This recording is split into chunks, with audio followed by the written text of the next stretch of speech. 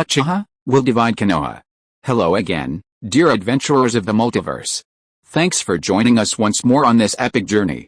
Remember, this story is pure science fiction from our wild imagination, so don't go trying to summon dragons in your backyard. The rights of this amazing novel belong entirely to its original author. We are only the narrators. Do you want more adventures? Show some love to our YouTube channel with a subscription and a like, and if you want exclusive content, our Patreon is waiting for you with open arms. Chapter 76: Kakashi's Heroic Nature. Kakashi navigated the complex relationship between Root and the Third Hokage. Although he didn't directly uncover any evidence, their responses gave him the answer. Both the Third Hokage and Danzo's higher-ranking members of Root were wary of the Uchiha clan, yet they also showed a degree of understanding regarding the Sharingan experiments. Given his political acumen, this attitude likely implied tacit approval of these clandestine experiments. Kakashi's greatest difference lies in his deep respect for his comrades.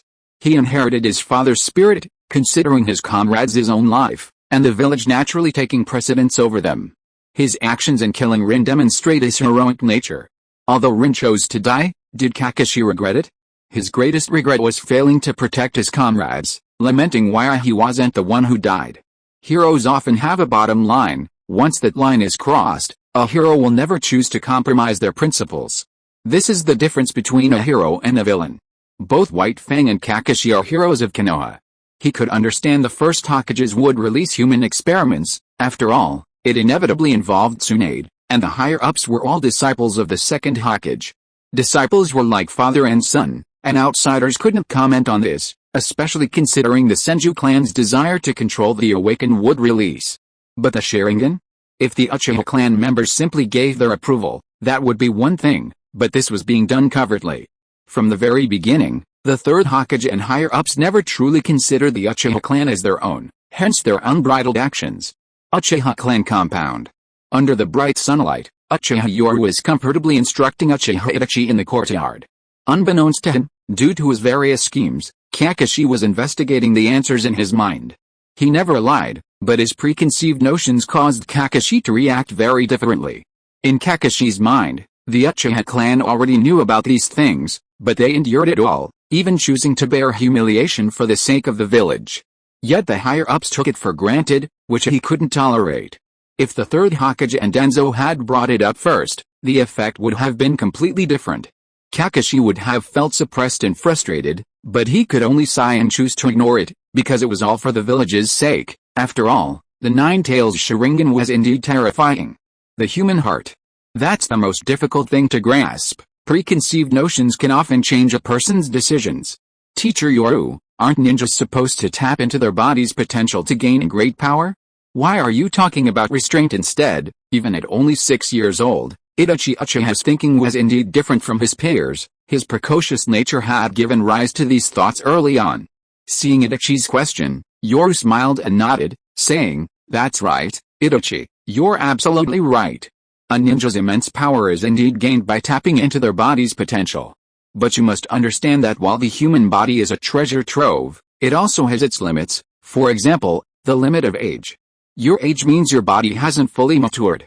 Excessively tapping into your potential might grant you immense power now, but it will leave indelible scars later," Yoru answered with a faint smile. His clumsy acting indeed made Itachi frown with suspicion. It seemed Yoru's mood was somewhat low, as if he was hiding something. Curiosity. When a woman becomes curious about a man, she constantly wants to uncover the truth behind the mystery. The same principle applies to Itachi. By arousing Itachi's curiosity and making him constantly want to explore the truth behind things, he'll have something on his mind. This will at least have the effect of any attempts to brainwash him at school. Another point is that Itachi often trained with Shisui. When Itachi displayed his powerful ninja talent, and their friendship reached its peak, Shisui would reveal some secrets. The human heart. One is an answer spoken aloud, and the other is an answer obtained through long investigation. These two processes represent two completely different situations for the human heart. A person's heart is limited. When it holds a portion of their thoughts, their focus on other things diminishes considerably. Itachi, you are still young. If this were a time of war, I would have you push your body's potential to its limits at all costs, even if it had future consequences. At this moment, Uchiha Yoru was completely a responsible teacher, his face full of concern and a smile. But now the village is at peace, and some minor border disturbances are not enough to send you children to the battlefield. So, Itachi, what you need to do now is have a complete childhood. A complete childhood might be something others have, but Itachi could not. His fate was decided when he was born into the Uchiha clan head's family. His superior birth also determined the responsibilities he had to bear. Itachi, at your age, my plan for you is to exercise restraint and chakra exploration. Don't explore too deeply, or you'll exhaust your body. Uchiha Yoru, genuinely regarding him as a teacher, smiled and shook his head. Your shuriken skills are genius level within the clan. At your age, you can focus more on shuriken techniques, and also on chakra control. Don't push yourself too hard too early. In the courtyard, Uchiha Yoru instructed the young Itachi with genuine concern. His words were heartfelt, without a trace of pretense. After all, Itachi hadn't yet become the traitor he would later become, otherwise, Yoru would have already killed him. Now that Itachi had found his guiding light under Yoru's guidance, Yoru naturally wanted to be loyal to his own people. After all, the Uchiha clan and the Hokage's higher-ups would inevitably clash sooner or later, and Yoru's only way to survive was to strengthen the clan. After all, one person's strength is limited, unless they become powerful enough to sweep away everything. Looking out the window, Mikado Uchiha saw Sasuke, a little over a year old, toddling around inside. A gentle smile graced her face. Yoru-kun is such a kind teacher. Sitting opposite her, Fugaku Uchiha maintained his expressionless face, staring blankly at the scene outside. He said indifferently, Itachi is a genius. His birth destined him to bear everything. Hearing this, a hint of pity flickered in Mikado's eyes. Finally, she sighed softly. Itachi carries too heavy a burden. Itachi's life was beyond his control.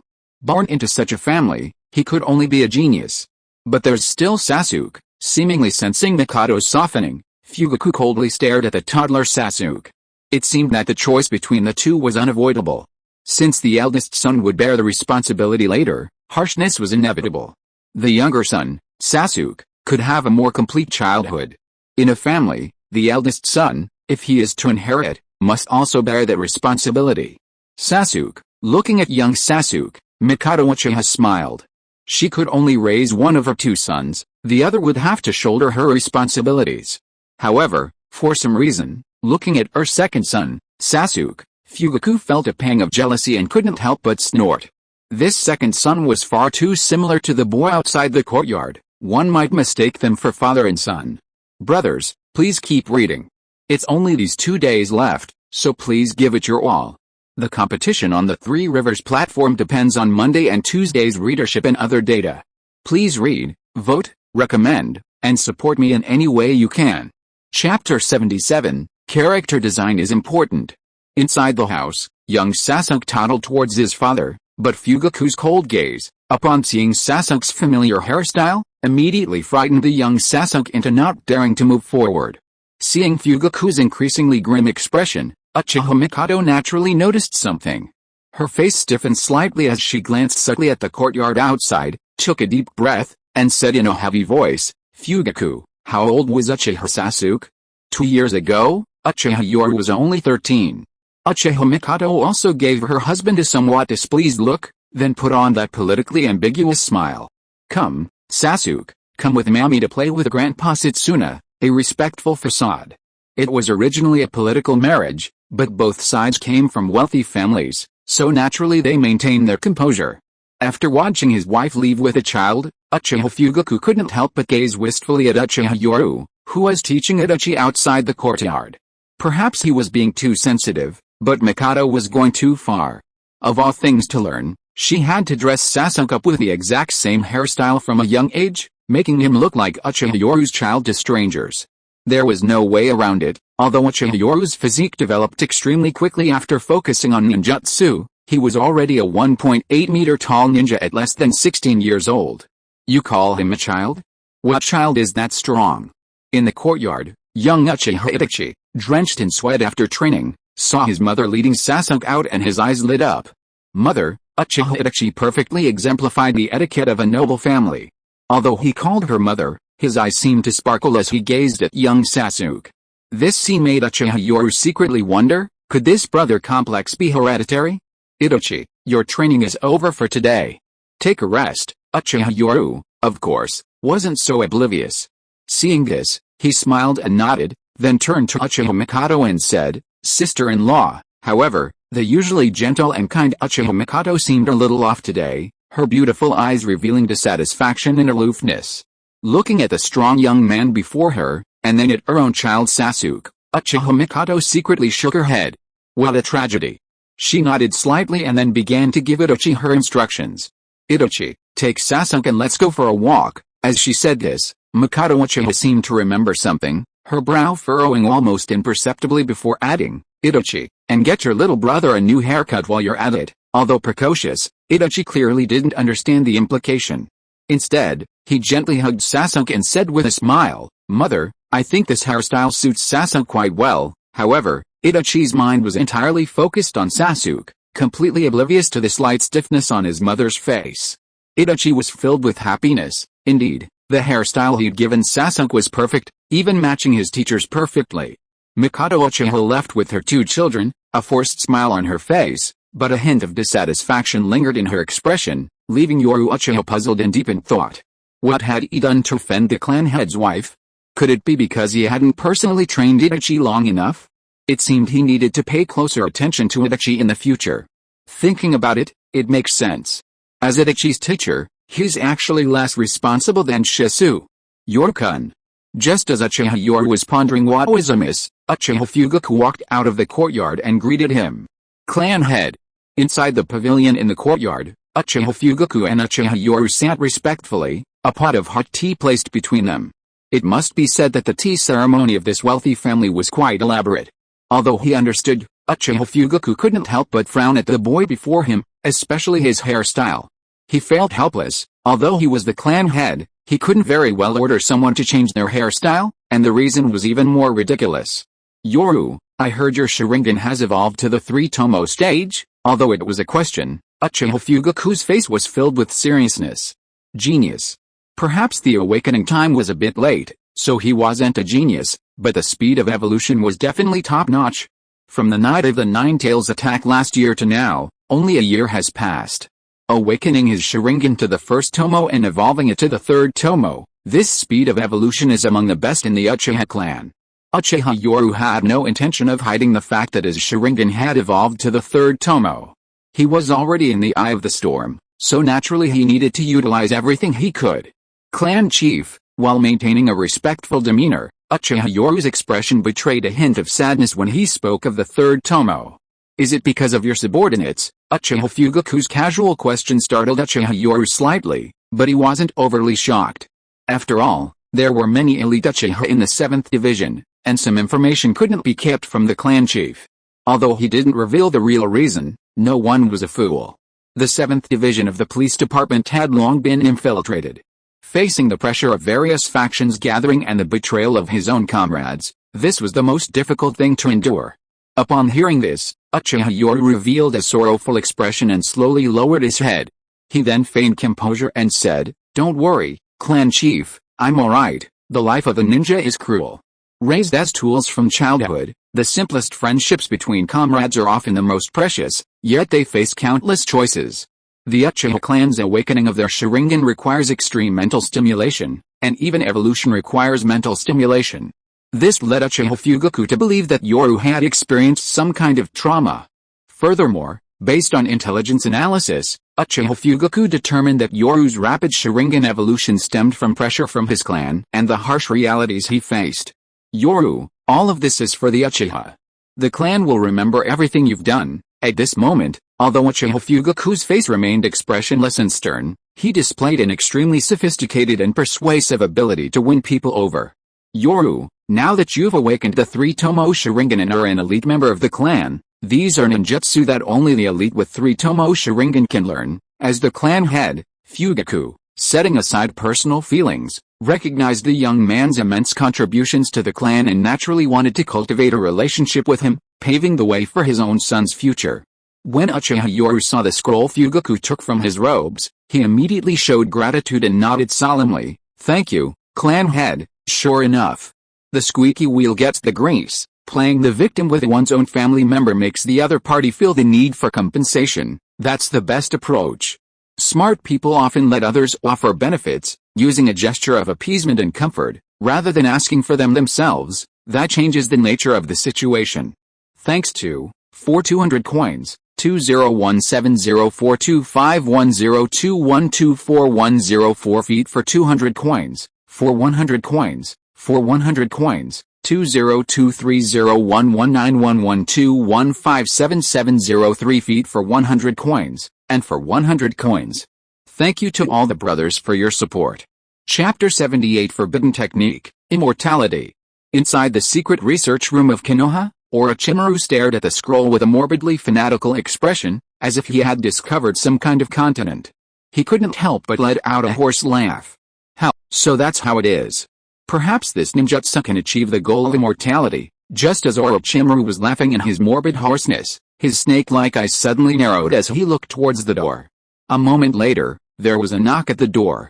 With a creak, the wooden door slowly opened, and Uchiha walked in.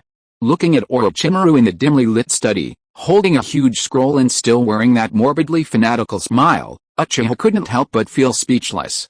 For some reason, Orochimaru's research room was incredibly bright, tidy, and technologically advanced, but his study and bedroom were always dark and cold, as if just to create a certain atmosphere. It's Night-kun. I wonder what good news you've brought this time. A whole year has passed, and the Konoha leadership has maintained their feigned ignorance, not uttering a word about electing the fifth Hokage, as if they'd wait until the third Hokage dies in that position before bringing it up. Looking at Orochimaru-sensei, Uchiha Knight smiled, slowly taking out a scroll from his robes and handing it over, saying with a smile, Orochimaru-sensei, this is a ninjutsu that only the elite members of the clan with 3 tomo can master. Uchiha ninjas with 3 tomo are almost all Jonin level, and their ninjutsu is extraordinary, encompassing ninjutsu, jinjutsu, and hidden weapons. There's a reason why the Uchiha are called Konoha's #1 clan, and even the #1 bloodline clan in the ninja world. Almost every ninja who awakens the Sharingan is a perfectly formed ninja, with virtually no weaknesses. For an ordinary ninja, mastering taijutsu, jinjutsu, and ninjutsu requires a tremendous amount of time and practice. But the Uchiha clan is different. With the Sharingan awakened, their jinjutsu skills skyrocket, even allowing them to counter jinjutsu-based ninjas. In taijutsu, they possess superior dynamic vision, observational ability. Even if their taijutsu is slightly inferior, this enhanced vision not only prevents them from being at a disadvantage but also allows them to find opportunities. As long as the skill gap isn't too large, they can still fight. And ninjutsu? Needless to say, with the Sharingan's enhancement, which is weak? As for ninjutsu, aside from the copying ability of the 3 tomo Sharingan, the Uchiha clan is renowned for its ninjutsu. Therefore, every Uchiha ninja who awakens the 3 tomo Sharingan is a top performer among their peers. This is why the ninja world has the consensus that in a one-on-one fight against someone with a Sharingan, they will flee. It seems Master should first congratulate Yoru-kun on his Sharingan evolving to the 3 tomo stage. A hoarse laugh echoed in the study. Orochimaru licked his lips with great interest. His disciple had exceeded his expectations, evolving to the 3 tomo Sharingan in just 1 year. Truly a genius. Yoru generously handed over all the clan's secret ninjutsu. Although it was typical of someone selling off their inheritance without a second thought, it undeniably brought a smile of satisfaction to Orochimaru's face. While Orochimaru was magnanimous, no one dislikes sincerity, especially when his disciple could set aside sectarian prejudices. The Uchiha and Hyuga clans were traditional, old-school noble families, their deeply ingrained beliefs difficult to break. Master, I hope the clan's ninjutsu can inspire you. Yoru's smile was genuine, as if he truly cared for Orochimaru. The bond between master and disciple deepened instantly. Unrolling the scroll, one finds various secret techniques of the Uchiha clan, which, while impressive in Orochimaru's eyes, don't quite qualify as truly precious. After all, these are Uchiha techniques, best suited for the Sharingan.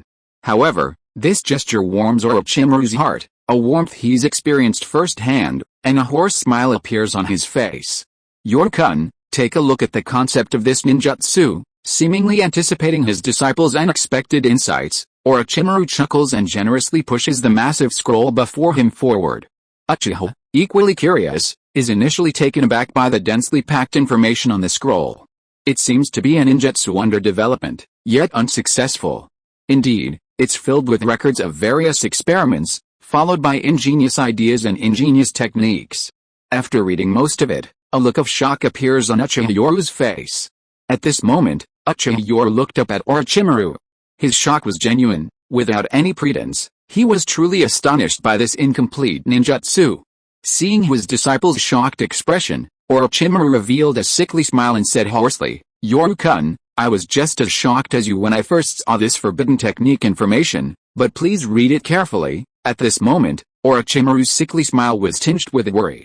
He was worried about how his disciple would react. Would he be angry and unable to accept it, or would he find common ground, or perhaps even develop the same pursuit as him?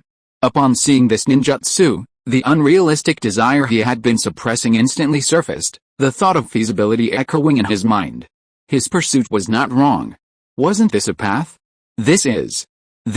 After roughly reading through the huge scroll, Uchiha Yoru couldn't help but feel a chill run down his spine, revealing a look of shock. This was completely filled with forbidden technique experimental data. Knight-kun, what came to mind when you read the information on this forbidden technique? A rare look of anticipation appeared on Orochimaru's sickly face. He hoped to find companionship on his lonely, unacceptable path, yet he also harbored a fear of public backlash.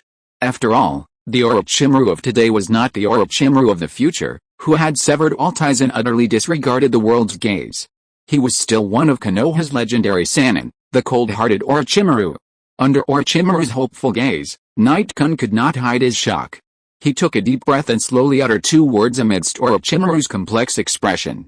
Upon hearing these words, Orochimaru's expression froze. Immortality. This forbidden technique offers me the hope of immortality. At this moment, Orochimaru seemed to tremble with his very soul. A single, crystalline tear welled in the corner of his eye, a tear of understanding. Orochimaru's face erupted in a morbid, maniacal laugh. His snake-like eyes, filled with predatory intent, stared at Uchiha Yoru. At that moment, he seemed to have found a like-minded companion, and he couldn't help but burst into a hoarse laugh. "Yoru-kun. You're truly unexpected." Orochimaru was completely ecstatically excited. Anyone unfamiliar with him would likely be startled by the scene, but Uchiha Yoru understood perfectly. Last day, brothers. Today is the final day for the Three Rivers Challenge. Please read and support. Once it's on the Three Rivers Challenge, there will be a massive update. A massive update. A massive update. Please read, vote, and recommend. Thank you all for your support. Chapter 79 The Art of Reincarnation. In the dimly lit study, Orochimaru wore a terrifyingly morbid smile, his snake-like eyes filled with boundless greed. His soul seemed no longer alone. Hell, he chuckled, this forbidden technique was inspired by the second Hokage's S-rank secret technique, spiritual transformation technique, and was developed based on it. It doesn't have a name yet, but I, Orochimaru, will call it reanimation jutsu. Watching Orochimaru recount the origins of this ninjutsu with his morbid expression, Uchiha Yoru gradually suppressed his shock and began to ponder deeply. In the original story, during the Chunin exams, when Orochimaru fought the Third Hokage within the barrier, he tore off his mask in front of the Third Hokage, revealing a woman's face. At that moment, the Third Hokage exclaimed in shock, "Have you already mastered that forbidden technique? See the anime and manga for details." This suggests that the forbidden technique had a prototype, albeit a semi-finished product. Orochimaru spent several years developing it to its full potential. At this moment, Orochimaru seemed to be on his home turf, with an excited, almost sickly smile on his face, and his hoarse voice filled with excitement. "Do you know who the second Hokage developed this ninjutsu for?" Orochimaru couldn't hide his excitement as he said this, exclaiming, "The first Hokage. The first Hokage, Hoshirama Senju. This ninjutsu was entirely developed by the second Hokage for the first Hokage, shortly after the first Hokage returned from his battle with your Uchiha ancestors at the Valley of the End. The second Hokage ascended to power. A few years later, the first Hokage died of illness. This shows that the first Hokage must have suffered severe injuries or had his life force severely depleted. At that time, the second Hokage had to think of other methods. The second Hokage was truly a genius, actually thinking of this method to prolong life. If this ninjutsu were to succeed, then one could transfer their soul into the body of a young ninja, prolonging life again and again, thus achieving immortality. At this moment, Orochimaru seemed to have found the true meaning of life, his excitement bordering on oblivion. Uchiha Yoru, however, feigned a frown and shook his head. Orochimaru-sensei, this ninjutsu is not yet perfected. The data clearly records the experimental results. When the soul transfer completely takes over someone else's body, there will be a severe backlash. This seems to be more than just physical discomfort, it seems to have touched upon taboos like the soul. However, upon hearing this, Orochimaru was not disappointed but instead chuckled excitedly. The spirit transformation technique allows the soul to leave the body, ignoring distance to travel and kill enemies, and also to control the opponent's body and enter their mental world. But the drawback of this ninjutsu is that if the main body is injured, the soul will also be injured. Even after the original body dies, the soul cannot remain in another body. As long as we solve these two problems, first, how do we ensure that the soul is not restrained by the original body after leaving it? Second, how do we completely take over someone else's body without being affected by the original body, and even avoid the backlash you mentioned? For someone like Orochimaru, creating something from scratch is challenging enough, let alone the fact that his predecessors already had this prototype. He only needs to continue his research. It's obvious the second Hokage didn't complete this ninjutsu, otherwise the first Hokage wouldn't have perished, and the fourth Shinobi World War wouldn't have happened. Orochimaru was completely absorbed in this immortality ninjutsu, and based on his experience, it was entirely feasible. Looking at Uchiha Yoru, he seemed afraid the other might think it impossible, and eagerly shared his thoughts. Yoru-kun, since the spirit transformation technique allows the soul to leave the body and even control another's body, it proves this ninjutsu is feasible. As long as we overcome these obstacles, immortality is within our grasp. You and I. Orochimaru stared at Uchiha Yoru with a fanatical, almost obsessive intensity. This idea had completely stirred within him, overwhelming all his composure. He had previously suppressed this thought, mainly out of fear that it would be a lonely path, but now he seemed to have discovered someone who might walk this path with him. Yoru-kun, what do you think of this ninjutsu? Orochimaru was eager to know his disciples' thoughts. Although they were master and disciple, they were more like assistants. Yoru was his assistant in Konoha. Seeing the hint of madness in Orochimaru's eyes, Uchiha Yoru knew that Orochimaru had become completely obsessed with this ninjutsu and was fully prepared to embark on this path that was incomprehensible to the world. Orochimaru-sensei, a ninja's lifespan is too short. Even the first Hokage, the god of shinobi, couldn't escape birth, aging, sickness, and death. Although not explicitly stated, Uchiha Yoru's resolute tone caused Orochimaru to laugh uncontrollably. Orochimaru's hoarse, unique laughter echoed continuously in the dimly lit study. At this moment, Orochimaru looked at Uchiha Yoru before him. The relationship between the two seemed no longer that of master and disciple, but rather like-minded companions on the path to immortality. However, Orochimaru-sensei, I've seen records of numerous human experiments in this forbidden technique's documentation, all of which have caused problems with his soul. One issue is how to break free from the original body's constraints, and how to ensure the soul remains unaffected after the original body is damaged. The second is how to resist or even eliminate a backlash from another body. Uchiha Yoru was able to pinpoint the key issues after only one glance, demonstrating his genuine interest in the forbidden technique's documentation. Hearing this, Orochimaru chuckled hoarsely. Yoru-kun, don't rush.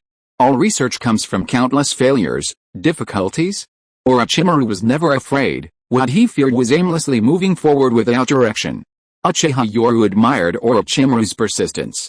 He knew that while the technique was ultimately successful, it had consumed several years of Orochimaru's time, and even then, it wasn't perfect, still possessing flaws.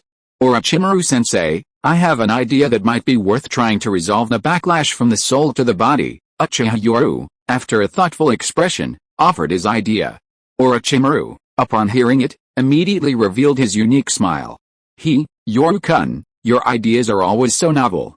I really look forward to the surprise you'll bring me. Orochimaru-sensei, since other people's bodies can suffer backlash from the soul, what about one's own body? At this moment, Uchiha Yoru's lips curled into a confident smile. He stared at Orochimaru, stunned, and muttered to himself, one's own body? One's own. In an instant, a monstrous smile slowly spread across Orochimaru's face. I understand. Yoru-kun, you've truly brought me a surprise. Since other people's bodies cannot avoid backlash from the soul, one can cultivate one's own body, using one's own young cells to cultivate a body, while simultaneously preserving countless of one's own young cells, keeping these cells dormant. At this moment, Orochimaru seemed to have had his mind opened, and his hoarse laughter echoed throughout the study. Orochimaru had never been so out of control before. This was the first time in his life, and also the happiest he had ever been, even more exciting than becoming Hokage. Hopefully, the editor will deliver some good news this afternoon. Chapter 80 Hyuga Hisashi's heart is in turmoil. Light snowflakes drifted down from the sky, adding a snow-white beauty to Konoha. The Hyuga clan. At the edge of the ancient houses, the branch family residences were nestled, their layout clearly showing how they surrounded the main family's houses in the center. Inside a wooden house, a pot of steaming tea was slowly poured. Hyuga Hisashi, holding the teapot, was solemn, his demeanor impeccable, displaying the refinement of his 1,000-year-old noble lineage. Please, after brewing the tea, Hyuga Hisashi respectfully gestured for him to taste it. Seeing Hyuga Hisashi's actions, as always as his expression, so rigid, Uchiha Yoru smiled. Although he had business to tend to, he couldn't be impolite, it was a matter of mutual respect. Please, Uchiha Yoru also politely gestured, picking up his teacup. The two sipped their tea while gazing at the falling snow outside, seemingly savoring the unique experience. With eyes half-closed and an expression of enjoyment, Uchiha Yoru sipped his tea, exclaiming with delight, Hisashi-senpai's tea ceremony skills are truly first-rate. Yoru-kun, you're too kind. Their manners were impeccably polite, perfectly representing the interaction between two powerful clans, without the slightest transgression. Although there were no formal drinks, after a few cups of tea, both appeared calm and composed, as if today was solely for enjoying tea and admiring the snow.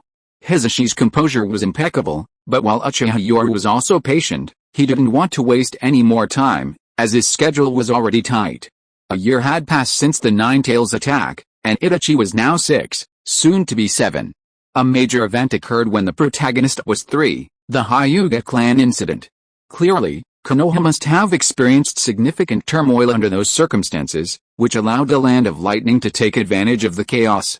And this turmoil could only have been caused by Orochimaru's defection, which could have shaken the entire Konoha, and even the ninja world. How old is Hisashi-senpai's child this year? Uchiha Yoru put down his teacup, a smile on his face that betrayed no intention whatsoever. Hyuga Hisashi, however, remained impassive, his face expressionless, and replied softly, Niji will be 4 years old soon after the new year. Time flies, Niji will be 4 years old soon. Uchiha Yoru's calm smile revealed nothing, and Hyuga Hisashi was equally composed. However, his next words shattered Hyuga Hisashi's composure completely. 4 years old is not young.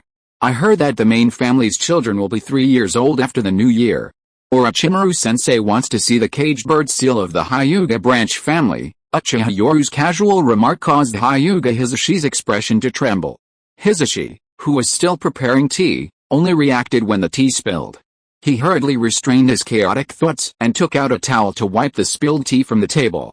I'm so sorry, I was rude. Despite his stiff demeanor, Hyuga Hisashi offered a respectful apology, his mind clearly in turmoil.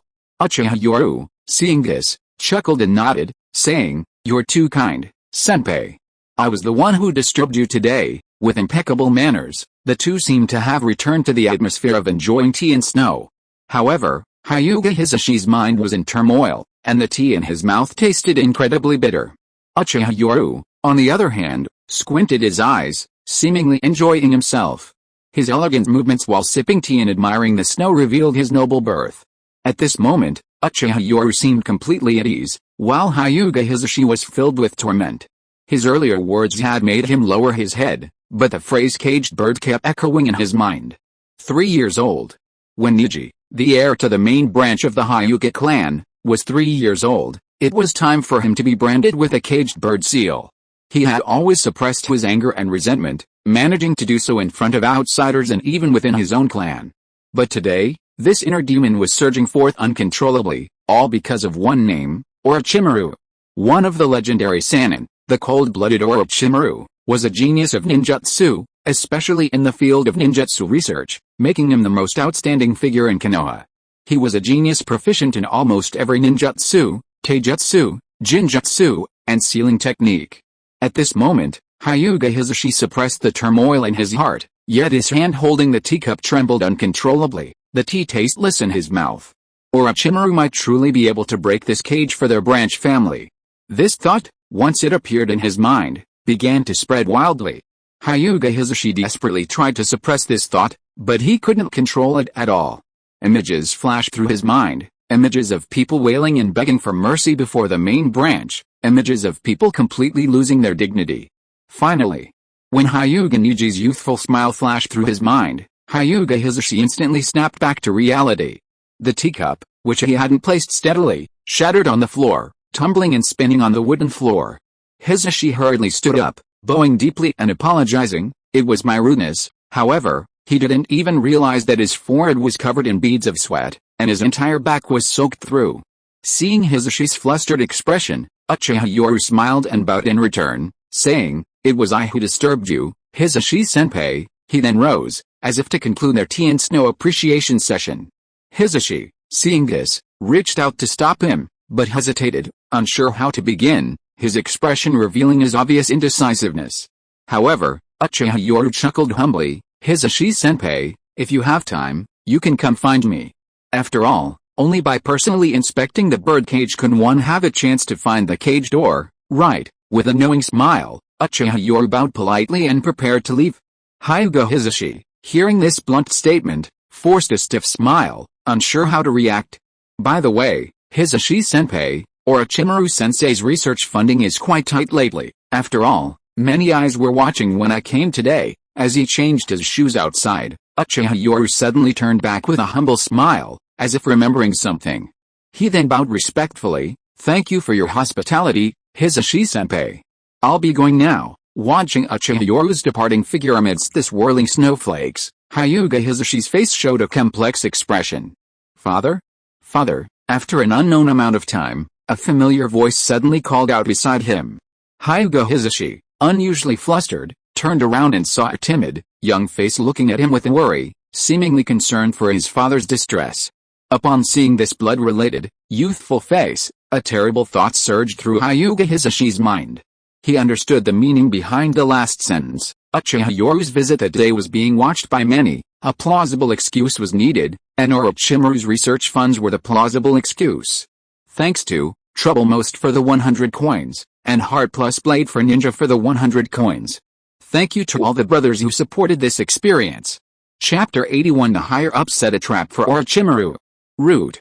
In a dimly lit room, Shimura Danzo, Midakato Hamura, and Udatane Kaharu, along with a figure wearing an Anbu mask, sat in silence. The current high-ranking officials of Konoha, excluding the Third Hokage, were gathered in a secret room of Root, seemingly engaged in a clandestine discussion. First was the mysterious masked Anbu ninja, clearly a woman. Despite her mystery, she was already an acquaintance of the three. She was the recently promoted Anbu captain, and the eldest daughter-in-law of the current Third Hokage. The four sat around a low table.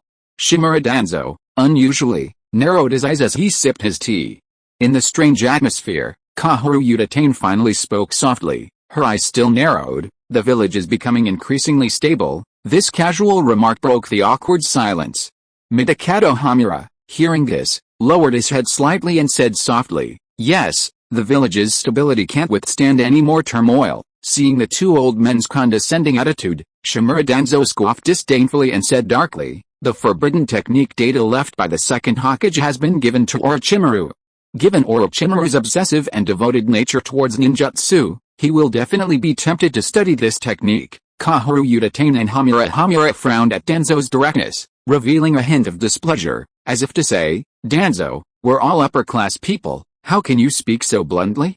It's lowering our status." The head of the Anbu, who was also the eldest daughter-in-law of the Third Hokage, lowered her voice and said solemnly upon hearing the broken atmosphere, "The three of you are indispensable elders of Konoha, and you are crucial to the stability of the village. The village has experienced the Third Shinobi World War and the Nine Tails attack. The village, which has just stabilized, cannot afford to suffer any more storms. Although we haven't spoken out about the Fifth Hokage recently, these voices are gradually emerging as the village has stabilized. But once Lord Orochimaru becomes the Fifth Hokage," as she said this, a solemn look appeared in the Third Hokage's eyes. She looked directly at the three of them and said in a deep voice, "Lord Orochimaru has grown powerful, and he has the Uchiha and Hyuga clans as his backers, as well as clans like Inuzuka. Once the Fifth Hokage takes office, the peace of Konoha will be shattered." The message was clear. They were now all part of the Third Hokage's political faction, their power already firmly established. Once Orochimaru took office, Kimura's interests were limited, and the various clans behind Orochimaru would undoubtedly seize their resources. This was the problem. Upon hearing this, a hint of seriousness appeared in Shimura Danzo's dark eyes. While he disliked Sarutobi, at least one thing was certain: when Hiruzen Sarutobi was in power, his root organization wielded more power, even daring to coerce some powerful clans. But what if Orochimaru came to power? He knew Orochimaru's character very well. He was entirely driven by self-interest, and coupled with his powerful backing, his root organization would likely face severe limitations. Thinking of this, Shimura Danzo felt a pang of apprehension. During the Fourth Hokage's reign, he sided with Orochimaru because Orochimaru's influence largely consisted of commoners.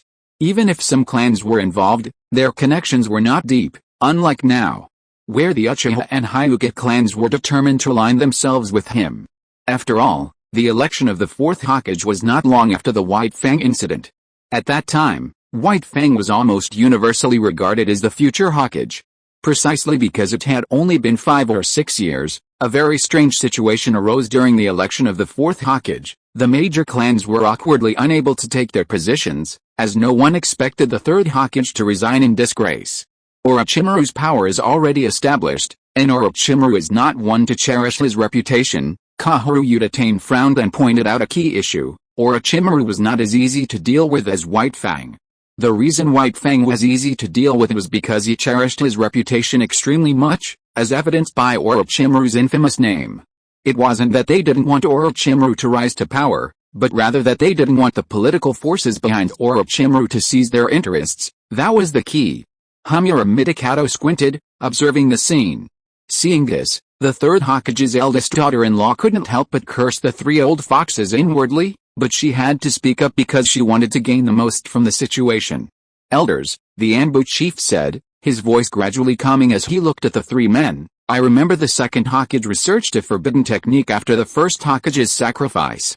Regardless of who becomes Hokage in the future, what Konoha needs most now is stability. Stability that will last for several more decades." At this moment, the Anbu chief, blatantly offering a temptation and a promise in his bid to become the Hokage's wife, implied that Konoha needed stability, meaning that for the next few decades, Konoha would remain stable, preserving everyone's interests and maintaining its original state. Upon hearing this, Kahoru Uchiha and Hamura Midakato narrowed their eyes. At their level, they no longer desired further advancement, rather, they sought a balance between maintaining the village's peaceful development and protecting their own clan's interests, a win-win situation. Their gazes immediately turned to Danzo Shimura. Danzo Shimura, with only one eye visible, calmly observed the 3, inwardly sneering. "What a vicious woman's heart," he thought. "She's using the same tactics she used on White Fang against Orochimaru. And Orochimaru, by his very nature, wouldn't commit suicide, unlike the 2 old fogies, Hamura Midakato and Kahoru Uchiha, who had given up on further advancement. He had always coveted the Hokage position. The eldest son of the Third Hokage had ascended to the throne, and this Anbu chief was eyeing the supreme honor of the Hokage's wife, a young Hokage, and Konoha had enjoyed decades of peace. Thinking of this, Danzo Shimura sneered inwardly. "Your Sarutobi clan wants a hereditary position, but you'd better consider your own strength. At Sarutobi Shinnosuke's age, it's unlikely he'll improve much. What if a 5th Hokage is unworthy?" With this thought, Danzo Shimura hatched a plan, a smile spreading across his face. Perhaps he could scheme to make this young Sarutobi Hokage reveal his true strength, then strike him like White Fang. At that time, Orochimaru was infamous, and Jiraiya and Tsunade were not in Konoha. The Third Hokage couldn't possibly return to the village, could he? Forget about shame, would anyone even agree to let him come back? Did they really think the Hokage of Konoha belonged to the Sarutobi family? Having figured this out, Shimura Danzo nodded slightly, his voice grim, and said, "Agreed. The village needs stability, and the Uchiha clan is too dangerous." Shimura Danzo also offered his own idea. He could agree, but they would have to work together to deal with the Uchiha clan in the future. He coveted the Uchiha's power but also feared them. Furthermore, he could use a future Hokage whose strength was insufficient to command respect to fight the Uchiha clan. Even if they succeeded, they would bear a bad reputation, and it might end in mutual destruction. Even if they won decisively, he wouldn't suffer a loss. Thanks to Book friend 20200207023245544 feet for 100 coins, and book friend 20230119112157703 feet for 100 coins. Thank you to all my brothers for your support. If you are listening to this novel on a channel other than Fanfic World, it means it was downloaded and re-uploaded without effort. We warmly invite you to visit our channel, Fanfic World. There you will find the original version of this story and many other novels of various genres. We look forward to seeing you dive into a world of incredible novels. Chapter 82 Everything is under the Third Hokage's nose. Inside the root, in a dimly lit secret room, the Anbu chief, having obtained a satisfactory political deal, left with a smile, leaving only 3 people in the room. Watching the Anbu chief depart, Kahoru Uchiha frowned and said in a deep voice, "That woman is too obsessed with power, perhaps with the outsider gone." The 3 of them had also shed their pretenses. After all, they had been companions since childhood. Hamura Midikato shook his head and sighed. Being obsessed with power isn't wrong, but I'm afraid Sarutobi Shinisuke's strength and achievements won't be enough to convince the people. They had already decided to abandon Orochimaru. Not only could they not control Orochimaru, but if he came to power and rearranged the interest groups representing Konoha, Konoha would fall into turmoil again. On the other hand, if Sarutobi Shinisuke came to power, things would remain the same. At their age, they preferred stability to challenges. More importantly, Konoha had barely recovered from the 3 world wars before the Nine Tails attack. Konoha desperately needed rest and recuperation. HMPH, with the Third Hokage around, it won't matter much if Sarutobi Shinisuke is slightly weaker. Danzo was secretly hoping for a weakness in the new Hokage, so he could fan the flames and damage his reputation. With proper planning, he might have a chance. Sarutobi Shinisuke was far easier to deal with than Orochimaru. He already had several plans in mind. On the other hand, continuing to support Orochimaru would mean facing not only the ostracism of his old friends, but also the hostility of various factions in the old Konoha. His root organization was considered a powerful force. Why would someone willingly help an outsider against their own faction? The other 2 were unaware of Danzo's plans.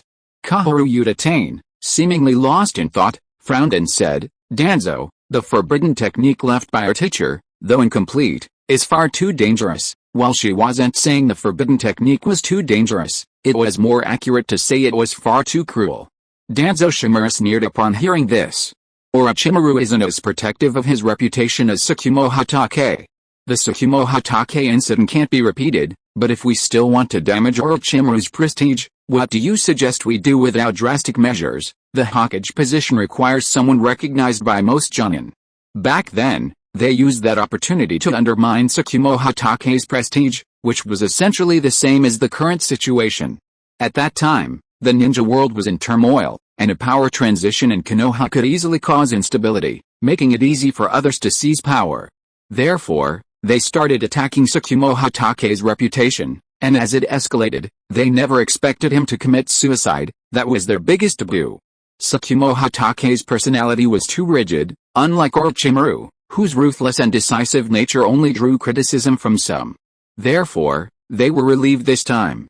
Midikato Hamura shook his head slightly and sighed. The 2 forbidden techniques that Master hasn't completed will probably require a lot of live experiments. We need to be careful with the dosage. The White Fang incident must not be repeated. It's acceptable to damage Orochimaru's reputation and deprive him of his chance to become Hokage, but a bloody incident involving White Fang is absolutely unacceptable. Otherwise, the loss to the village would be too great. White Fang has always been a lesson for their higher-ups. In the political struggles, they never considered the possibility of White Fang's sacrifice. After all, they are politicians driven by self-interest, not ninjas ready for battle. A cage-level powerhouse who has completely lost the right to inherit the Hokage position, sitting under the wing of Konoha, maximizes their benefits. Seeing his 2 friends bring up the White Fang incident again, Shimura Danzo couldn't help but frown and say in a deep voice, "Don't worry, Orochimaru's personality isn't like White Fang's. What kind of person is Orochimaru?" Thinking of this, Uchiha Kahoru and Midikato Hamura exchanged a glance and then smiled easily. Orochimaru is ruthless, his reputation as the cold-blooded king is well-deserved, and he doesn't care about others' opinions. In this respect, he is stronger than White Fang. Although they all believed Orochimaru was cold-blooded and profit-driven, They never considered the possibility of him becoming insane. After all, immortality. That was utter nonsense, and no one could have imagined that Orochimaru would later become such a mad and perverted being. This explains why the Third Hokage's shock upon seeing Orochimaru's female face during the Chunin exams in the original story was so unbelievable. The impure world reincarnation, an incomplete ninjutsu, was only known to them as a forbidden technique developed by their teacher, the Second Hokage. Rumor had it that it was a forbidden technique developed by an evil Onmyoji and ninja during the Warring States period, but it was never perfected and was subsequently destroyed by the combined forces of the Uchiha and Senju clans. The information about this ninjutsu then fell into the hands of the Senju clan, and given the Uchiha clan's nature, they would never have considered it. Analyzing why Madara Uchiha knew this ninjutsu, providing a plausible explanation. Later, after the first Hokage's death, the second Hokage rediscovered this forbidden technique and began researching it. However, he had barely started when something happened in the Land of Lightning, and the forbidden technique was sealed away. The impure world reincarnation technique. After handing the data to Orochimaru, keep a close eye on it. We need solid evidence, Kahoru Udatane frowned and said in a low voice. All three understood what this meant. This type of forbidden technique couldn't avoid human experimentation, especially on a large scale, and would inevitably be exposed. Therefore, they needed solid evidence. They needed to strike at Orochimaru's weak point, directly destroying his prestige and preventing him from ever becoming Hokage again. Then, under pressure, they could exile him to the border, just like Jiraiya and Tsunade. Inside the Hokage's office, the third Hokage, pipe dangling from his lips, puffed on his cigarette. Before him stood Nara Shikaku of the Nara clan, his strategist. Shikaku, the third Hokage said hoarsely, his head bowed. The Anbu chief has gone to Root, along with Kahoru Udatane and Hamura Mitokado, as the Hokage of Konoha, and having ruled for so many years, how could the village's every move escape his notice, let alone the actions of its higher-ups? Hearing this, Nara Shikaku, head bowed, felt a headache coming on. Being caught up in the power struggle for the Hokage position was a difficult situation indeed. Seemingly sensing Nara Shikaku's dilemma, the third Hokage sighed with melancholy. Orochimaru has gone astray. If we let him continue like this, Konoha will face another upheaval. Back then, he had strongly supported Minato Namokaze against all odds, precisely because Minato had virtually no backing. Once Minato became Hokage, he could smoothly hand over power to his original team, ensuring a stable and peaceful transition for Konoha. More importantly, Minato's will of fire ideology was almost identical to his own, unlike Orochimaru's, which completely contradicted his political ideals. Therefore, that was his choice. Now, he faced this dilemma again. Konoha had just experienced the Third Shinobi World War and couldn't withstand further turmoil. Now, things were even worse. The Third Hokage's true intentions were never about Orochimaru's research. With such a large base and countless resources, how could Orochimaru possibly escape the Hokage's notice? Besides, wasn't the second Hokage constantly engaged in human research? Even during his reign, he devised a wood release plan, although it ultimately ended in disastrous failure. But at least it proves one thing, while human research is taboo, it's merely something that can't be done openly. Which major ninja village doesn't engage in it? And how did these powerful medical ninjutsu and various forbidden techniques come about?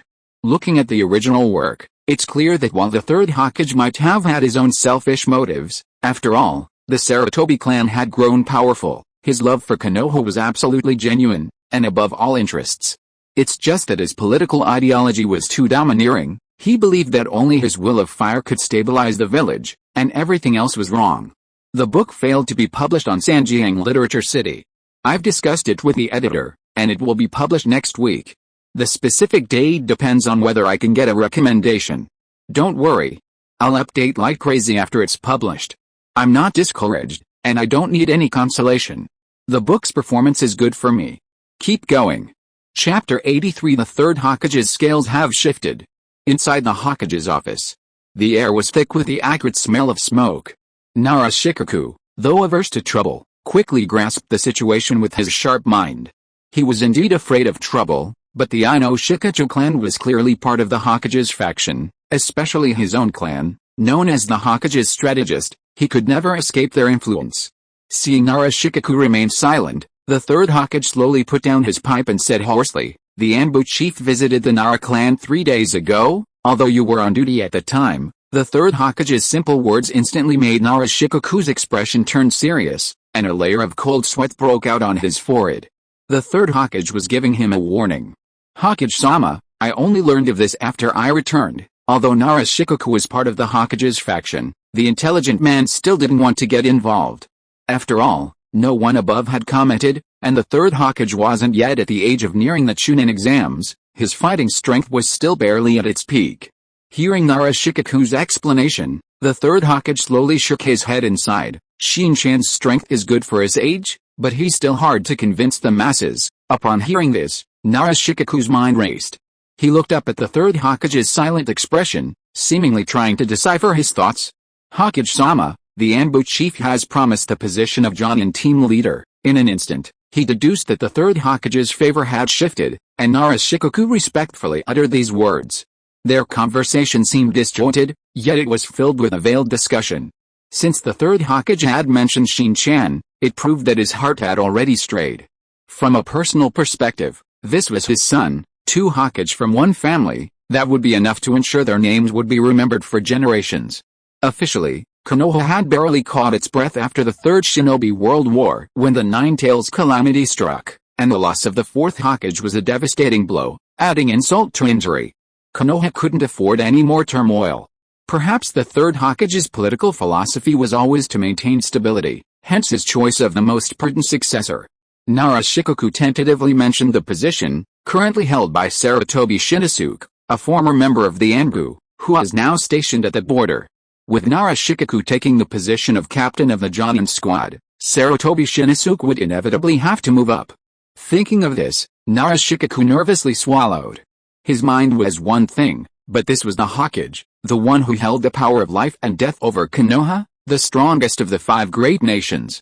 Sarutobi Hiruzen calmly refilled his pipe, effortlessly lighting the tobacco with his near-perfect mastery of chakra nature from the ordinary wooden pipe. Smoke swirled again in the office. Hiruzen Sarutobi slowly lowered his Hokage hat and said in a deep voice, "The village can't afford any more turmoil. Orochimaru's personality would bring uncontrollable changes to Konoha if you were in this position. If the village were at its peak, Orochimaru would be the best choice." Hiruzen Sarutobi had always sought stability, as the village's cage couldn't afford to take risks. His personality predetermined his fate. Hiruzen Sarutobi turned his head and looked out the window towards the Hokage Rock. His cloudy eyes somewhat lost. He murmured to himself, "Sensei, I'm doing this for Konoha." Was Hiruzen Sarutobi wrong? Narashikoku sighed softly as he thought of this. Politics is never about right or wrong. If stability is the priority, then choose the safest way to transfer power. The next Hokage will inherit his governing philosophy, and the village will be strong again in 10 years at most. Hiruzen Sarutobi knew that if Orochimaru became the 5th Hokage, he might lead Konoha to new heights, but he could also plunge it into a deep abyss of decline. Orochimaru faced 2 major political crises that Hiruzen couldn't accept. First, the instability that would ensue during the change of power. Second, Orochimaru's political ideologies clashed entirely with his own, potentially plunging the village into war.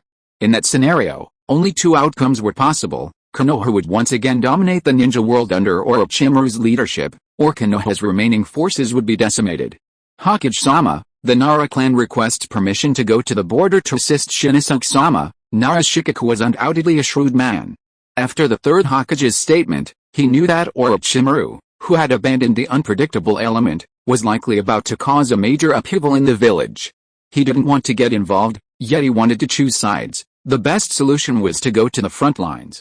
Seeing Narashikoku's respectful demeanor, Hiruzen Sarutobi didn't expose his ulterior motives.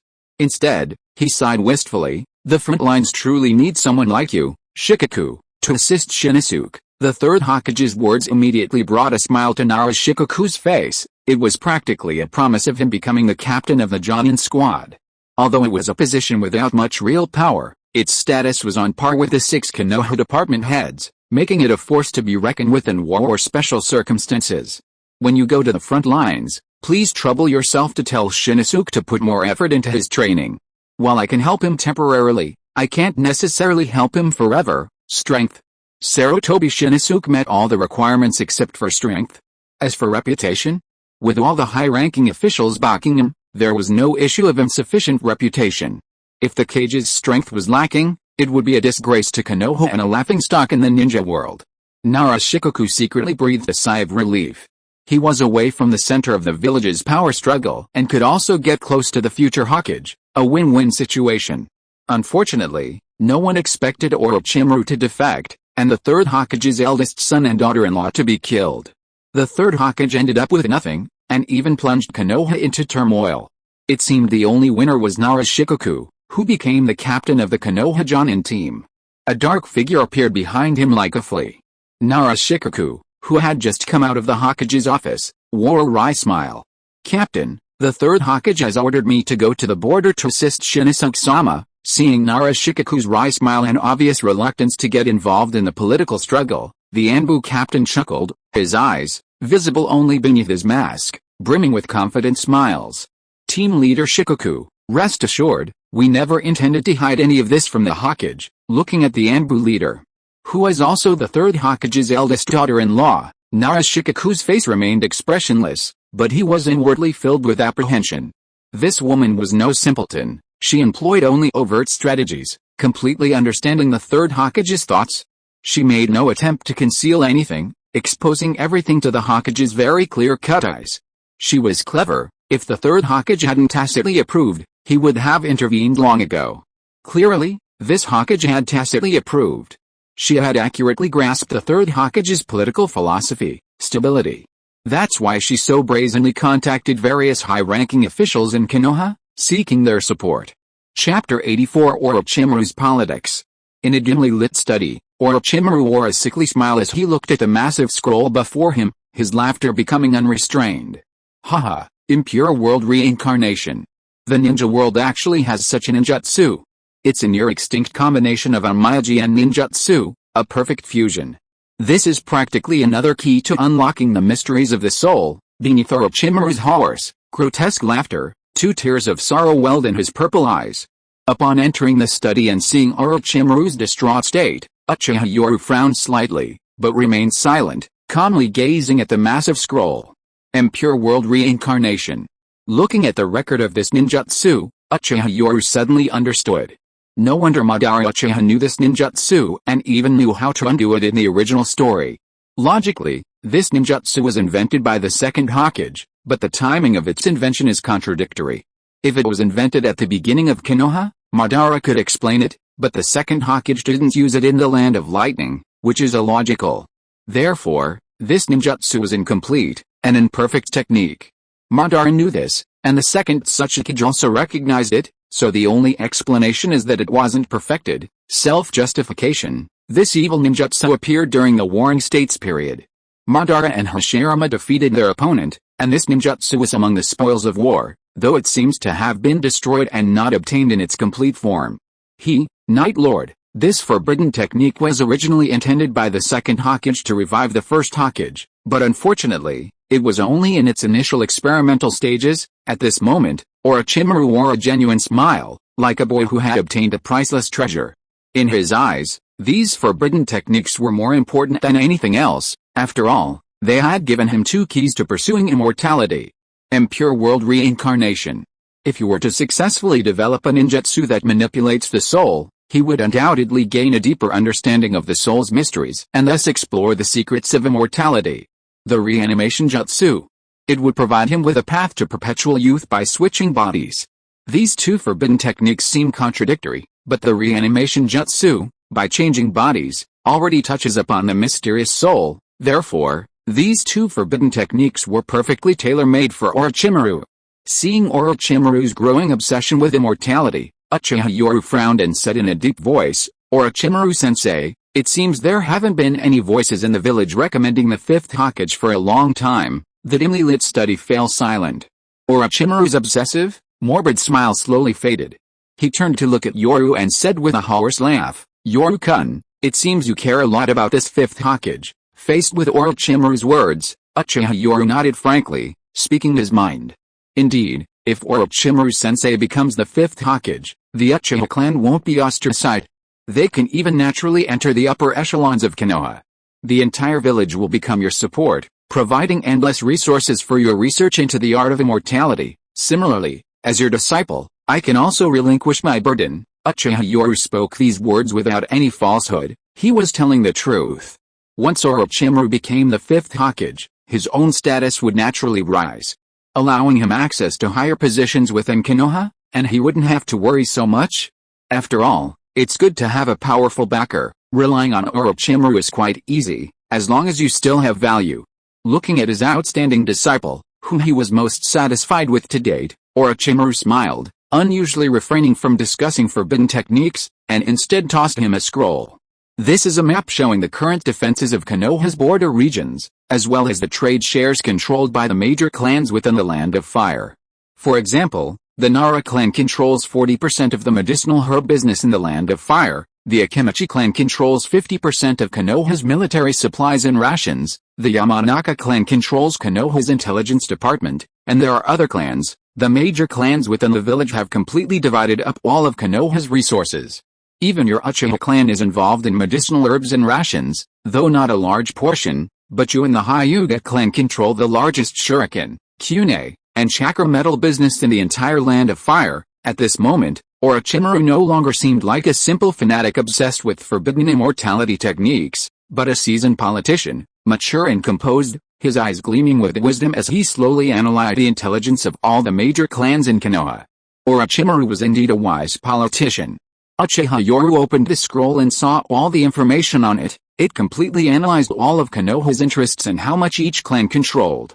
Seeing Uchiha Yoru's solemn expression, Orochimaru revealed his uniquely charming, husky smile.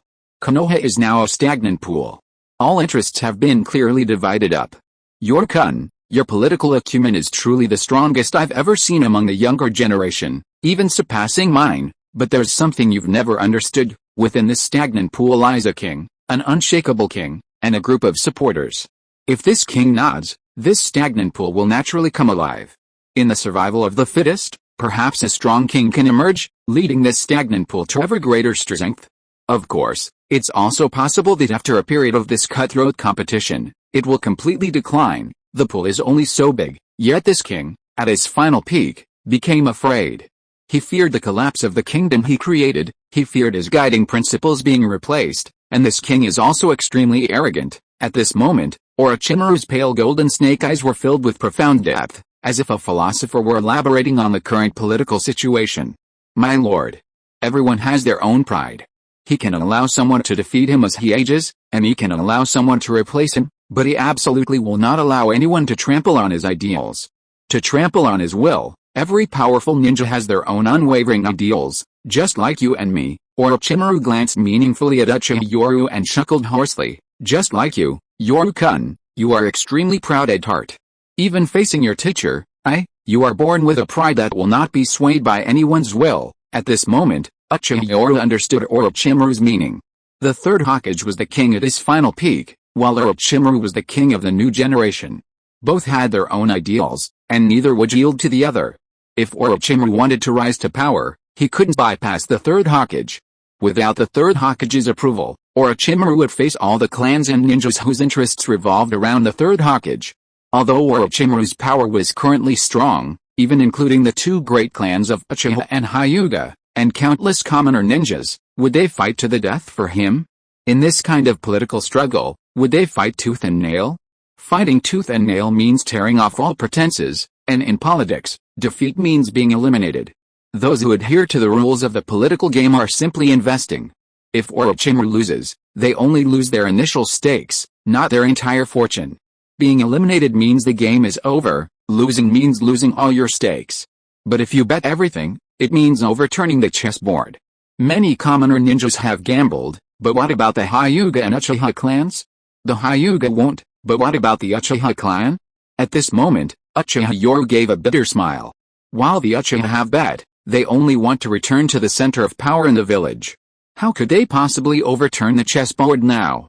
After all, the future Hokage lineage's intention to divide the Uchiha's position on the chessboard is only in the future, not now. The Uchiha won't bet everything on Orochimaru. Unless this time, the chosen one is one of their own. Currently, each chapter is 2,000 words. Starting tomorrow, we'll make them longer, 4,000 word chapters, so there will only be one update per chapter. The word count will remain the same as the 2 updates per chapter. Chapter 85, A Clash of Ideas at the Top. Orochimaru in the study seemed like a completely different person, a shrewd politician with a clear understanding of the situation in Konoha. Uchiha Yoru was secretly shocked. Yes, everyone had overlooked one point: how could someone a strong contender for Hokage not understand politics? The 4th Hokage's defeat was due to the 3rd Hokage's decisions, otherwise, the 4th Hokage wouldn't have fallen so easily to Minato Namake's. The initiative has never been in our hands. After all, this is still the last peak of the king.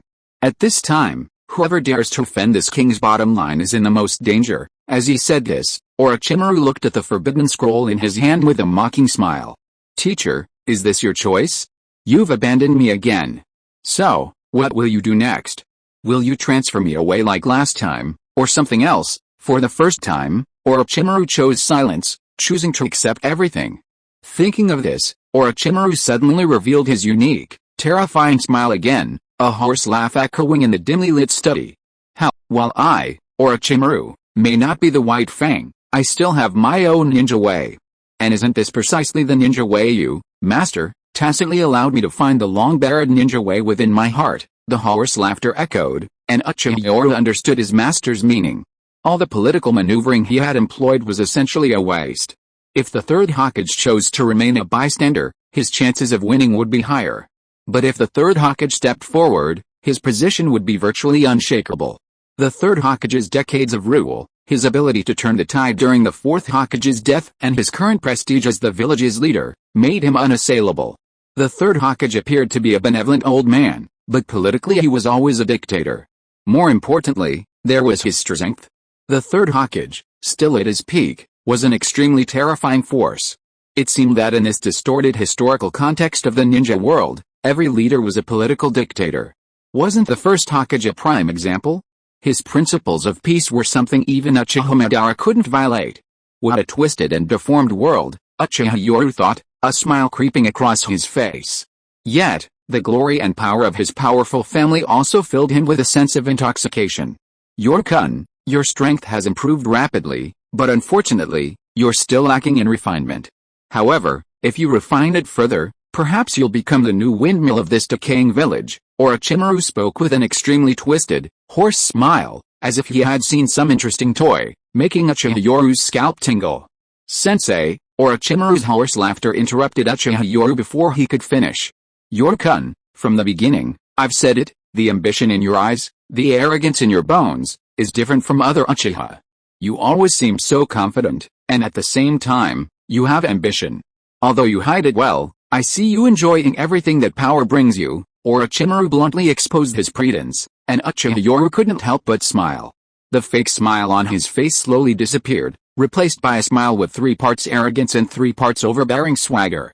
Orochimaru-sensei, what do you think the ninja world would be like if the highest position were held by someone incredibly powerful, who would dominate the ninja world, and who possessed endless life? Uchiha Yoru paused, seemingly remembering something, a playful smile appearing on his face.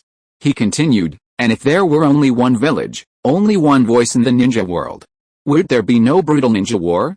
Would I become the savior of the ninja world in a roundabout way? Hearing Uchiha Yoru's undisguised ambition, Orochimaru's smile deepened, finally breaking into a hoarse laugh in the dimly lit study. How, I didn't expect Yoru-kun to have such great ambitions, but, Orochimaru slowly narrowed his eyes, a longing in his eyes revealing a yearning for the future. At that time, the ninja world will probably welcome a legendary sage of 6 paths. No. Sages have all disappeared into the river of history. It will welcome a true sage. Looking at Orochimaru, Uchiha Yoru smiled. No. It should be 2 sages, or rather, these 2 sages will create a ninja world ruled by sages. 2 sages, wasn't that referring to the 2 of them? And saying they would create a ninja world ruled by sages, didn't that mean there would be other immortal sages? Thinking of this, Orochimaru's smile became increasingly twisted, obsessive, and insane. That's right, when there are many anomalies, then they are no longer anomalies. Immortal sages are anomalies, but what if this anomaly is a powerful collective? Then it becomes orthodox, and more interesting things will be born on its solitary path, and it won't become a terrifying anomaly in everyone's eyes. Thinking of this, Orochimaru laughed hoarsely, and Uchiha Yoru, unusually, revealed his true feelings. No one starts out standing in the heavens, neither you nor I, not even the sage of six paths. But this intolerable vacancy on the throne of heaven must end. From this day forward, it will be the two of us, teacher and student, standing at the top, beneath Uchiha Yoru's noble smile. Orochimaru also smiled. This was an ambitious man with the same goal as him. Both of them pursued immortality, but the difference was that Uchiha Yoru wanted to rule the entire ninja world, while Orochimaru wanted to possess endless lifespan and learn all the ninjutsu in the world. He also wanted to see how far his disciple would go, and how much wind he would bring to the world. A windmill. Perhaps when he succeeded, it wouldn't just be a windmill blowing in Konoha, but a windmill blowing in the entire ninja world. The words of these two madmen would likely be dismissed as nonsense by anyone else. Madmen. After all, there's always a second before there's a first, but what about now? Nothing, only their arrogant ambitions and a single direction. But Orochimaru didn't see it that way. Without ambition, where does power come from? Power always chases after ambition. Immortality. Perhaps others would dismiss this as nonsense. Even his teacher, the renowned ninja master Hirozen Sarutobi, would vehemently denounce his unrealistic ideas. Outdated. This was what made him feel out of place with everyone. Their thinking was too narrow-minded. Before the advent of ninjas, would the onmyoji and samurai have known that the emergence of chakra would bring about a world-shaking transformation? Would they have imagined that chakra and ninjas would replace them? No. This was narrow-mindedness. Orochimaru chuckled hoarsely, but hope shone on his face. He was no longer alone on his path. New people would join him in the future. Under the falling snow, Konoha was peaceful, as if the war had already ended. Hyuga clan. Inside the warm training room of the main branch, muffled sounds emanated continuously. Those familiar with the sound knew it was the clash of gentle fists, the sound still seeming too immature. The current heir of the main branch, amidst the falling snow, was a mere 3-year-old child. Hinata Hyuga, barely 3 years old, was personally taught gentle fist by her biological father, Hisashi Hyuga, under the strict rules of the Hyuga clan. In the center of the training ground, Hisashi Hyuga watched his daughter's first training session, his eyes filled with disappointment and a deep sense of shame. Hinata's aptitude for gentle fist was already evident in her first attempt, truly terrible. Actually, it wasn't that she was bad, but there was another child in the room whose aptitude completely overshadowed his daughter's. Beside the training ground, Hisashi Hyuga sat on the tatami mat, calmly watching the father and daughter, his older brother and niece, training. For some reason, this scene felt only irony to him. Listen carefully, Niji. You were born to protect that young lady Hinata, to protect the Hyuga clan's power. Yes, father. The father's conversation was filled with indifference, while the child's was radiant with joy. Hyuga Niji, his head wrapped in white bandages after being branded as a caged bird, was unaware of his fate. His innocent, childlike white eyes gazed at the young figures training in the arena, a pure smile appearing on his face. Was this the main family sister his father said he would protect? However, Niji's innocent smile was seen as utterly ironic by Hyuga Hisashi. Turning back to the training figures, he was filled with resentment. Why was his son, with such talent, controlled by fate, branded as a caged bird at such a young age, and his child knew nothing about it? Why should the main family's child, with such talent, enjoy the protection of the branch family? It was unfair. Years of resentment between the main and branch families caused Hyuga Hisashi to lose his composure for the first time. Perhaps he could accept this fate himself, but he was filled with indignation towards his child. The veins around his Byakugan bulged uncontrollably. Just then, Hyuga Hisashi, who was teaching Hinata gentle fist, suddenly froze, his figure flashing before his daughter. A murderous aura. Protecting his daughter, Hyuga Hisashi, upon seeing his younger brother, angrily formed a cursed hand seal and roared. Instantly, screams filled the training room. Even Hyuga Hisashi, hailed as an elite Chunin, clutched his head and screamed in agony under the sudden corrosive effect of the caged bird seal. His mournful cries echoed throughout the room. The two young children were also terrified. Hinata, with her innocent Byakugan eyes, stared in horror, completely bewildered by what had happened. Niji, on the other hand, looked at his father in horror, his usually brave and great father screaming in such a pathetic state. My head, father, what's wrong? Niji was filled with panic as he watched his father screaming in agony, clutching his head. Just then, Hyuga Hisashi, his hand forming a curse seal, approached. his face indifferent. Go back. I will forgive you, you shameless scoundrel, but only for today. Never forget your destiny. His indifferent voice filled young Hyuga Niji's eyes with a sense of estrangement. This uncle, seemingly a complete stranger, controlled his father's fate. He seemed to understand something. But the young Niji couldn't yet reveal the answer. Hyuga Hayashi, watching his brother's agonizing cries, turned away indifferently, as if discussing something trivial, leaving as if bestowing a favor. Hyuga Hayashi took Hyuga Hinata away. One adult left indifferently, the other screamed in agony, and a rift seemed to have formed between the two young figures. Hyuga Hinata watched this scene in horror, while Hyuga Niji, watching his departing uncle, tears welled in his eyes. At this moment, he was no longer innocent. Father, Hyuga Hisashi was utterly humiliated by the terror of the caged bird seal, especially seeing the worried look in his child's eyes. He was filled with anguish, not shame for his own dishonor in front of his child, but hatred for having brought him into this world. No father wants his child to be bound by such a fate from a young age. Every father sees his child as the best, but his child's destiny seemed to be solely for protecting the main branch of the clan. Niji. Help me, let's go back. Gritting his teeth and suppressing the pain in his mind, Hyuga Hisashi had never hated the main branch so much, ever hated the caged bird seal so much. At the same time, the image of the Uchiha clan member flashed through his mind, along with those pale golden snake eyes. Orochimaru. Hyuga Hisashi's heart stirred. Seeing his child Niji's worry, the look in his eyes grew even more resolute. He couldn't let his child follow in his footsteps. He could give his life for the main branch, but he didn't want his child to suffer the same fate. While Hayashi Hyuga remained expressionless after leaving, his anger was palpable. He was furious that his younger brother had shown such murderous intent, unaware of the consequences if discovered by the other main family members. He knew of the feud between the branch family and the main family, but he also loved his brother, albeit in a somewhat distorted way. It was the only way he could protect him. This incident even fueled his resentment towards his daughter. He felt it was her lack of talent that had led his brother to harbor such ill intentions. Young Hinata, terrified and uneasy, was unaware that she had been the target of his anger. Hayashi Hyuga coldly snorted and returned to the mansion, while Hinata, too frightened to approach, slowly walked out of the Hyuga mansion through the swirling snow. Amidst the swirling snowflakes, a young figure appeared in the snow. It was young Hinata Hyuga, her Byakugan eyes seemingly filled with innocence. Are you from the Hyuga clan? Show us your Byakugan. If you don't want to, don't look at us like that, those eyes are so creepy. Yak, those eyes are from a monster, Byakugan monster. In the snow, three children were loudly mocking Hinata Hyuga.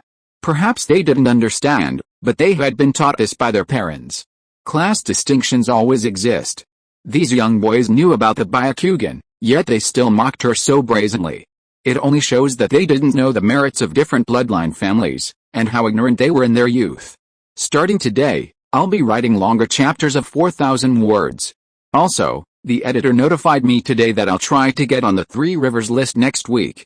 Please support me on Monday and Tuesday. If I fail to get on the list, I'll just put it on sale directly.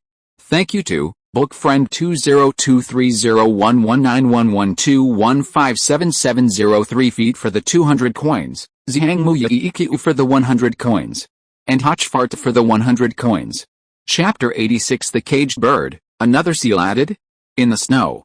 Hinata Hyuga, mocked by three older children, had her innocent eyes welling up with tears, which eventually streamed down her face.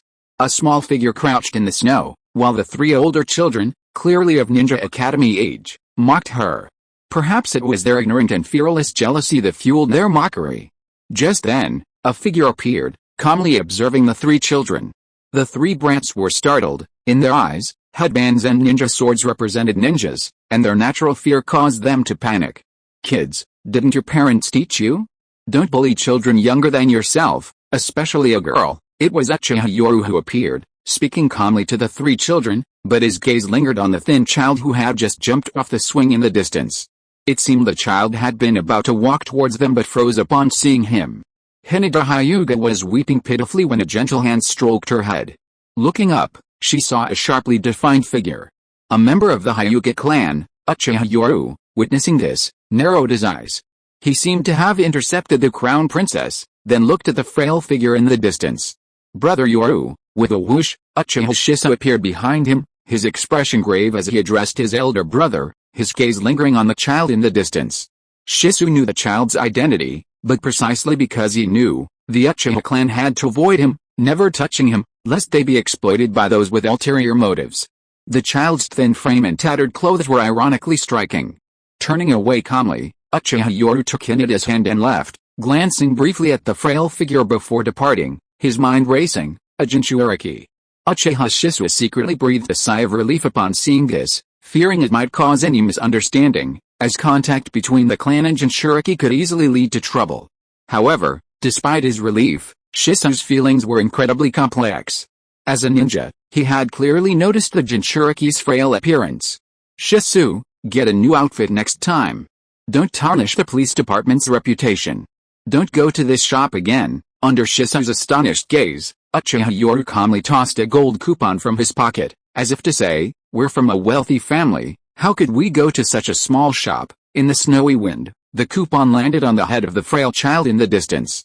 Naruto, seeing the coupon on his forehead, instinctively took it off and looked at the two figures in the distance, about to wave or call out, when suddenly a voice came from afar, seemingly expressing disdain for the coupon. Naruto Uzumaki's spirits immediately sank, but then he saw the coupon in his palm. The front had a large grand opening sign, and the back offered a limited edition winter children's outfit. His thin, veined hand, with its rough lines, suddenly felt a drop of moisture fall into his palm as he held the coupon. Looking up, Naruto's eyes were filled with tears, but a bright, innocent smile spread across his face.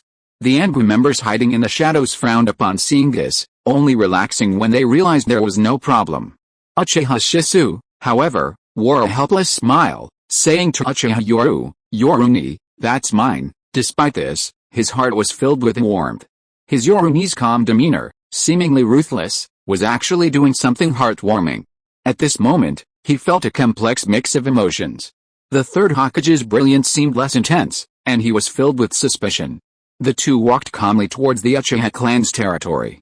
Passing the Hyuga clan's grounds, Hinata stood respectfully at the clan's gate and bowed, saying, thank you. Despite her slight shyness, Hinata bowed deeply, befitting a member of a prestigious family, displaying the proper etiquette of a high-ranking clan. After passing the Hyuga clan, Uchiha Shisui shook his head and sighed, Brother Yoru, that child just now. Uchiha Yoru scoffed disdainfully, ugly political tactics. After all, he's a Jinchuriki, not an ordinary ninja. A more prudent approach of persuasion is needed, considering he embodies the will of fire. His blatant disdain caused Shisui to frown, as if realizing something, and his expression immediately turned extremely grim. Brother Knight, could it be? Seeing that Shisui seemed to have figured something out, Uchiha Knight sighed softly, Shisui, no matter how unfortunate that child is, the inheritance his parents left behind is enough for him to live a life of plenty. And while they claim it's for protection, do you think any Jonin who doesn't know about Jinchuriki rumors? And then there's the Uzumaki surname. The pretense was ripped off, and Shisui's face immediately darkened. Those two adults were the child's parents. Shisui, just like other ninja villages and the black market, learned from the Inuzuka clan's training of ninja dogs. They capture wild ninja dogs, first beat them into submission, then starve them until they are on the verge of death, at which point their master appears with a ray of sunshine and hope. If it's a cub, then they'll be left to rot and suffer the cold. When their master appears, they'll give them warmth, visiting them occasionally. In a few months, the animal's instincts will lead them to cling to the person who gave them warmth, and from then on, the ninja dog will be loyal to its master. Beneath the calm tone lay the cruelty of the story, comparing the Jinchuriki to ninja dogs. Shisui's face grew increasingly grim. Brother Knight, that child's father he already knew the village's ugliness, but that child was from the Hokage's lineage. And this had only been a little over a year since the Nine Tails night began. And yet, the child had been treated like this. The Nine Tails turned 3 on October 10th, its first and second year, and now, having just celebrated a new year, it's considered 3 years old. Shisui felt a chill run down his spine.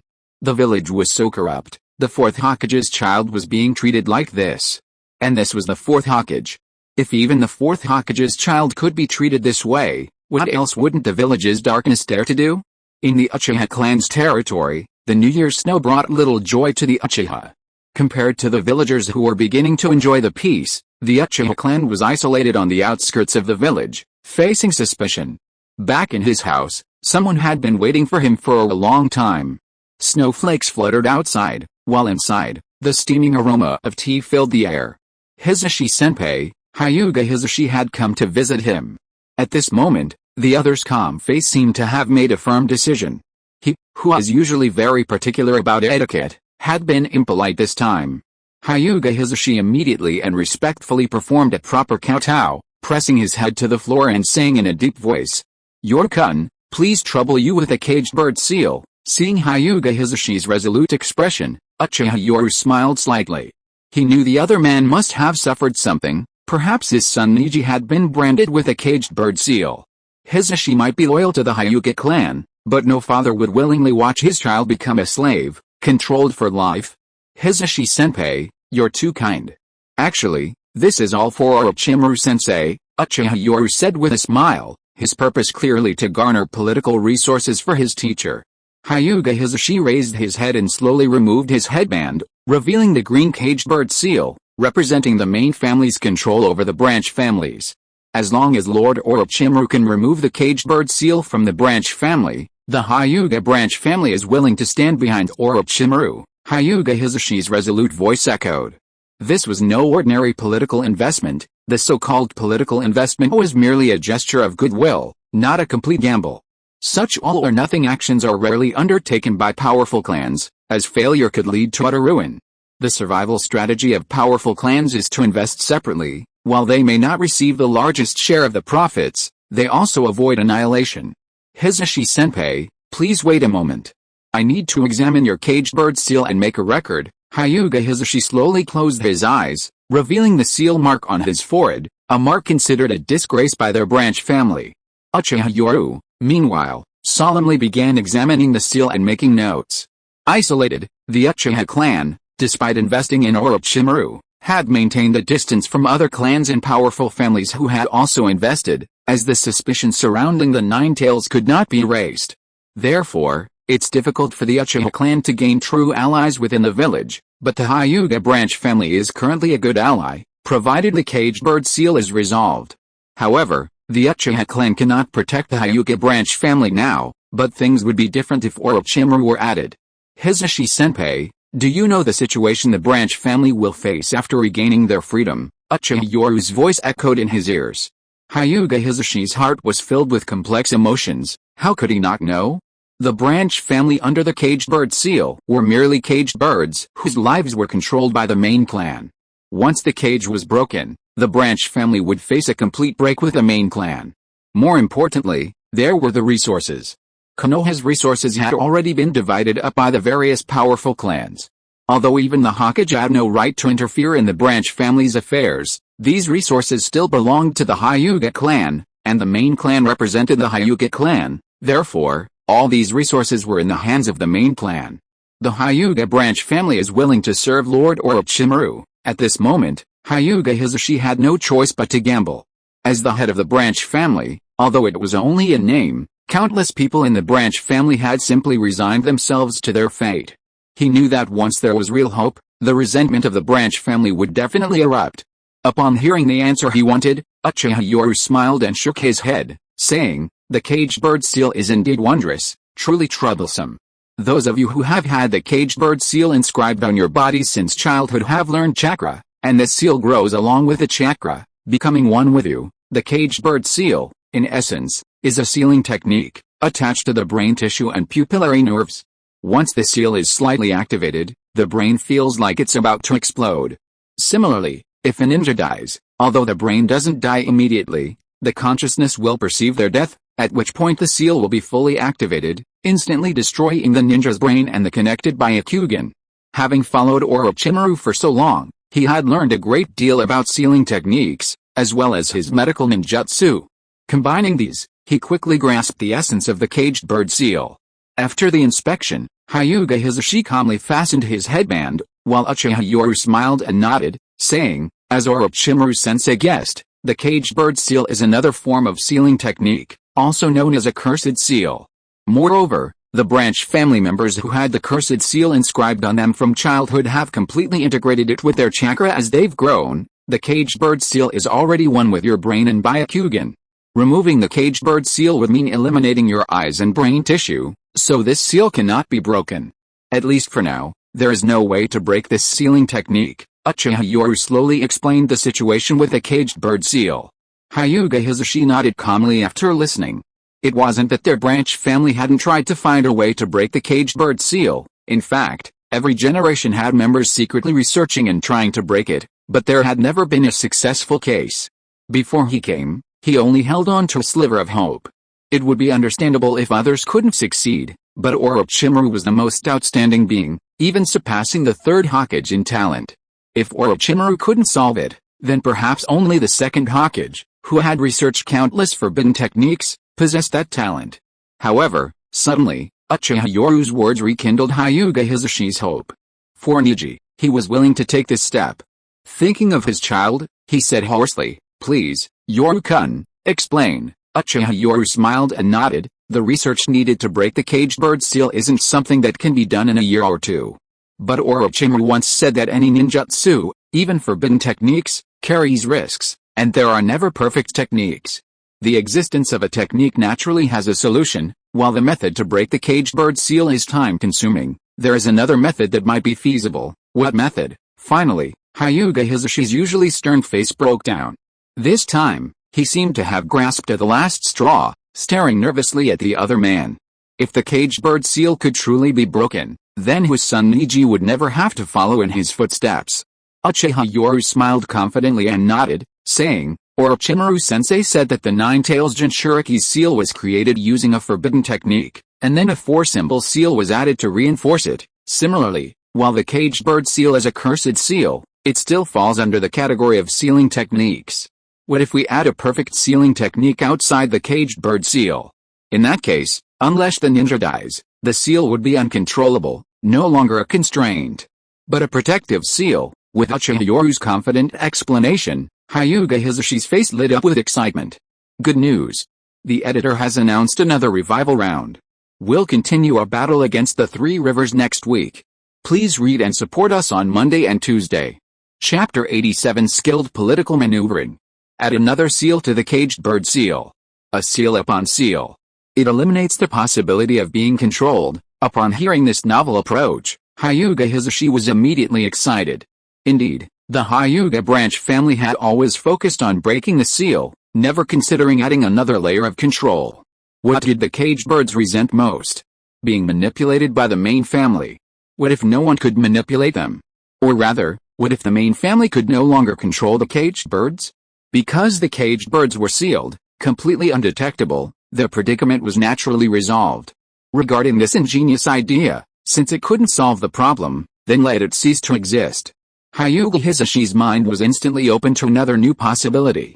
Thank you, Lord Orochimaru.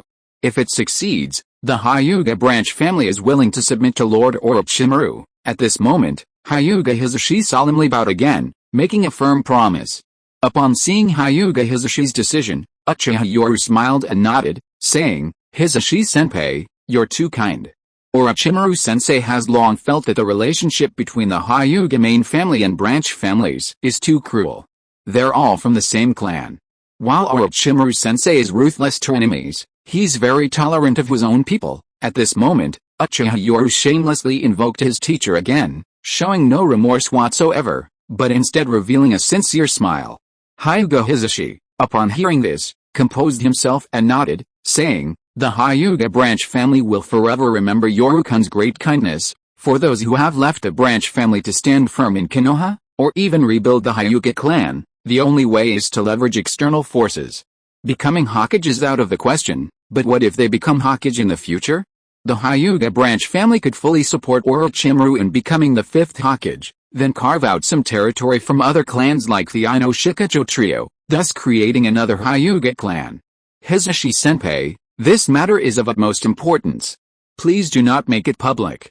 I will inform you once the research has progressed. Is there anything you need, Yoru-kun?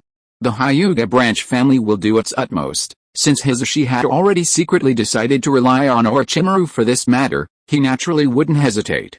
The caged bird seal was also a problem that had to be solved, otherwise, even if the Hyuga branch family wanted to, they wouldn't be able to. Therefore, this was a win-win situation. Once the caged bird seal problem was solved, Orochimaru would have the loyalty of the Hyuga branch family under his command, which was an elite force. In return, the Hyuga branch family would gain freedom. One is research funding. After all, with Hisashi-senpai's arrival, it's impossible to avoid those with ulterior motives, especially those secretly watching the Uchiha. Therefore, we can use funding as an excuse to cover it up. Under Yoru's calm and composed smile, Hisashi secretly praised him. No wonder Lord Orochimaru could entrust most things to this disciple. His methods were truly superb, and his thoughts were meticulous and flawless.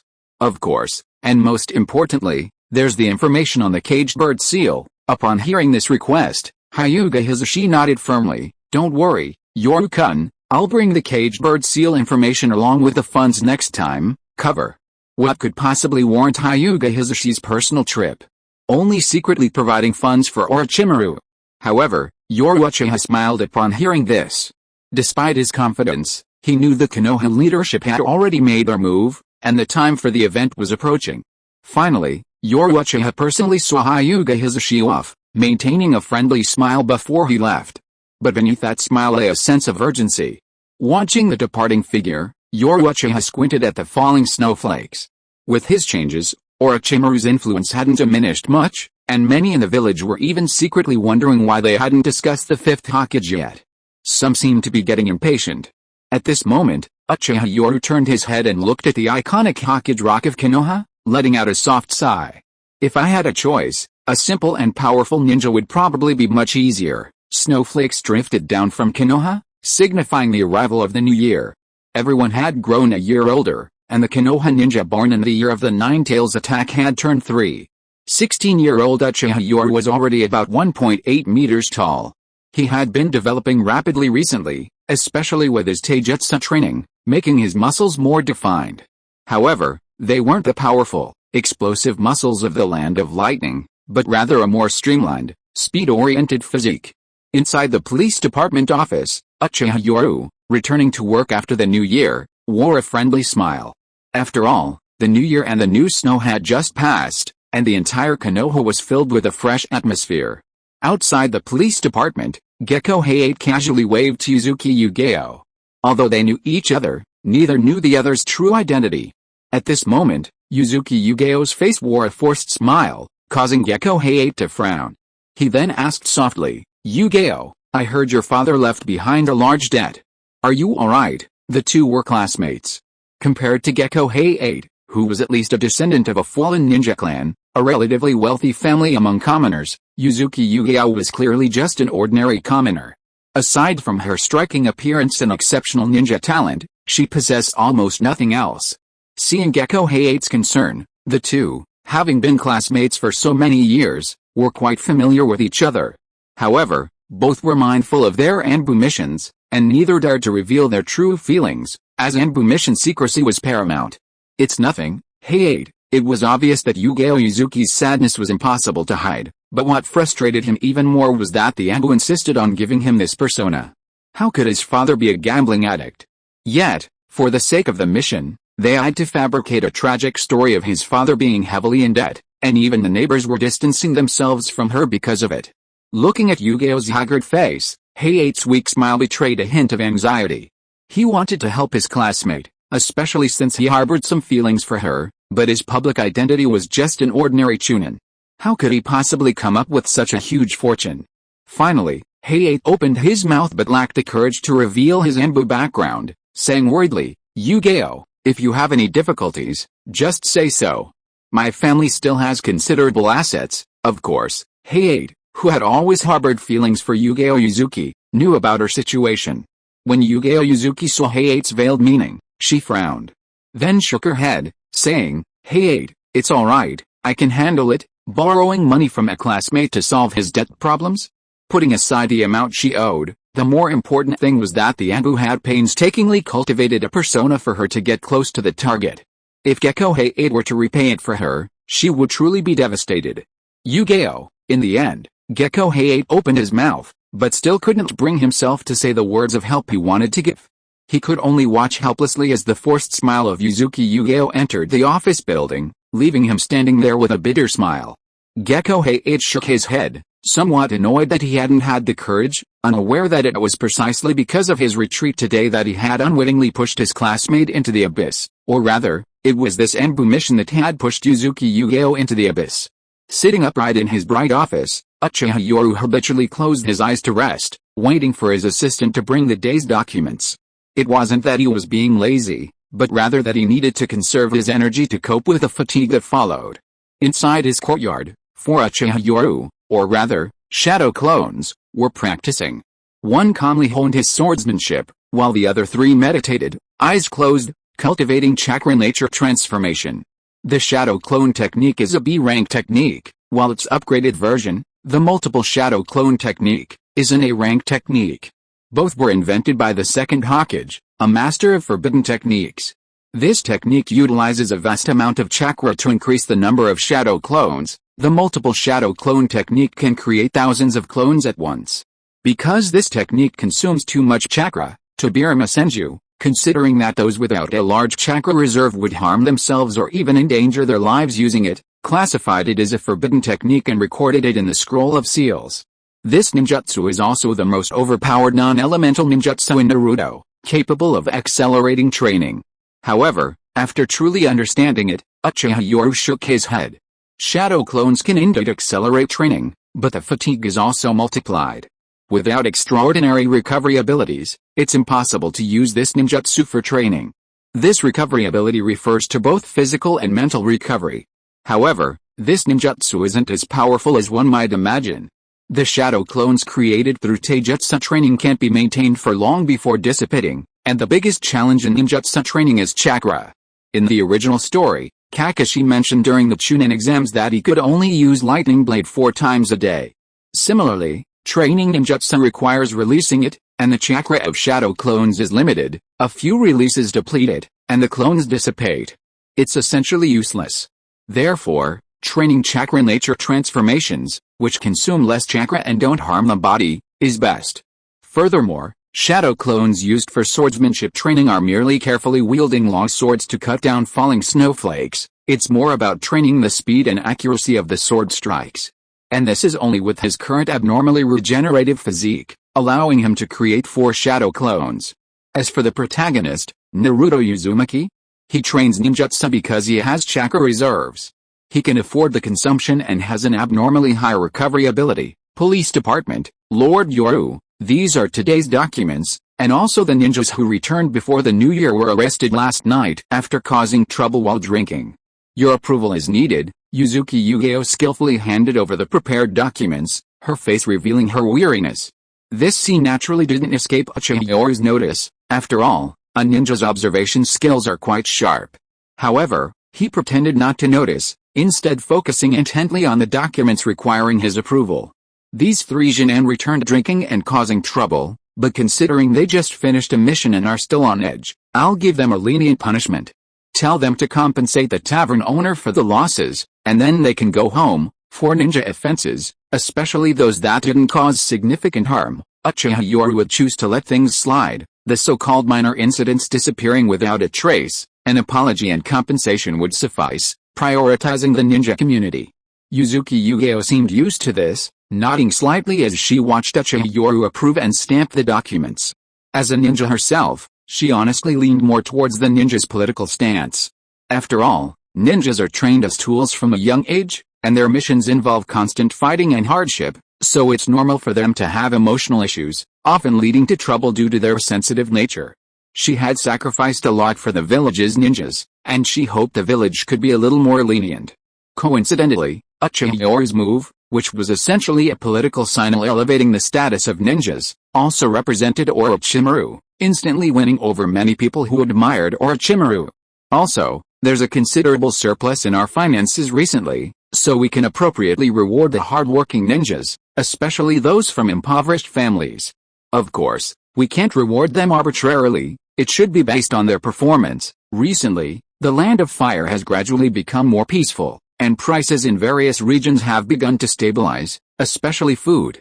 Take this opportunity to buy more, And remember to increase the quota for orphanages as well, since the children there also have a tough time. Sitting at her office desk, Uchiha Yoru effortlessly resolved tasks that ninjas considered troublesome, demonstrating an efficiency in handling government affairs that was definitely elite level in the ninja world. After all, the ninja world doesn't have specialized courses. Instead, it's a world where children are trained to be tool ninjas. Therefore, most ninjas find administrative affairs incredibly troublesome, struggling to manage even the most mundane details. It requires constant experience. But Uchiha Yoru seemed born for this. As the office door opened and Uchiha Shisui entered, seeing this familiar scene, he couldn't help but look at him with admiration. These trivial administrative tasks that troubled him, making him fearful of displeasing one party or the other, were handled effortlessly by his older brother, Yoru. At this moment, he felt both admiration and awe. No wonder Orochimaru valued Yoru so highly. He had never seen anyone handle administrative affairs so efficiently and perfectly. Administrative tasks that used to be a headache for both sides were now handled by Uchiha Yoru in a way that satisfied both. For example, in the case of a disturbance at a tavern, business owners always value harmony. Pursuing the matter would only harm the ninja customers, and these ninjas are often friends. Word would spread quickly, ultimately harming themselves. Ninjas are proud, and once released, they'd realize their mistake and regret it. But the police department offers them a way out, which they'd be more than happy to accept. They'd pay compensation, shake hands, and make peace. If the tavern owner is shrewd, they might even be invited for a drink, thus forging a friendship. They wouldn't be enemies, but rather regular customers. Thanks to Book Friend 20230119112157703 feed for the 300 coin reward, and Book Friend 20190927110853012 feed for the 100 coin reward. Please continue reading. I've entered the Sanjiang Revival Competition. Please continue reading. Chapter 88 Zion, you're still young.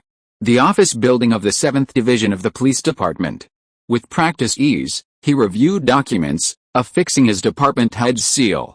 In less than half an hour, he completed a workload that would normally take a ninja half a day or even a full day. Watching this, Uchiha Shisui smiled and nodded, saying, "Brother Yoru, there are 2 more documents here that need your approval and signature." Looking at the documents Shisui handed him, Uchiha Yoru shook his head with a smile, saying, "Shisui, you need to learn how to approve these administrative documents. After all, you'll be an elite member of the police department sooner or later." Hearing Yoru's praise, Uchiha Shisui gave an awkward smile.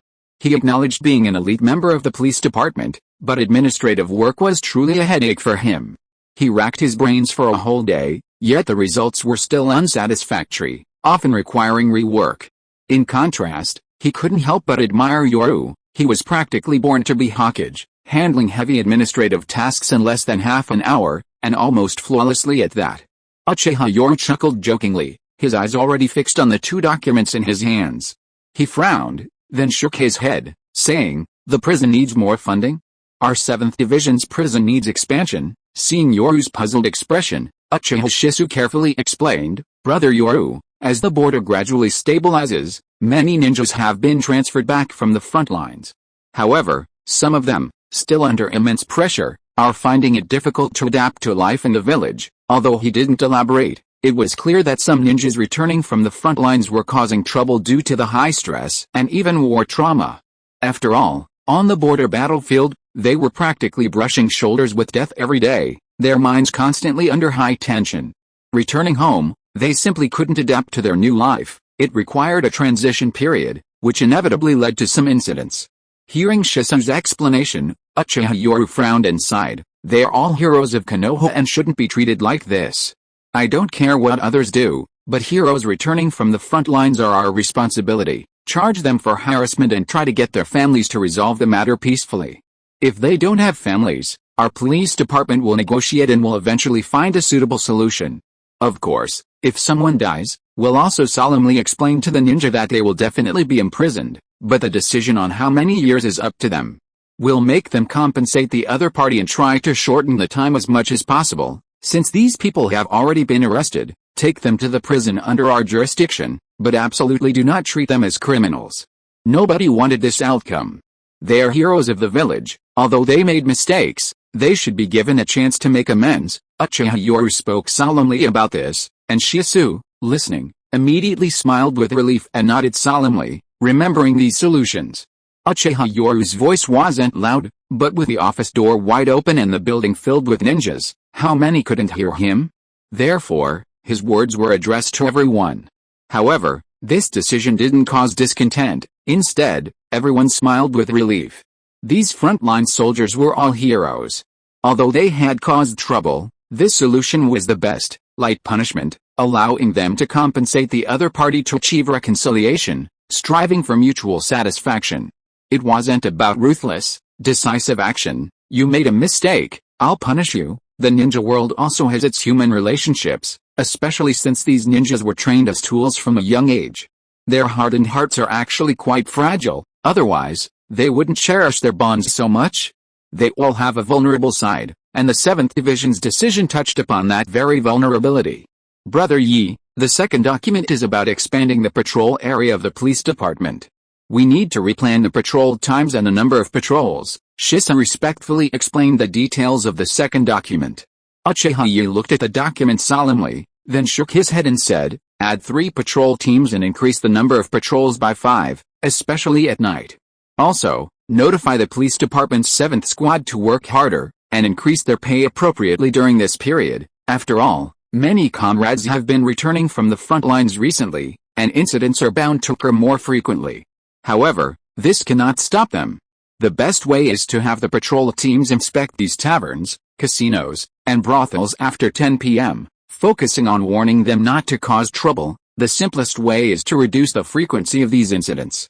Imagine the police department patrol teams checking every night after 10 p.m. This will definitely make these ninjas more restrained, naturally reducing the incident rate. Shisui, go down to the department head and apply to open all the police department's training grounds. These ninjas, fresh from the battlefield, need a transition period, and the training grounds are the perfect place to vent. Especially since our police department occupies 70% of the training grounds around the village, which are usually idle. Uchiha Yoru arrived at his decisive solution almost without hesitation. It wasn't perfect, but for Shisui, it was heavenly news, and he even smiled excitedly. In his eyes, he seemed to see another rising Hokage after Orochimaru. Uchiha Yoru appeared calm, but inwardly he sneered. The Konoha border was indeed stable now, but he estimated it would soon descend into chaos. After all, the village had brought this upon itself. The Third Hokage thought his method was the safest, but he never imagined that what he considered a secure political transition would cause such a significant upheaval. After all, the impact of Orochimaru's defection was almost second only to the Hokage's defection. He was a Hokage candidate. When labeled a rogue ninja, the turmoil in Konoha was undeniable. In the original story, the minor border skirmishes between Konoha and Kurigakure continued until Uchiha Shisui returned, just before the massacre of his clan. Although not a major battle, it constantly kept the villages occupied. And then there's the Land of Lightning. Thinking of this, Uchiha Yoru couldn't help but sneer. His actions this time would not only earn the police department a good reputation, but also give Orochimaru political points, albeit not many. But if war broke out again, it was almost certain that this group would return to the battlefield, becoming an invisible force. Now, the Hokage's leadership believed the war was over. The wounds of the Third Shinobi World War meant that the major powers wouldn't be able to launch another major war for at least 10 years. Therefore, they were openly focused on their own interests, and these returning ninjas were no longer so important. 10 years. Enough to change everything. How many ninjas could return this time? Only a few hundred, not a concern. After all, Konoha's leadership was currently focused on a smooth political transition. No one had anticipated what would happen next. After 2 administrative issues that Shisui found difficult to resolve were easily handled by Uchiha Yoru, a look of admiration flashed in Shisui's eyes. Brother Yoru, don't worry, I'll go and implement these 2 plans right now. Shisui appeared to be working tirelessly to resolve the village's affairs as soon as possible, while Uchiha Yoru showed a relaxed smile. Yuzuki Yugeo maintained a normal work attitude. Her disguise was extremely good, and outsiders couldn't see anything amiss, but those who knew her well could clearly perceive her occasional absent-mindedness and low spirits. Yugeo, what's wrong with you today? A female ninja who also worked in the police department showed curiosity. Yuzuki Yugao was in charge of logistics, so she was naturally a target of special attention, especially the squad leader's assistant.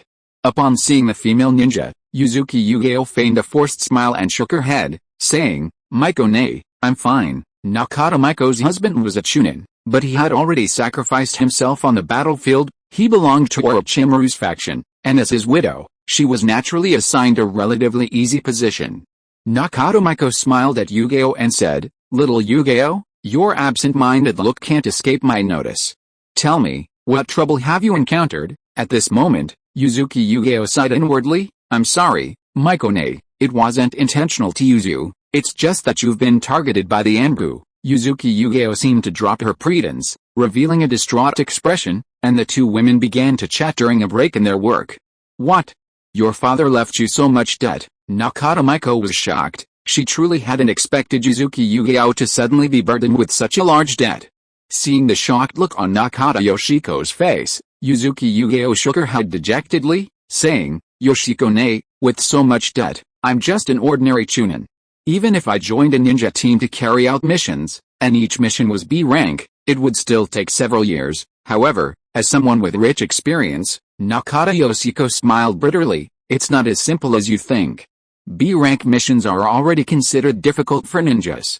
Putting aside the danger level, the bounty for a B rank mission is between 80,000 and 200,000 ryo, but you have to know that B rank missions require a ninja team, or even 2 or more teams. Each B rank mission is different, and the time it takes varies. An ordinary ninja can only complete 7 or 8 B rank missions a year at best. Do you think this is a battlefield? If you want to pay off the debt without considering other factors, how many years would it take?" At this point, Nakata Yoshiko shook her head and sighed. "Yugao, how old are you? Do you know the annual expenses of a ninja? Tools, medicine, ninjutsu, the various costs are enormous. You also need a well-coordinated team to accompany you on missions year-round." Yugao's face grew increasingly pale. But she forced a smile and said, "It's alright, I'm still young. I'll try to pay off my debts by around 25. 25? By 20 you'll be a grown woman. Your talent will be wasted." As if touched on a painful topic, Yugao felt a pang of sadness. Being a ninja was already a high-risk profession, and the intense training and missions required a lot of money. Now, burdened with such a huge debt, she was almost powerless to move forward. "Yoshiko-ne, you're knowledgeable and have such a good relationship with the Uchiha clan. You must have a way. As long as I can get through this, I'll listen to you from now on," Yugao pleaded desperately, and Nakata Yoshiko shook her head and sighed. For Yugao, a young girl in the prime of her life, this was a devastating blow. Born into a commoner family, and with a surprisingly good talent, she could have had a brighter future, but instead. "Yugao," Nakata Yoshiko hesitated, opening her mouth as if to say something, but then stopping herself, making Yugao feel like she was grasping at a last straw. "Yugako-ne, do you have any ideas?" Seeing the bewildered look on Yugao's young face, Nakata Yoshiko sighed softly. "Yugao, you know quite a lot. You've been gossiping about me behind my back, haven't you? Unlike those who bury their heads in the sand." Nakata Yoshiko wasn't surprised at all by her relationship with someone from the Uchiha clan. In fact, she seemed to be deliberately being evasive. "No, I just heard it from someone else." In her desperation, Yugao blurted out the words without thinking, but she immediately regretted them. The two reached a corner outside the police station. Nakata Yoshiko looked around to make sure no one was watching, then sighed softly. "Yugao, you must have heard about my sister's story." Yugao's expression stiffened noticeably upon hearing this, while Nakata Yoshiko forced a smile. "Although there are many rumors, he's been quite good to me, and he's taken good care of my children. You know, my husband died in the Third Shinobi World War, and the village has suffered from constant warfare. The compensation is substantial, but it's only enough to force my children to follow the same path. The most important thing for a powerful ninja is foundation. We have no bloodline, no secret techniques, and not even ninjutsu." A sorrowful smile crept across Nakata Yoshiko's face as she said this. Ninjutsu. When Konoha was founded, it was established by the Senju and Uchiha clans who invited various powerful families. It was only after the Ninja Academy appeared that commoner ninjas began to rise, and the source of ninjutsu is the powerful families and clans. Therefore, there's an unwritten rule in the ninja world: commoner ninjas must report when learning ninjutsu. For example, if you learn a B-rank ninjutsu, you need to report it to the village. Similarly, when you teach your descendants ninjutsu, you also need to report it to the village. After all, commoners' ninjutsu originates from powerful clans and wealthy families. They don't pay any fees or complain, it's just a reporting process. But this shows that class distinctions always exist, regardless of the world. Although Nakata was posthumously honored as a special Jonin, he was a wind-release ninja, but his child didn't inherit his wind-release chakra. Commoners never have a choice, Nakata Yoshiko said wistfully. Large clans have more resources and can use ninjutsu of all attributes. But commoners are different, this practically cripples them. Yu-Gi-Oh! You're still young, and I don't want you to regret it. Do you know what the biggest advantage of female ninjas is? Nakata Yoshiko calmly looked at Yuzuki Yu-Gi-Oh!, who hesitated for a moment before finally saying softly, it's beauty, and also, if a woman is a ninja, her offspring will also be ninjas. Nakata Yoshiko sighed. Yu-Gi-Oh!, the ninja world is cruel, and the competition is even crueler. You are beautiful, and you have great potential. You have a huge advantage at this age. If you have offspring, they will definitely be of superior quality. The village's powerful families and clans often prioritize marrying women with chakra-based physiques. Yu-Gi-Oh!, you're working in the police department now. Our squad leader comes from a wealthy family, is still young, and is quite handsome. Even if you don't end up together, given the captain's character, he won't treat you unfairly. This might be your only chance to change your fate. Nakata Yoshiko had always been the lover of a certain Uchiha ninja, and many people even knew it. Therefore, this was the information the Anbu had gathered. Exploiting her temperament, they had almost calculated that this was the only way she could help. Although all of this was part of the Anbu's plan, when Yuzuki Yu-Gi-Oh! Actually heard these words, her face still showed a stiff, bewildered expression. This is a 4,000-word chapter. It started at 2,000 words per chapter. This is the last day, please support me. The author is exhausted and will just have to let things take their course. Don't worry, I won't abandon this chapter, I will increase updates after it's officially released. Thanks to, for the 600 coin reward, Gian for the 100 coin reward, and for the 100 coin reward. If you are listening to this novel on a channel other than Fanfic World, it means it was downloaded and re-uploaded without effort. We warmly invite you to visit our channel, Fanfic World. There you will find the original version of this story and many other novels of various genres. We look forward to seeing you dive into a world of incredible novels. Chapter 89 Drag Others Down.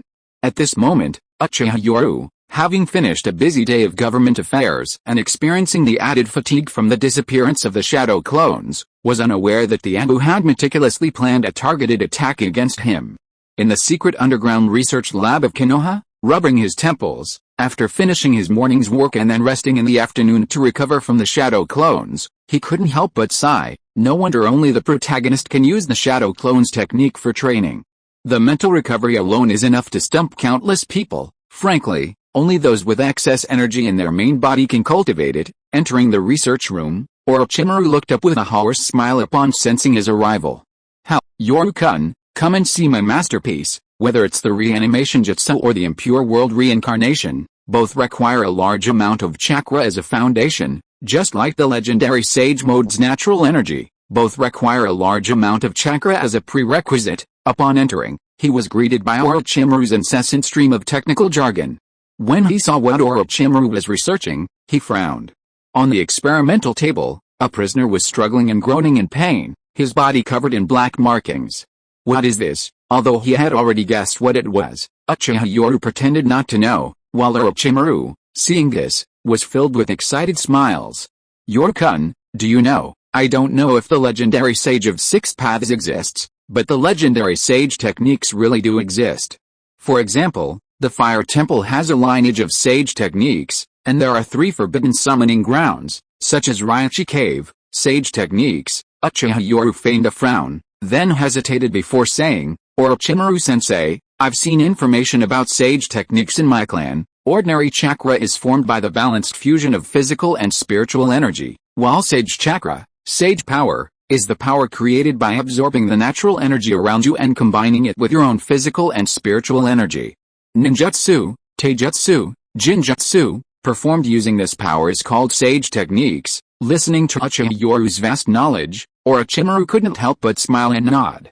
Yorkun is indeed different from ordinary ninjas. He even reads these books. Ordinary ninjas only pay attention to ninjutsu scrolls and the like, and wouldn't have the leisure to read other books. For Orochimaru, who has already embarked on a research path, this is too narrow-minded. Ninjutsu activated using Sage Chakra is several times, even dozens of times, more powerful than in normal state, and can even grant one superhuman sensory abilities. Orochimaru was now explaining the power of Sage Jutsu at length, excitedly adding, not only is cultivating Sage Jutsu extremely time-consuming, but the prerequisite is possessing a vast amount of chakra, which shuts out countless ninjas. However, I discovered a natural Sage bloodline limit. Do you know what that means? It means that in ancient times, Sage chakra might not have been solely passed down through cultivation, but also through bloodlines, just like bloodlines. So, if Sage chakra existed, what about sages? What was the ninja continent like before ninjas appeared? Did sages truly exist in ancient times? Good heavens! Seeing Orochimaru's increasingly excited, obsessive, and fanatical expression, Uchiha Yoru couldn't help but twitch his eye. As expected of Orochimaru, he had so many speculations. However, he did know what sages looked like. The legendary sage of 6 paths was the son of a woman. Night Lord, a boy has been discovered at the research base in the north. He possesses the innate ability to absorb natural energy. Once he stays in a place with extremely strong natural energy, he will transform into a sage, but he will go berserk because he cannot control it. This is a sage bloodline, or rather, the bloodline of a sage. Did you see the cursed seal on the test subject? This is the power I obtained through that boy, cursed seal. So Orochimaru started developing cursed seals around this time. Come to think of it, when Orochimaru defected, he even planted a cursed seal on his disciple Anko. Cursed seal? Orochimaru-sensei, what is the connection between natural energy and the reanimation jutsu? At this moment, Uchiha Knight showed a puzzled expression, and Orochimaru immediately revealed an amused smile. Yorkun, as expected, your thoughts are the same as mine. We've long since transcended the narrow confines of ninja thinking. How? Because I discovered that the natural energy of the cursed seal sage technique can erode spiritual power, that is, the so-called soul, and at the same time, it can greatly enhance a ninja's abilities. Natural energy is too profound. There must be many more abilities we haven't discovered yet. Orochimaru spoke with fanatical excitement, while Uchiha Yoru, upon hearing this, revealed a look of sudden realization. No wonder Orochimaru placed the cursed seal on Sasuke in the original story. It was probably not just for seduction, but also to erode the other spirit. Orochimaru-sensei, this is the caged bird curse seal scroll sent by Hyuga Hisashi, along with research funds. Uchiha Yoru smiled as he revealed the purpose of his visit. Orochimaru, upon seeing this, let out a hoarse laugh, licking his lips and saying in a raspy tone, Yorukun, the Hyuga branch family's matter is not easy to resolve. Over the years, it's not like the branch family hasn't had its elite members researching it. Despite his words, Orochimaru still accepted the scroll.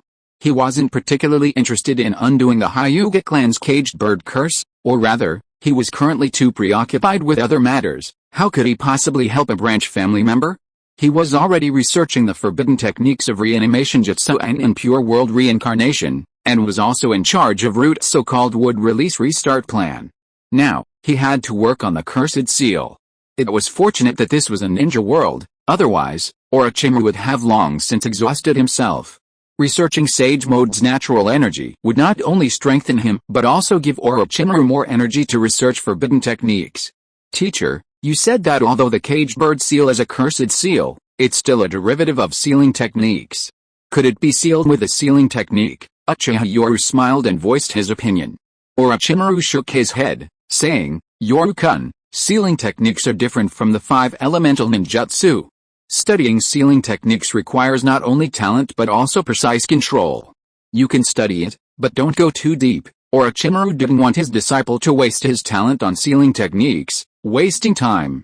Clearly, sealing techniques were difficult to learn and even harder to master. Despite this, Orochimaru still tilted his head back, and a chilling sound came from his throat. A large snake emerged from his mouth, followed by a scroll several times larger than his own body. Night Lord, these are the sealing techniques I've collected.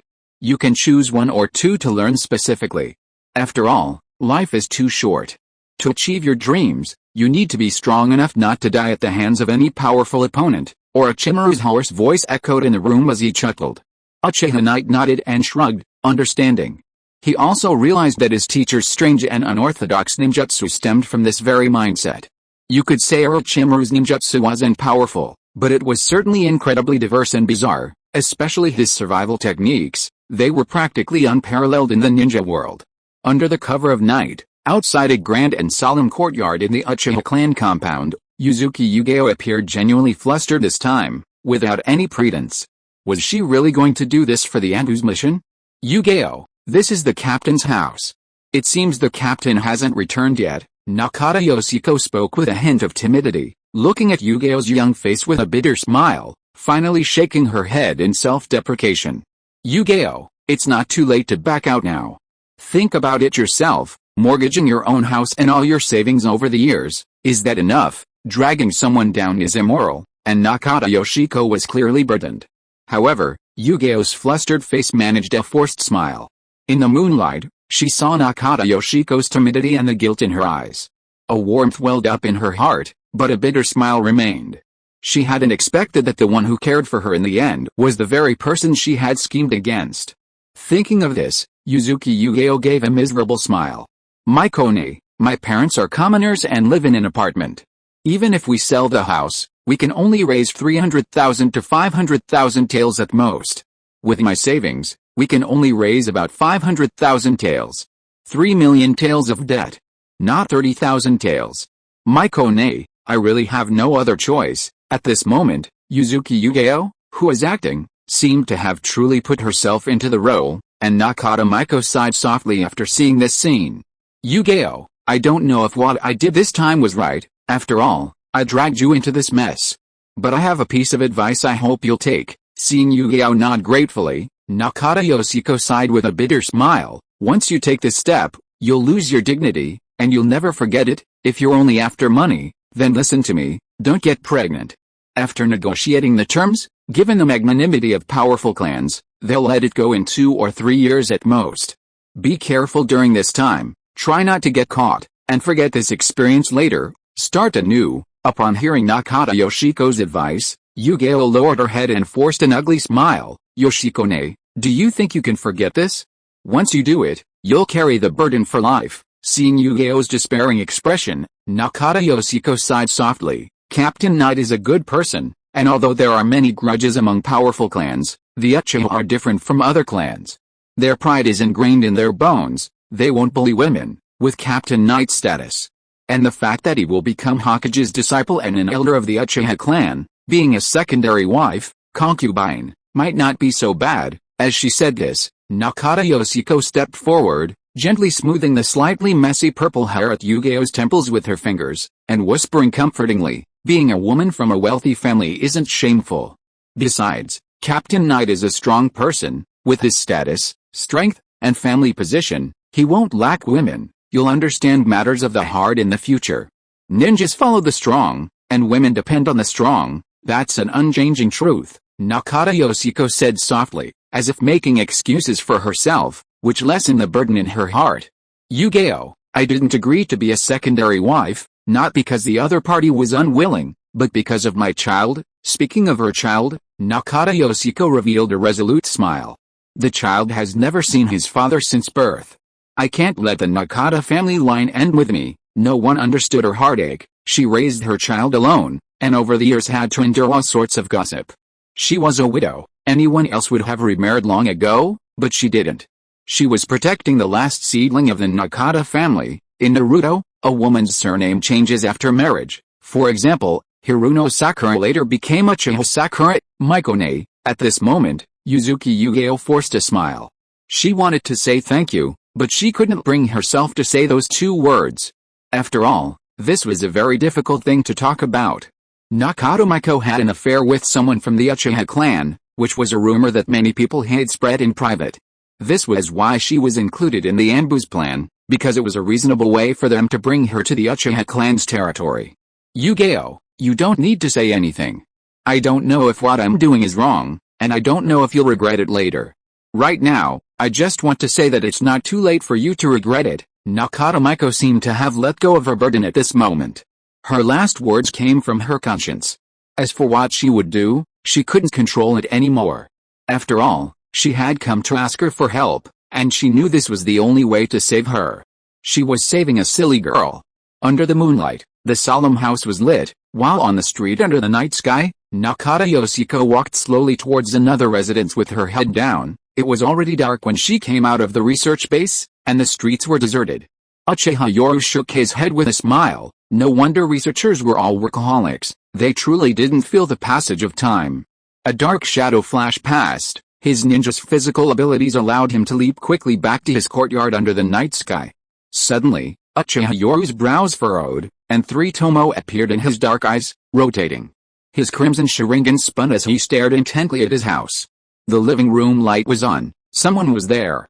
But who had come to his residence? The clan head? Or Elder Satsuna? There wasn't anyone in the Uchiha clan so unruly. Hisashi? Impossible. The rigidity of the Hyuga clan seemed ingrained in their bones. How could that be? In an instant, many thoughts flashed through his mind, but as he pondered, his hand gripped the Kusanagi sword at his waist, and under his narrowed eyes, venomous snakes began to crawl out from his sleeve. Thank you to reader 15046310665965404 feed for the 100,000 Kidian coins reward. Thank you for the Alliance Master reward. The promised extra chapter will be added on the day of release. Thank you to all the brothers for your support. Chapter 90 Spies Iron. With a creak, the wooden door slowly opened, revealing a brightly lit, empty living room filled with the aroma of food. Uchiha Yoru, who had opened the door, narrowed his eyes, his 3 tomo Sharingan coldly scanning his surroundings. His hand, still gripping the Kusanagi sword, remained firm, creating an unsettling atmosphere. The aroma and the light from the living room seemed to exude a warm and inviting feel, but damn it, no one was home. Who the hell had come to his house? And cooked for him? Even with his rigorous training at the Ninja Academy, he was completely bewildered, utterly clueless. Who is it? Countless images flashed through his mind, but he still couldn't figure it out. Chakra emanated from his feet, and he walked silently across the wooden floor to the living room entrance. On the table lay a simple meal and a flavorful soup. The steam had subsided, but the aroma in the air was even more intense. Nobody here. Uchiha Yoru narrowed his eyes. He held his breath the moment he smelled the first fragrance in the air, while venomous snakes slithered from his sleeves, opening all the living room windows. Was there poison in the fragrance? Ventilation was an instinctive reaction. In the brightly lit room, Uchiha Yoru calmly walked upstairs.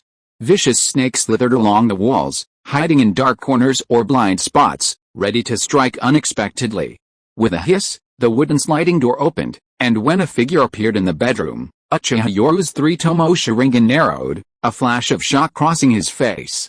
At the same time, the walls outside were already covered in venomous snakes, though they seemed invisible from the bedroom's angle.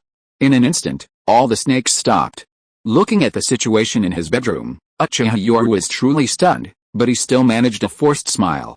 Yuzuki Yugeo. Can you explain why you're in my house? And in my bedroom? Uchiha Yoru's smile was dangerous as he said this, while the venomous snakes on the outside wall flicked their tongues again, ready to attack. Yuzuki Yugeo had not only tidied the bedroom spotlessly, but even the bed was made, the blanket spread out, as if she were waiting to sleep. But this wasn't her room. Yuzuki Yugeo was kneeling on the wooden floor, maintaining the samurai posture since the door was opened, her head bowed and shoulders trembling. Yoru, Captain, Miko-ne said you could help me solve my current trouble. Yuzuki Yugeo spoke weakly, her teeth chattering, like an abandoned kitten. Hearing this, Uchiha Yoru narrowed his eyes and asked, what trouble? What was Yuzuki Yugeo up to? Was it her own plan, or was the Anbu plotting something? Just as Uchiha Yoru was lost in thought, Yuzuki Yugeo's next words surprised him, followed by a meaningful smile. Yoru. Captain Yoru, my father. After Yuzuki Yugeo revealed her enormous debt, Uchiha Yoru couldn't help but give the girl a deep look. What a formidable Anbu. Using such methods to approach him, had he underestimated the ninjas of this world, or perhaps he had been negligent?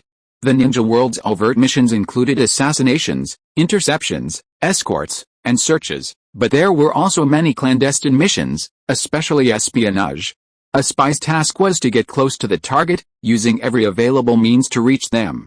With a flick of his finger, the venomous snakes hidden around the bedroom walls slowly retreated and disappeared into the shadows, his final vigilance remaining.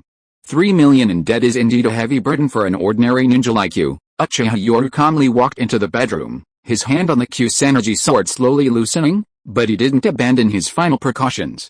Although it was for the mission, when she actually faced him, Yuzuki Yugeo's face turned pale, her lips trembled uncontrollably, and a forced smile appeared on her face. Lord Yoru, I am willing to be your concubine, or even your lover. With trembling, pale lips, Yuzuki Yugeo uttered a sentence that trampled on her own dignity.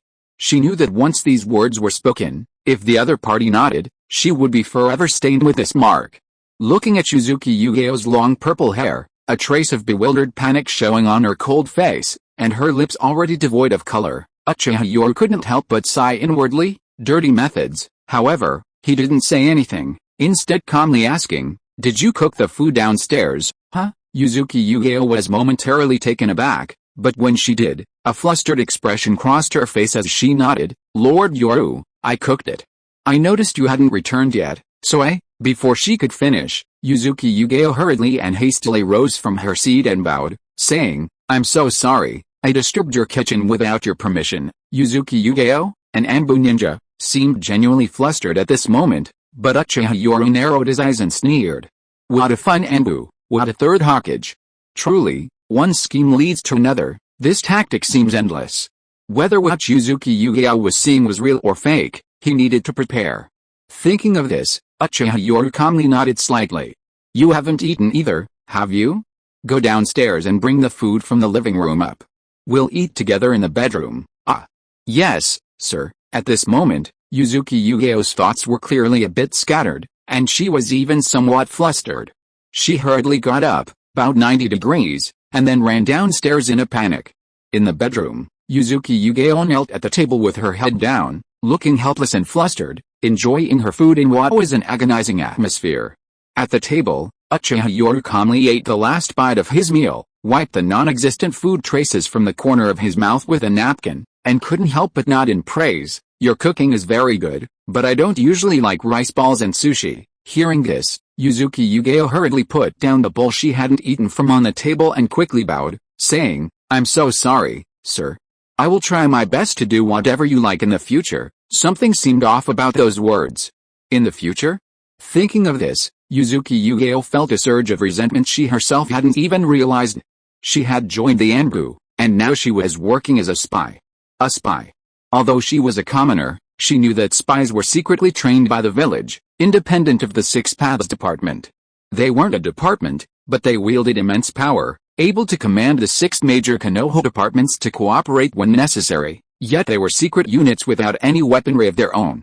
The Anbu, short for Assassination Tactics Special Forces, was essentially an elite ninja force, a so-called Special Operations Force, whose missions mostly involved interception, assassination, pursuit, ambush, and protecting important personnel.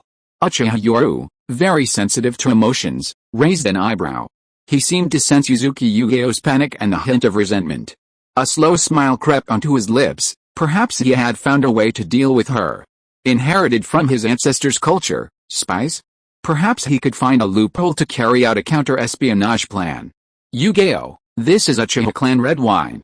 It's good for a woman's complexion and for ninjas, it promotes blood circulation." Taking a bottle of red wine from the bedroom counter, Uchiha Yoru casually chuckled and grabbed 2 glasses. This house was a gift from his clan, and it was almost fully equipped, with various wines and fine teas readily available.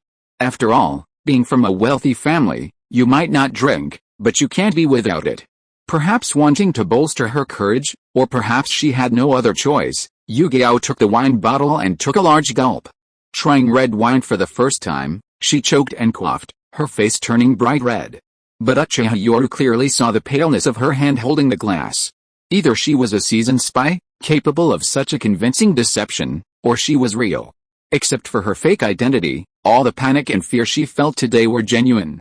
However, considering the other party's age and the intelligence gathered by Shisui in secret, even if the other party had time to receive training, it would probably only be after graduation. Not everyone has the talent of Kabuto Yakushi and Nonoyu, so Uchiha Yoru smiled and nodded. Even for such a spy, he had to find a weakness. There is no perfect person in the world. Orochimaru was obsessed with the research of immortality, and the Third Hokage was loyal to the stability of Konoha. These were weaknesses. He also had weaknesses, such as the allure of power. Coming to this world to become a strong person, to wield power, and even to hope for immortality, why not do it? Women are strange creatures. After downing a mouthful of wine, Yuzuki Yugeo's eyes were a little red. She knew she couldn't resist. The mission personally given by the head of the Anbu had consumed so many resources. She could only grit her teeth and continue. Moreover, the person in front of her was an elite of the Uchiha clan. If she were exposed, she would probably suffer a fate worse than death. Lord Yoru, can you help me solve my current troubles? At this moment, Yuzuki Yugeo, having finished her wine, had decided to go all out. Especially under the influence of alcohol, she stared straight at the other party with red eyes. These words seemed somewhat like an attempt to cover up something, but Uchiha Yoru smiled and nodded slightly. Yugeo, you're very beautiful, have a clean background, and possess great talent. 1 million a year, I can pay off your debts first, and I'll give you your freedom in 3 years, if you don't mind. As he said this, Uchiha Yoru shrugged and gave a slight smile, his meaning clear: if you didn't mind, you could openly become an Uchiha. While men generally dislike discussing deals in such situations, facing an injured woman, especially one pushed forward by someone behind the scenes, and one who was so beautiful and possessed genius-level talent, it would be foolish to refuse. In the original story, Yuzuki Yugeo was already a special Jonin when she first appeared. Her talent as a commoner was undeniable. 3 million as an investment, an opportunity to acquire a future special Jonin. Only a fool wouldn't invest in such a deal. Although investments carry risks, he already knew her future potential. So he naturally didn't mind. Captain Knight, you have to keep your word. Fueled by alcohol, Yuzuki Yugeo's expression hardened. She removed her ninja uniform, revealing a tight-fitting tunic underneath. In the dim moonlight of the bedroom, the two figures embraced like lovers. The next morning, Yuzuki Yugeo curled up in the bedroom like a wounded kitten. Uchiha Knight rose, looking at Yugeo's trembling eyelashes, but remained silent. After all, it was her first time, and such an experience might be difficult for her to accept immediately. Holding her delicate white hand, Uchiha Knight nodded slightly, his eyes narrowed. The calluses on her hand were from frequent sword training. Although chakra could improve physical constitution, even preventing the calluses that ninjas often develop during training, this still required a long period of chakra cultivation. This ninja world was known for its precocious thinking, and this was also true in this respect. As seen in the original story, Naruto's marriage at 17 was a normal age for marriage. The young girl, Yuzuki Yugeo, exuded a youthful and innocent charm. Born into a commoner family with limited resources, she had focused almost entirely on taijutsu, physical techniques, during her training, resulting in supple and elastic skin. Chakra, representing medical ninjutsu, emanated from her hands as she gently stroked the trembling skin. Even though she was pretending to be asleep with her eyes closed, the medical ninjutsu was still palpable. As the morning sunlight streamed into the room, Yuzuki Yugeo rose, her gaze flustered as she looked at the plum blossom pattern on the white sheets. She was now alone in the room. She felt a sense of comfort towards Uchiha Yoru, whose handsome appearance, even within the Uchiha clan known for its beautiful men and women, and the gentleness of the previous night. In truth, she was the one who had gotten a better deal. His status, strength, background, and appearance far surpassed her own. Somewhat flustered, she rose and saw the letter left for him on the table. The letter clearly read, "I'm going to work. Breakfast is ready. I've already asked for leave for you today, it's a day off." A reassuring emoji followed. At that moment, a warm feeling welled up inside Yuzuki Yugeo, and her eyes stung with tears.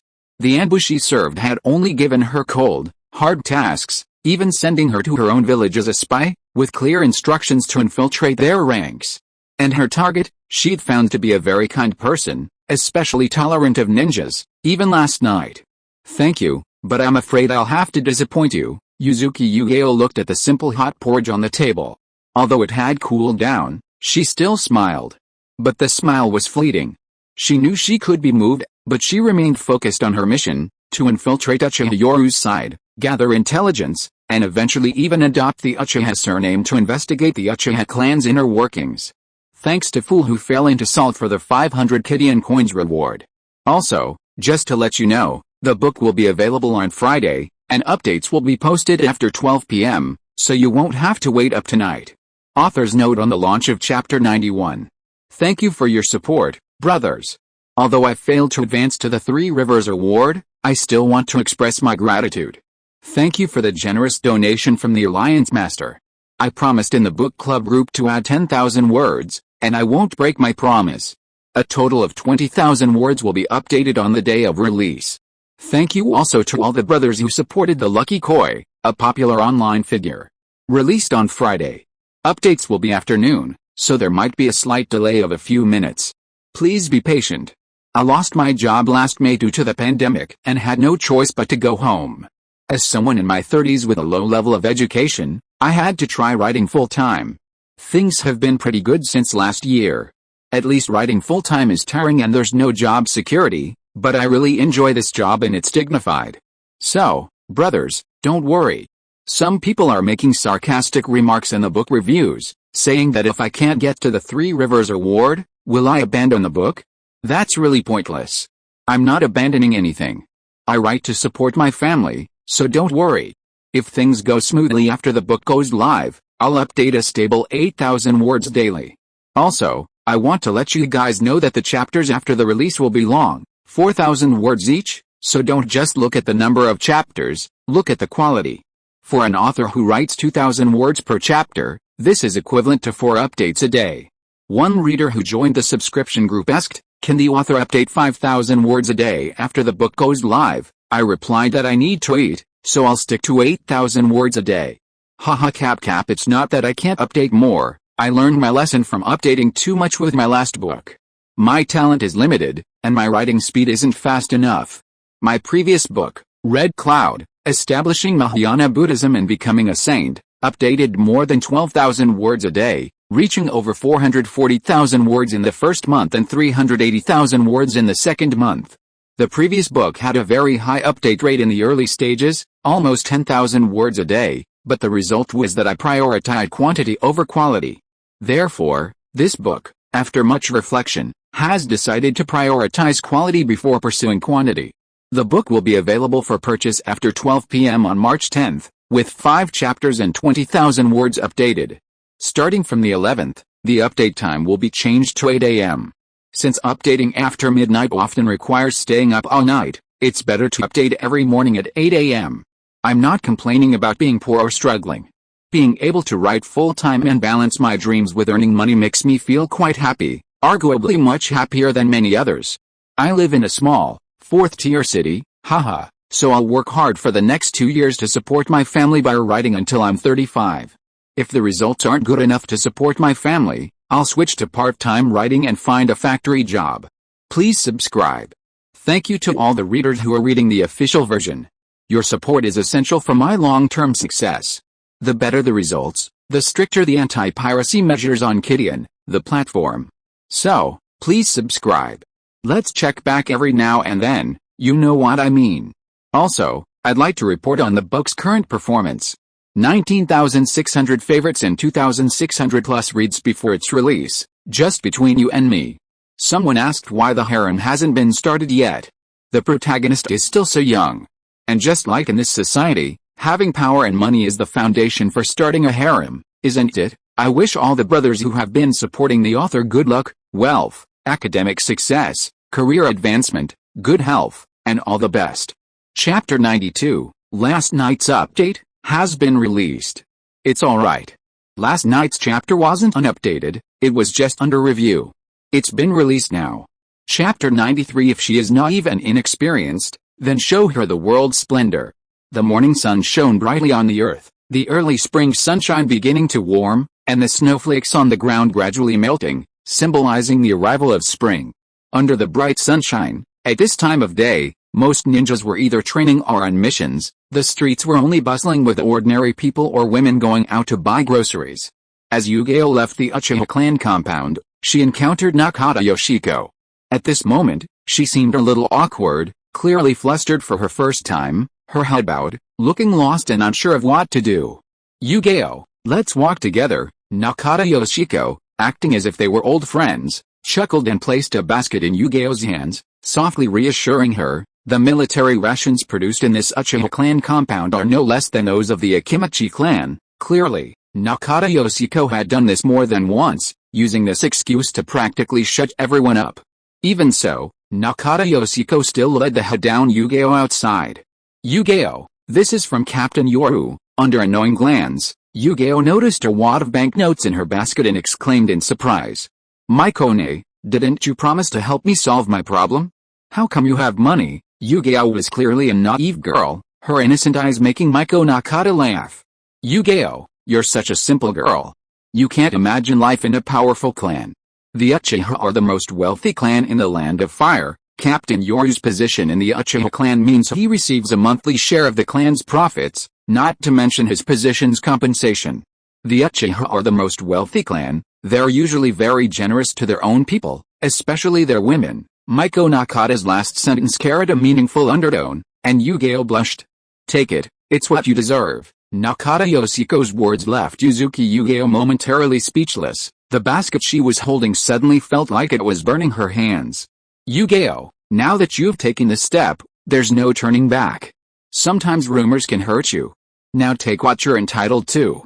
Even if you regret it later, you can still live a stable life with this money. Seeing Nakata Yoshiko's experienced demeanor, Yuzuki Yu-Gi-Oh still felt the money was too hot to handle and couldn't help but voice her concerns. No, Maikone, it's a 3-year, 3 million yen deal. I'm afraid if I take this money. Seeing Yuzuki Yu-Gi-Oh express her concerns, Nakata Maiko shook her head and said, don't worry, the Uchiha's pride is ingrained in their bones. You can even doubt their strength, but you absolutely cannot doubt their credibility. As long as you behave yourself and obey orders for the next 3 years, they won't make things difficult for you even if you want to leave later. A sum of tens of thousands of ryo in one go? If it were just to pay off her debts, she wouldn't see any cash, so it wouldn't be a big deal. But these bright green banknotes right in front of her were a visual shock, especially for Yuzuki Yu-Gi-Oh, who was new to this kind of thing and hadn't experienced much of anything like it. Yuzuki Yu-Gi-Oh was exhausted when she returned home, but her expression changed drastically when a figure appeared in her bedroom. Chief, the person was the head of the Anbu, the eldest daughter-in-law of the Third Hokage, and Yuzuki Yu-Gi-Oh's direct superior. Yu-Gi-Oh, did the plan succeed last night? The Third Hokage's eldest daughter-in-law's gaze was undisguisedly calculating. A look that was particularly sensitive to Yu-Gi-Oh. After all, no woman would give her virginity to a mission, yet her superior was inquiring about its progress. Suppressing her inner pain, Yu-Gi-Oh lowered her head and said in a low voice, the mission was completed, but the target is very cautious. They probably only want me as their mistress now. As she spoke, Yu-Gi-Oh opened the basket in her hand, revealing stacks of green banknotes. Upon seeing this, the Third Hokage's eldest daughter-in-law showed a disdainful expression.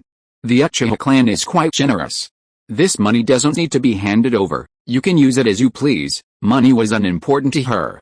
Now, she only wanted to advance further, and she could only do so by leveraging her husband's position. Once Saratobi Shinosuke became Hokage, she would be the Hokage's wife. The Third Hokage's eldest daughter-in-law lowered her voice and said solemnly, Yu-Gi-Oh, I will remember everything you've done. From now on, you will be an informant within the Uchiha clan. The Nine Tails disaster must not be repeated. Uchiha Yoru's identity and strength will ensure he becomes a high-ranking member of the Uchiha clan, perhaps even an elder. That old man Uchiha Satsuna's health is declining day by day. He won't last many more years. Uchiha Yoru is the most suitable candidate to succeed him. Although intelligence is crucial, don't rush. Climb the ranks slowly, and make Uchiha Yoru willing to take you as a concubine in the future. It must be said that while the Third Hokage's eldest daughter-in-law was ambitious, she was also shrewd. She was already planning for the future. After becoming Hokage, she needed to become an asset to her husband, and now that she had the opportunity, she naturally wanted to use her position to plant informants within the Uchiha clan in advance. Yu-Gi-Oh, all of this is for the village. I hope you can understand. After explaining the mission, the third-generation eldest daughter-in-law displayed her skillful ability to win people over. However, her current ambition was too strong, and this was a particularly sensitive time for Yuzuki Yu-Gi-Oh, who seemed somewhat resistant. But upon hearing that it was for the village, she nodded solemnly. For the village, Yu-Gi-Oh is willing to give her life. Seeing Yuzuki Yu-Gi-Oh's answer, she smiled with satisfaction. Yu-Gi-Oh, don't worry. You are carrying out a secret Anbu mission. I can promise you that after the mission is completed, no one will know your past. You can completely return to life in Konoha, and you can even learn the village's advanced ninjutsu, even A-rank ninjutsu. A-rank ninjutsu is already an advanced ninjutsu that only Jonin can access, so the reward is definitely substantial. Yuzuki Yugeo forced a smile and nodded. Thank you, Captain. At this moment, for a woman, comfort might be more important than the so-called reward, or perhaps Yuzuki Yugeo was simply not the kind of woman with a strong sense of ambition. As seen in the original work, after Heiei Gecko's death, Konoha formed an alliance with Tsunagakure. She suffered from war syndrome, or what is known as psychological trauma, and relinquished her Anbu identity, choosing to retreat to the second line and join the logistics unit. A woman with strong ambition wouldn't have done this. In the office of the 7th Division of the Police Department, Uchiha Shisui wore an awkward smile. Brother Yoru, you know about what happened last night. You know about Nakata Yoko's situation, so naturally it didn't escape the patrol team's eyes. Seeing Shisui's hesitant appearance, Uchiha Yoru shook his head helplessly and said, Alright, I'll forgive you for now, but next time, please inform me in advance. How could it be possible to hide a stranger entering the Uchiha clan's territory, especially a mere chunin like Yuzuki Yugeo? You must know this is the Uchiha clan's territory. The secret patrols and guards had already been watching, and naturally, they wanted to know what was going on. Then, this matter naturally reached the ears of those above. Of course, due to the confidentiality of ninjas, this matter wouldn't be discussed openly. But the clan head and elders must have known about this last night, otherwise how would Shisui know? Brother Knight, the clan asked me to pass on a message to you. The clan can also choose a suitable candidate, having witnessed countless dark moments and been exposed to high-level politics over the past year, keeping a lover was nothing new to him. Therefore, Uchiha Shisui didn't find it unusual. On the contrary, he thought it would be an honor for the other person to bear a noble Uchiha bloodline. Alright, Shisui, Orochimaru-sensei's matter is more important right now. Rubbing his forehead, Uchiha Knight waved his hand and chuckled helplessly at Shisui's expression. When you enter the center of power and enjoy certain honors and privileges, you also have to bear corresponding responsibilities. For example, while a powerful clan like the Uchiha doesn't object to marrying someone from another clan, some noble bloodlines, even those who have awakened the Sharingan, will be instructed by the clan and encouraged to marry someone from within the clan. Of course, this is just a suggestion. After all, the Uchiha's pride means they're already doing you a favor by offering a few words of guidance. However, for someone like him who had already risen to a position of power within the Uchiha clan, marrying someone from outside the clan was acceptable, even if the other party was a commoner, but it would be best if she were a Jonin-level ninja, so as not to cause gossip. With chakra nurturing the physique, a child born to parents both possessing chakra-generating abilities would definitely be able to refine chakra as well. Similarly, if the parents were high-level ninjas, the child's talent would almost certainly surpass that of ordinary ninjas. Regarding these trivial matters within the clan, Uchiha Yoru shook his head with a smile. Logically speaking, his position as a squad leader only barely qualified him as a person in power, but with his status as Orochimaru's disciple, he was practically second only to the clan head and elders. Brother Yoru, this is the early dividend from the clan. Good heavens, looking at the savings book Shisui handed over, Uchiha Yoru immediately showed a look of exasperation. Really, he only married a woman, and the clan actually valued her, even distributing his dividend, which was still a week away. However, he had no objection to money. He had worked diligently for the Uchiha clan, so it was only right that he receive his due reward. Brother Knight, I've already instructed the clan's guards to protect Miss Yugeo when they see her, Shisui said with a smile, which made Uchiha Knight shake his head speechlessly. Alright, if anyone dares to cause trouble in the clan's territory, just tell the guards not to interfere. As the two chuckled, Shisui secretly made a gesture, seemingly asking if they needed to keep an eye on Yuzuki Yugeo, whose identity was questionable. Uchiha Knight smiled and shook his head slightly, also using a gesture to indicate that it wasn't necessary. Shisui, the prison needs more manpower recently. Keep an eye on things. Uchiha Knight pretended to be discussing official business with Shisui, but secretly wrote a line of words clearly on the table with T. What's exposed isn't scary, what's hidden is. The meaning is clear. Spies we know aren't scary, since they're right under our noses and we can monitor them secretly. But those hidden in the shadows are the most terrifying. You have no idea who they are, and you never know when they'll stab you in the back. Shisui accepted the intelligence with a broad smile, nodding and smiling as he looked at the water stains wiped from the table. Brother Yi, don't worry, I'll personally keep an eye on the prison. Nothing will happen. There are some shady dealings in the prison, so he naturally had to keep an eye on things. Although the Hyuga were there, they couldn't let their guard down, especially since the Hokage faction had already made their move. Don't let Shisui's smile fool you, he was seething with anger. What was the third Hokage up to? Did he really not trust the Uchiha clan? First, he planted spies, and now he's using a female spy to get close. Before, he could understand it as surveillance, since the Uchiha couldn't escape suspicion after the Nine Tails attack. For a female spy to approach them in such a way is a clear sign of distrust. Such methods are only used against high-ranking officials of enemy countries. The village's use of this tactic to treat the Uchiha as enemies filled Shisui with anger and sorrow, even fueling a sense of unease that Konoha's leadership was corrupt. Shisui, seeing Shisui's coded message, Yoru gently shook his head, indicating it wasn't necessary for now. At that moment, Shisui understood. He nodded slightly. He hadn't revealed that Shizuki Yugeo was an ambush spy? No, now she should be called a spy. He hadn't told the clan head and elders about this, fearing it would contradict the plan, but only his elder brother bore the brunt of the blame. Shisui, I remember Itachi is preparing for his graduation exams. If you have some free time, remember to tutor that kid for me. Uchiha Yoru gave an apologetic smile, seemingly implying he was too busy.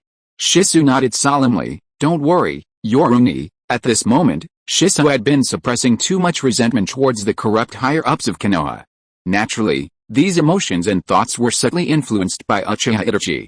Tisk. In the original story, Uchiha Itachi and Uchiha Shisui were both teacher and friend, and Itachi was also influenced by Shisui. In this life, he couldn't escape it either, still being influenced by Shisui, but this time was different. Thinking of this, Uchiha Yoru sneered inwardly.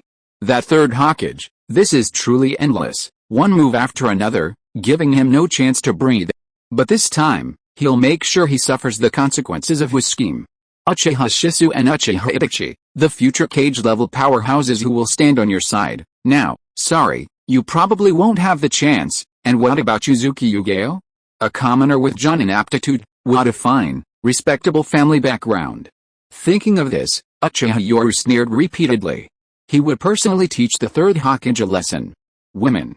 That's never how they were used. After all, this wasn't about national or personal vendettas. Seeing the ugly face of Konoha politics, his wounded heart needed comforting. He always remembered the wisdom gleaned from 5,000 years of his past life's culture. If she's naive, show her the world's wonders. First chapter released. Please subscribe. Chapter 94 The Flower of the Dark Side, the beginning of her fall. The bright midday sun streamed through the windows into the office, adding a touch of warmth, yet the air outside was chillingly cold. The melting snowflakes on the ground seemed to amplify the biting chill. Inside the office, Uchiha Yoru, who had returned to her work in the afternoon, approached with a stack of documents. Lord Yoru, these are the documents. Looking at Uchiha Yoru smiled gently and nodded. Put the documents here. Uchiha Yoru appeared perfectly normal, revealing nothing, while Uchiha Yoru, whether intentionally or unable to conceal it, clearly showed a hint of embarrassment and confusion. Weren't you resting at home today? It was a normal question, but to Uchiha Yoru, it reacted like a startled kitten, clearly overreacting and even tense. Lord Yoru, I'm alright now, I can work normally again. Yuzuki Yugeo appeared strong and composed, but the panic in her eyes was impossible to hide. Finally, as if remembering something, she took out a wad of banknotes from her pocket and placed it directly on the table. Lord Yoru, here, this is for you. Still so naive, even in this state, she was still thinking of taking more. Looking at the girl with panic in her eyes, Uchiha Yoru smiled. At the same time, he was even more satisfied with the benefits of power, even if the other party was a spy. Yugeo, handle your work. Come with me to the training grounds later. He smiled and gently grasped Yugeo's trembling hand, placing a banknote into her pocket. He soothed her, saying softly, Yugeo, being a ninja requires a lot of resources, and this is what you deserve. Yugeo looked at the banknote in her pocket again, and felt her hands being held. Her face flushed crimson, and she stammered, Lord Yoru, I'll go now. Watching the flustered figure leave, Yoru's smile held a meaningful glint. He thought to himself, Perhaps Yu-Gi-Oh had been acting, but he believed in her loyalty in matters of the heart, especially in Yu-Gi-Oh's. He was confident he could make the Third Hokage suffer. Outside the office building, Yu-Gi-Oh nervously patted her chest. She could clearly hear her heartbeat. Although it was all part of the Anbu's plan, she had genuinely been nervous. It was a completely natural performance. This was why the Anbu had given her this plan to get close to their target, a spy. It's not about having the most superb acting skills and methods. Sometimes, it's about making the most of available resources. For this meticulously planned scheme, the past month of preparation had truly made her understand the oppressive feeling of debt. The cash in her pocket was now making her both nervous and slightly feverish. Yu-Gi-Oh! A sudden soft call made Yu-Gi-Oh's hair stand on end. She turned around in alarm to find it was the apologetic Gecko Hey-8. Upon seeing him, Yu-Gi-Oh secretly wiped away a cold sweat, forcing a smile and saying, "Hey-8, is something wrong?" Sunlight filtered through the snow, giving Yu-Gi-Oh a unique beauty today. She used to exude a heroic and spirited aura, but today she seemed more delicate, evoking a desire to protect her. Like a wounded little wildcat, she looked so pitiful that even Moonlight Hey-8 was taken aback. Then, with a strong, composed expression, he scratched his head and smiled. "Yu-Gi-Oh, this is my payment for this month.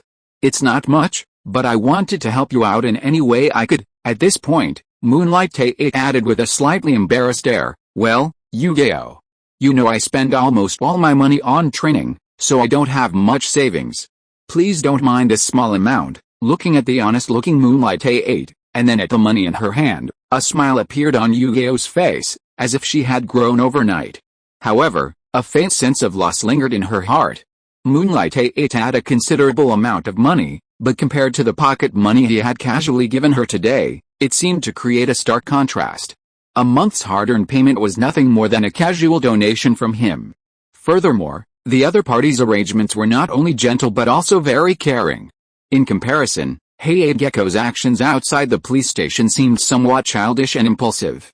"Hey-8, thank you, my trouble is resolved." "Resolved?" Hey-8 Gecko suddenly scratched his head awkwardly upon hearing this. He didn't know what to say. Yu-Gi-Oh, how did you resolve it?" As soon as he said this, Hey-8 Gecko wanted to slap himself. How could he ask such a question? But the words weren't already out, so he could only offer an awkward smile. Yu-Gi-Oh Yuzuki's experience last night had transformed her from a girl into a young woman. Overnight, it seemed as if all her former naivety and innocence had vanished with the wind, and she herself had grown up overnight. She couldn't control her own destiny because of her lack of strength. If she were strong enough to be a Jonin, the Anbu would never have sacrificed her so casually. Thinking of this, Yuzuki Yu-Gi-Oh revealed a carefree smile, looking at Gecko Hey-8 and saying, "Captain Yoru helped me solve it, on the condition that I follow Lord Yoru for 10 years. Yuzuki Yu-Gi-Oh knew that her matter couldn't be kept secret, but to avoid gossip, Uchiha Yoru had arranged everything today, something she was well aware of. The so-called following was the retainer system of the samurai era. 100 years ago, major powerful families and clans had this custom, recruiting smaller families or powerful samurai as retainers, essentially an employment relationship. These retainers had to pledge their loyalty. If they disobeyed, the powerful family had the right to decide their life or death, and if their reputation was ruined, they would be hunted down by everyone. Although it was now the ninja era, all the major families still maintained this tradition, but now it was called following. Except for a few families like the Hyuga, the others would focus on cultivating qualified commoner ninjas as their subordinates. The major families provided resources, and in return, they pledged their loyalty. "Yu-Gi-Oh, I'm so sorry I couldn't help you with that." Yu Guangjifan awkwardly scratched his head, completely oblivious to what Yu-Gi-Oh had been through. Yu-Gi-Oh, having experienced too much in the previous night, wasn't in the mood for much conversation. Besides, she was secretly working as a spy, gathering information, and naturally didn't want to involve others. She gave a forced smile and shook her head. "Thank you, Jiffin, you're a good person. But I'm a little tired today, so I'll be going now." Yu-Gi-Oh didn't want to talk to acquaintances anymore. She was too exhausted. While Yu Guangjifan was an excellent ninja, he was completely clueless in this area, knowing nothing. He even asked with concern, "Yu-Gi-Oh, do you need me to see you off?" Yu-Gi-Oh simply waved and left. Yu Guangjifan, left behind, awkwardly scratched his head, stuffed the money in his pocket, and smiled. "That's perfect, we can go for barbecue tonight." He also secretly encouraged himself, telling himself not to rush, to complete the Anbu mission and gather intelligence first. There would be plenty of time later. Heiei Gecko and Yugeo Yuzuki both belonged to the Anbu, but they didn't know each other. After all, only those in the same team would show their true faces, and Yugeo Yuzuki was clearly a member who had been trained for a short time before being sent out on spy missions, so naturally, neither of them knew they were in the same Anbu. Heiei Gecko's ability to see through objects was more suitable for intelligence gathering, so neither of them seemed to know they were in the same department. This was partly to ensure that if they were exposed, they wouldn't implicate others. After all, pulling up a radish would bring down the mud, and no matter how stubborn you were, this was the world of ninjas. Jinjutsu, brain invasion detection techniques, all sorts of strange ninjutsu were commonplace. On the outskirts of the village, in a training ground belonging to the Uchiha clan. As the snow melted, the air became a bit chilly, and two figures appeared in the training ground. At this moment, Yuzuki Yugeo had suppressed her various emotions, her face showing feigned shyness and complexity. When she arrived at the training ground, Uchiha Yoru showed no embarrassment whatsoever. Yuzuki Yugeo. Blood type A, birthday November 3rd, hobbies include flower viewing, currently a chunin, skilled in swordsmanship. Uchiha Yoru revealed all of Yuzuki Yugeo's information with a gentle smile. Upon hearing this, Yugeo was secretly shocked. As expected, there were never any simple beings among the members of powerful clans. Fortunately, she had only been noticed by the Anbu and was being trained when she was chosen by the Anbu leader. In addition, thanks to the Anbu's cover-up, no clues were exposed. Lord Yoru, Yuzuki Yugeo looked nervous, her face even a little pale, as if she was worried about the other party investigating her identity. However, when she looked up, a gentle smile appeared on her face, and two fingers were holding a piece of white paper.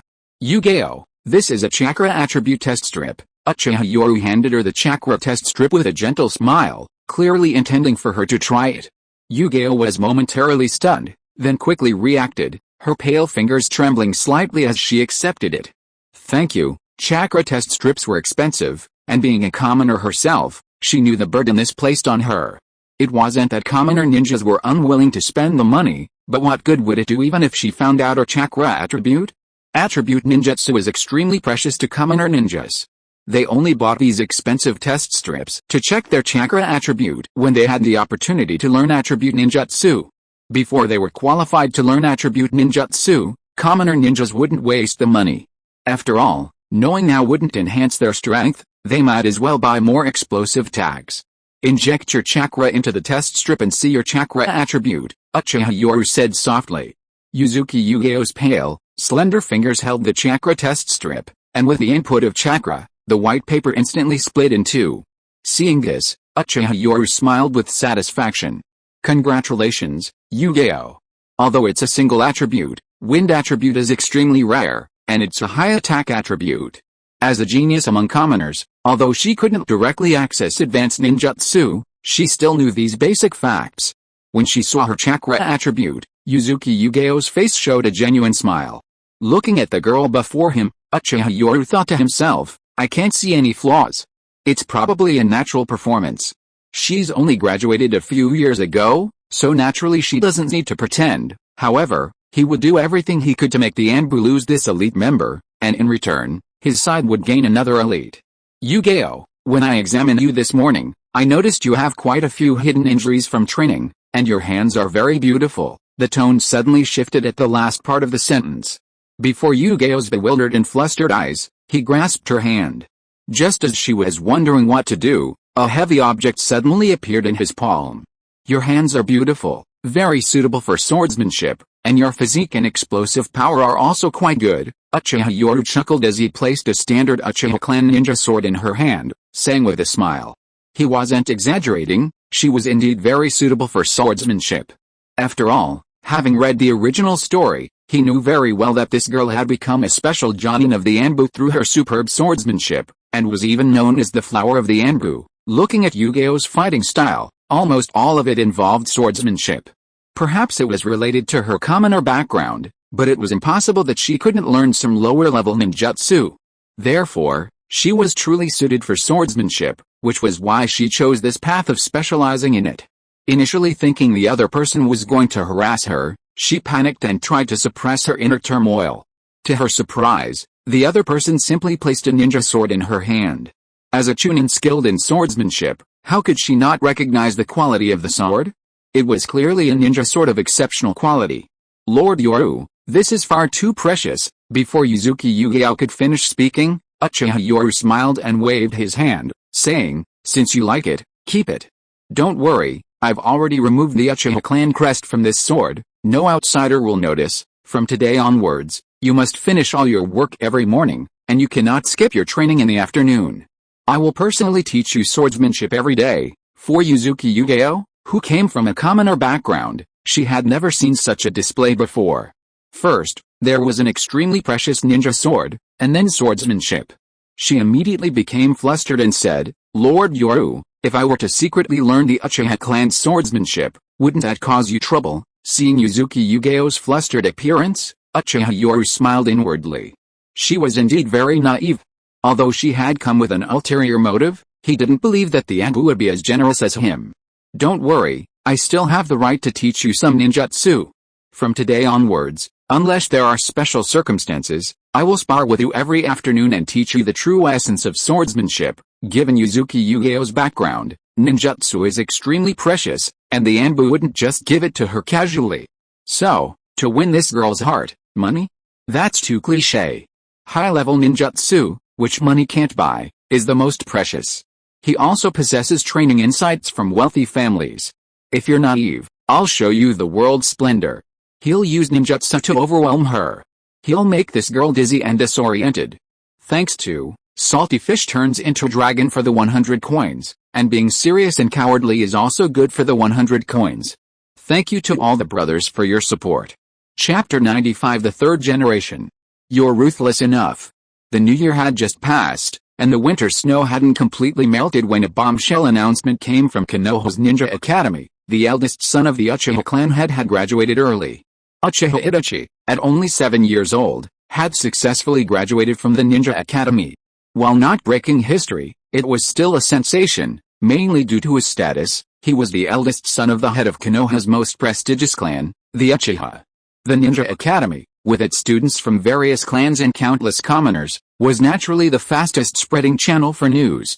As a prodigy who graduated early, the Third Hokage happened to be passing by the Ninja Academy and, upon hearing the news, decided to personally award the child a ninja headband. Inside the classroom, countless classmates watched with envy and jealousy as the 7-year-old Uchiha Itachi passed his graduation exam, even attracting the attention of the Third Hokage who happened to be at the school. "Uchiha Itachi, congratulations on your graduation." Amidst thunderous applause, the 7-year-old Uchiha Itachi donned the headband befitting a Konoha ninja, officially becoming a Jonin of Konoha. Looking at the young and inexperienced Uchiha Itachi before him, the Third Hokage's expression turned wistful. He couldn't help but sigh. "Itachi, do you know what the will of fire is? What is your dream?" The Third Hokage's presence at the Ninja Academy at this moment was both coincidental and deliberate, as Itachi's application for early graduation required his approval. Hiruzen Sarutobi couldn't help but feel a pang of emotion. The precocious gaze of the boy before him stirred something within him. He couldn't let this genius go astray. The will of fire? A dream. Although Itachi was only 7 years old, his precocious mind, coupled with the guidance of his teacher, Uchiha Yoru, and the frequent reminders from his older brother, Shisui, sent a chill down Hiruzen's spine. It had to be said that the 7-year-old Itachi possessed the innate talent of a powerful ninja. His composed demeanor alone spoke volumes. Perhaps it was his usual stoic expression, or perhaps his calm demeanor, but Itachi glanced at the Third Hokage with a growing suspicion. As expected, Shisui was right. His identity destined him to be extraordinary, attracting the attention of certain people. Someone might try to find a breakthrough through him, thus affecting Orochimaru's chances of becoming the 5th Hokage. Indeed, the Uchiha clan has now placed its bets on Orochimaru, and naturally, Orochimaru's bravery is widely known throughout the clan. Itachi, too, is inevitably influenced, filled with hope for the future Hokage, and harboring reservations about the current Third Hokage who clings to power. Sighing, Itachi muttered, "Shisui, you're right. The Third Hokage's regime is corrupt. My dream is for the village to be peaceful," Itachi said with a smile, revealing his dream. He wasn't lying, he spoke the truth. The Third Hokage, seeing this, was momentarily stunned. Then a kind smile appeared on his old face. Perhaps Itachi was different from other Uchiha. "Itachi, do you know the will of fire?" The third Hokage sighed wistfully, then continued to speak to himself. "Where the leaves dance, the fire will never cease. The flame will continue to illuminate the village and allow new leaves to sprout. I believe you will one day become the flame of Konoha." At this moment, the third Hokage had completely transformed into a cult leader, instilling his political ideology, lecturing the classroom on the so-called will of fire. The children in the classroom were filled with excitement and fervor. This was blatant brainwashing of minors. Uchiha Itachi glanced around the classroom, seeing the fanatical expressions on the young faces of his classmates, and a chill ran down his spine, a sense of dread creeping over him. How similar this was to what teacher Yoru had said.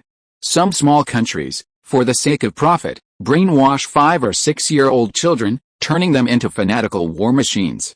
The will of fire? Thinking this, Itachi Uchiha glanced again at the third Hokage, who was giving a long and eloquent speech. He noticed the white hair peeking out from the Hokage's temples and was immediately alarmed. The child was becoming a ninja and fighting in war, while the old man enjoyed power, all for the good of the village. Could this be the corrupt leadership that Shisui had spoken of? At this moment, although Yoru Uchiha knew he had influenced Itachi, he never imagined it would be this significant, especially with Shisui's presence. He had originally asked Shisui to teach Itachi because, firstly, the two had a close teacher-student relationship in the original story, and secondly, Shisui's thinking had begun to change, so naturally, teaching Itachi would also transmit his own ideas. He never expected that because the two got along so well, coupled with Itachi's precocious wisdom, Shisui had so deeply influenced Itachi's thinking. When the third Hokage finished his speech, he still felt a sense of unfinished business, but turning to look at Itachi's resolute expression, he immediately smiled with satisfaction. "Itachi, you will surely inherit the will of fire of the village in the future." The third Hokage had never imagined that a 7-year-old child could have such a profound misunderstanding of the higher-ups, and coupled with his resolute expression, he thought he had successfully brainwashed him. However, unbeknownst to him, beneath Itachi's determined expression, he secretly resolved to change everything, to help his brother Shisui and Yoru-sensei, and to change the corrupt system. "Rest assured, Hokage-sama, Itachi will definitely inherit the will of fire." Looking at the third Hokage's aged face, Itachi recalled the scenes he had witnessed on the battlefield, everywhere young and innocent faces dying. He immediately made up his mind and nodded firmly. "Itachi, I knew I hadn't misjudged you." The third Hokage was filled with satisfaction. Itachi had indeed inherited the will of fire, having firmly established his ninja way at such a young age. A misunderstanding, or rather, the third Hokage's flawed understanding, had unknowingly planted a thorn in his side. The wise third Hokage had long noticed Itachi's discontent with the war, and even his incompatibility with the Uchiha clan's ideology. At this moment, he never hesitated, completely unaware that Itachi's progressive thinking had led him to another extreme. Looking at the third Hokage's middle-aged face, and the faint age spots on his cheeks, Itachi recalled Shisui's words of dissatisfaction with the corruption of the higher-ups. What were the third Hokage's achievements as the strongest Hokage? Had he personally led troops into battle after becoming Hokage? What notable victories did he have? Perhaps the third Hokage's greatest strength was his long tenure. In contrast, the students at the Ninja Academy were almost entirely unaware of the first, second, and even the fourth Hokage, and it seemed to be forgetting them. At this moment, Itachi felt as if a hand was pressing down on him from the shadows. This fear suffocated him. Terrifying. For the village. For the Uchiha. I must do something. At this moment, Itachi's conviction was unwavering. Hokage's office. Back in his office that afternoon, Hiruzen Sarutobi couldn't help but smile with satisfaction, lighting his pipe with a contented grin. Hell, it seems Itachi really might inherit the will of fire, and he's also a descendant of Kagami. Thinking this, the third Hokage puffed out smoke, the white smoke obscuring his vision, but a smile remained. Hell, it seems I need to get to know Shisui. Uchiha Shisui, a descendant of Kagami, was someone he had met before. He was undoubtedly a ninja who had simply absorbed the will of fire. Unfortunately, he had been preoccupied with the Third Shinobi World War, ultimately retiring to the background and the fourth Hokage taking over, leaving him no time to properly talk to the boy. Hokage-sama, urgent report from the front lines. Just then, a black shadow appeared like a flea, a member of the Anbu using the body flicker technique in the Hokage's office. Upon seeing the urgent report from the Anbu, the third Hokage slowly opened the letter, his brows furrowed. But upon reading its contents, his brows relaxed, and his aged laughter echoed in the office. How good. Shinizuke has finally done a great service to Konoha. The urgent report from the front lines indicated that the Land of Lightning was preparing to renew its peace treaty with Konoha. The third Hokage, filled with endless longing for peace, was naturally gratified and proud. Because Sarutobi Shinizuke was his son. Although countless ninjas had assisted, and Nara Shikoku was the strategist, none of this could erase the credit for Sarutobi Shinizuke's role as commander-in-chief. Good. Have Shinizuke consult with Nara Shikoku on the front lines. Make sure to negotiate well with the Land of Lightning and confirm the negotiation time as soon as possible. Yes, sir, the Anbu member bowed and responded in a low voice before disappearing from the Hokage's office in a flash. A smile appeared on the third Hokage's face. At that moment, gazing through the window at the portraits on the Hokage rock, a melancholy expression crossed his face. Peace is coming soon. I will certainly carry on the will of fire. In the shadowy root base. Although this matter was classified, it wasn't exactly shameful news, and naturally, it reached the ears of root leader Shimura Danzo. Sitting in the dimly lit chamber, Shimura Danzo looked at the intelligence report and couldn't help but frown, his voice low and somber. I didn't expect the Land of Lightning to be preparing to sign a peace treaty so quickly. In that case, Sarutobi Shinizuke of the Land of Lightning will have made a great contribution. Thinking this, Shimura Danzo narrowed his exposed eye, his fingers lightly tapping on the desk. Making such a great contribution would further elevate Sarutobi Shinizuke's prestige. But what about Orochimaru? Orochimaru's power was currently too great. With the strong support of the Uchiha and Hyuga clans. This is an opportunity to damage Orochimaru's reputation and then send him to the front lines. Sarutobi Shinizuke might not be able to control Orochimaru and could even suffer humiliation. This way, Orochimaru's reputation can be destroyed effortlessly, and the rising star Sarutobi Shinizuke can be eliminated, a win-win situation. The thought of almost crippling two Hokage candidates at once makes it all possible. The Hokage position will be within reach. Sarutobi will abdicate. Forging a peace treaty with the Land of Lightning will be a crucial step in his ascension to Hokage. Thinking about this, Shimura Danzo found it increasingly brilliant, his expression becoming somewhat excited. He couldn't help but mutter, Orochimaru, it's all your fault for being so uncontrollable, so dangerous. I was planning to take action against you next year, but Alice, this opportunity is once in a lifetime. The only one to blame is the strength of the forces behind you. He had originally intended to stir up trouble during the signing of the agreement with the Land of Lightning, hoping to create a situation where the outcome was neither good nor bad, causing Sarutobi Shinizuke to lose prestige, and then postpone Orochimaru's matter until next year. However, Orochimaru's power was rapidly expanding, especially with his financial constraints.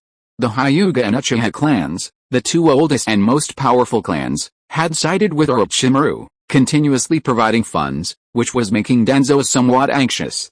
Even if they fail this time, it doesn't matter. Sarutobi Shinizuke still has a long way to go before becoming Hokage. At least the third Hokage will have to pave the way for him for a few more years.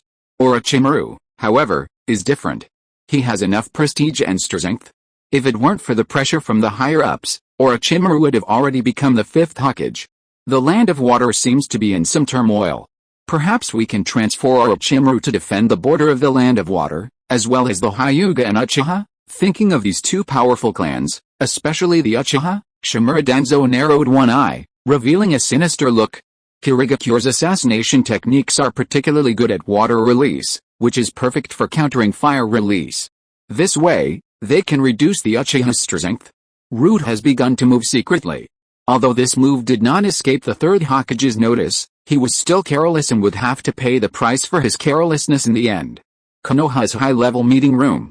The meeting room was filled with the aroma of tea. Kaharu Uchiha and Hamura Medikato sipped their tea slowly. Kaharu, Danzo's methods seem a bit excessive. He's secretly starting to capture ninjas within the village. Hamura Medikato's face clearly showed displeasure. While they wanted to damage Orochimaru's reputation, this was clearly going too far. Kaharu Uchiha nodded calmly, then sighed and shook her head. Danzo's methods are indeed excessive, but he should give up. At his age, what's the point of vying for Hokage? Since Sarutobi hasn't objected, he must have tacitly agreed. So let's wait and see. As high-ranking officials of Konoha, they had all agreed to this plan, so Danzo hadn't hidden these matters from his old friends. Kaharu Uchiha and Hamura Midikato nodded helplessly. Although they knew the Third Hokage had seemed to have indulged Danzo's behavior somewhat in recent years, they couldn't say anything, as it was all for the sake of Konoha. Unbeknownst to them, in his office, the Third Hokage, pipe in hand, sighed and shook his head as he looked at the scroll presented by Danzo and his root followers. "Go," he said. "Tell Danzo not to go too far," he acquiesced, not wanting to see how Danzo would treat his student. In the Third Hokage's heart, Danzo was still his teacher. He left this matter to Danzo, Midikato Hamura, and Uchiha Kaharu. Thus, the Third Hokage remained silent. Midikato Hamura and Uchiha Kaharu assumed the Third Hokage knew, a misunderstanding that caused Danzo to gasp in shock. He secretly exclaimed, "Third Hokage, you're truly ruthless. It seems this time you're really going to send Orochimaru to his doom." The document he had ordered Root to deliver to the Third Hokage was usually a plan. He usually delivered it, and the Third Hokage would then issue a warning and make some revisions. But this time, he had simply acquiesced. He had been prepared to wait for the Third Hokage's reply before taking more tactful measures, but this was it? "Third Hokage. You're ruthless. I underestimated you.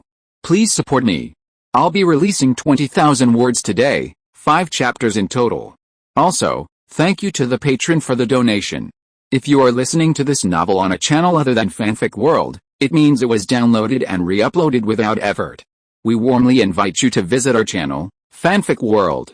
There you will find the original version of this story and many other novels of various genres. We look forward to seeing you dive into a world of incredible novels. Chapter 96. Danzo begins to move. As the winter snow melted, Konoha exuded a vibrant life. The passing of winter symbolized the passage of time, and Konoha officially bid farewell to the old year. Springtime in Konoha brought an atmosphere of peace, and the economy of the leading ninja village among the 5 great ninja villages was rapidly recovering. In the underground research lab, Orochimaru-sensei reported, recently, the experimental subjects secretly provided by Root seemed to include ninjas from within the village. Orochimaru's research always required experimental subjects. Besides his Uchiha and Hyuga clans' covert attacks on rogue ninjas outside the village, Root provided a small number. However, he had recently discovered some clues. Some Konoha ninjas on mission seemed to have mysteriously disappeared. Fortunately, the police department was part of the Uchiha clan. This seemingly ordinary news immediately caused Uchiha Yoru to become highly alarmed upon seeing it. In the original story, Orochimaru's crime was using his own villagers for human experimentation. Although his analysis suggested Orochimaru's defection wouldn't occur until next year, the world would already be different because of his existence. Therefore, he was merely using the known future as intelligence analysis, not relying on it. How, the village ninjas, interesting. When Orochimaru heard this news, he revealed a hoarse smile. It seems the rats hiding in the shadows can't hold back anymore. Even my teacher has chosen to acquiesce. Muttering to himself, Orochimaru turned to look at his student, a meaningful smile on his face. "So, Yoru-kun, in this situation, will you choose to take over your teacher's legacy? Or will you be even bolder?" Uchiha Yoru naturally understood the meaning behind these words and immediately shook his head and laughed. "Since my teacher has already chosen to leave, I can't let these people down. But perhaps you've forgotten, teacher, the Root leader in the shadows is obsessed with a Hokage position. Some people don't need me to deal with them, others will take care of them." The master and student spoke in a cryptic manner, but it was clear that Orochimaru had chosen to leave the moment the Third Hokage acquiesced. He simply wanted to see how far his teacher would go. That's human nature. Even knowing something is wrong, people still cling to a last glimmer of hope, only letting go completely after witnessing it firsthand. "Looks like the village is going to get lively soon." Orochimaru's hoarse laughter echoed in the research lab, while Uchiha Yoru smiled. Although time was pressing, he had to do something. After all, it was only natural for his disciple to inherit his teacher's legacy. Capturing fellow village ninjas and conducting experiments, Orochimaru had many heads to spare, especially since before his betrayal, he was a member of Root. Why wouldn't he have the authority? Why risk getting himself into trouble by capturing ninjas? That was illogical. Death Forest. In the oppressive and terrifying atmosphere, several dark figures flickered. When their faces were revealed, they were all masked Root ninjas. "These are this month's test subjects," The Root members were carrying several young ninjas, all unconscious. 3 ninjas were present at the rendezvous, all wearing cloaks and masks, concealing their identities completely. The leader stepped forward, calmly counting the number of participants and checking the condition of the test subjects. Before nodding slightly. Confirmed. No traps. All are ninjas with chakra, around 10 years old, the cold voice echoed in the dark, damp air. The Root ninjas, having completed their mission, used the body flicker technique to vanish into the forest as shadows. After the Root ninjas left, the 3 confirmed their identities, and the leader slowly removed his cloak and mask, revealing his face. It was Uchiha Yoru. At this moment, Uchiha Yoru looked at the 10 unconscious children with a mocking smile, chuckling, "Well, haven't you always wanted to know the darkness of the village? Have you seen it now?" The other 2 also removed their cloaks, revealing their faces, Uchiha Shisui and Hatake Kakashi. Hatake Kakashi, in particular, was seeing this for the first time, his face terrifyingly grim, his right eye filled with gloom. Uchiha Shisui, having seen much more in the past 2 years, was naturally more accepting than Kakashi, but he still couldn't control his anger. "Brother Yoru, why? Why use the village children? They are all Konoha's children," Shisui asked angrily, while Hatake Kakashi silently stepped forward, carefully examining each of the 10 children's faces, imprinting them all deeply into his mind. At the same time, a doubt lingered in his mind. Were they really the village children? "Kakashi, I guess you were sent by the Anbu when you were stealing information, right? How do you see now? This is the order from the higher-ups. As for the difference between Root and Anbu, you'll have to investigate it yourself. But you don't think that person wouldn't have discovered Root's actions after months of continuous activity, do you?" It was obvious that Uchiha Yoru was implying something. Did that Hokage really know nothing about Root's methods? Faced with this question, Kakashi fell silent for a long while before raising his head to look at Uchiha Yoru in a hoarse voice. "Since you know, why did you still do it? Why?" "Kakashi, your question is ridiculous. I can't reveal the secret mission Orochimaru-sensei received, but it definitely required human experimentation." "So, are you saying these people were kidnapped by Orochimaru-sensei?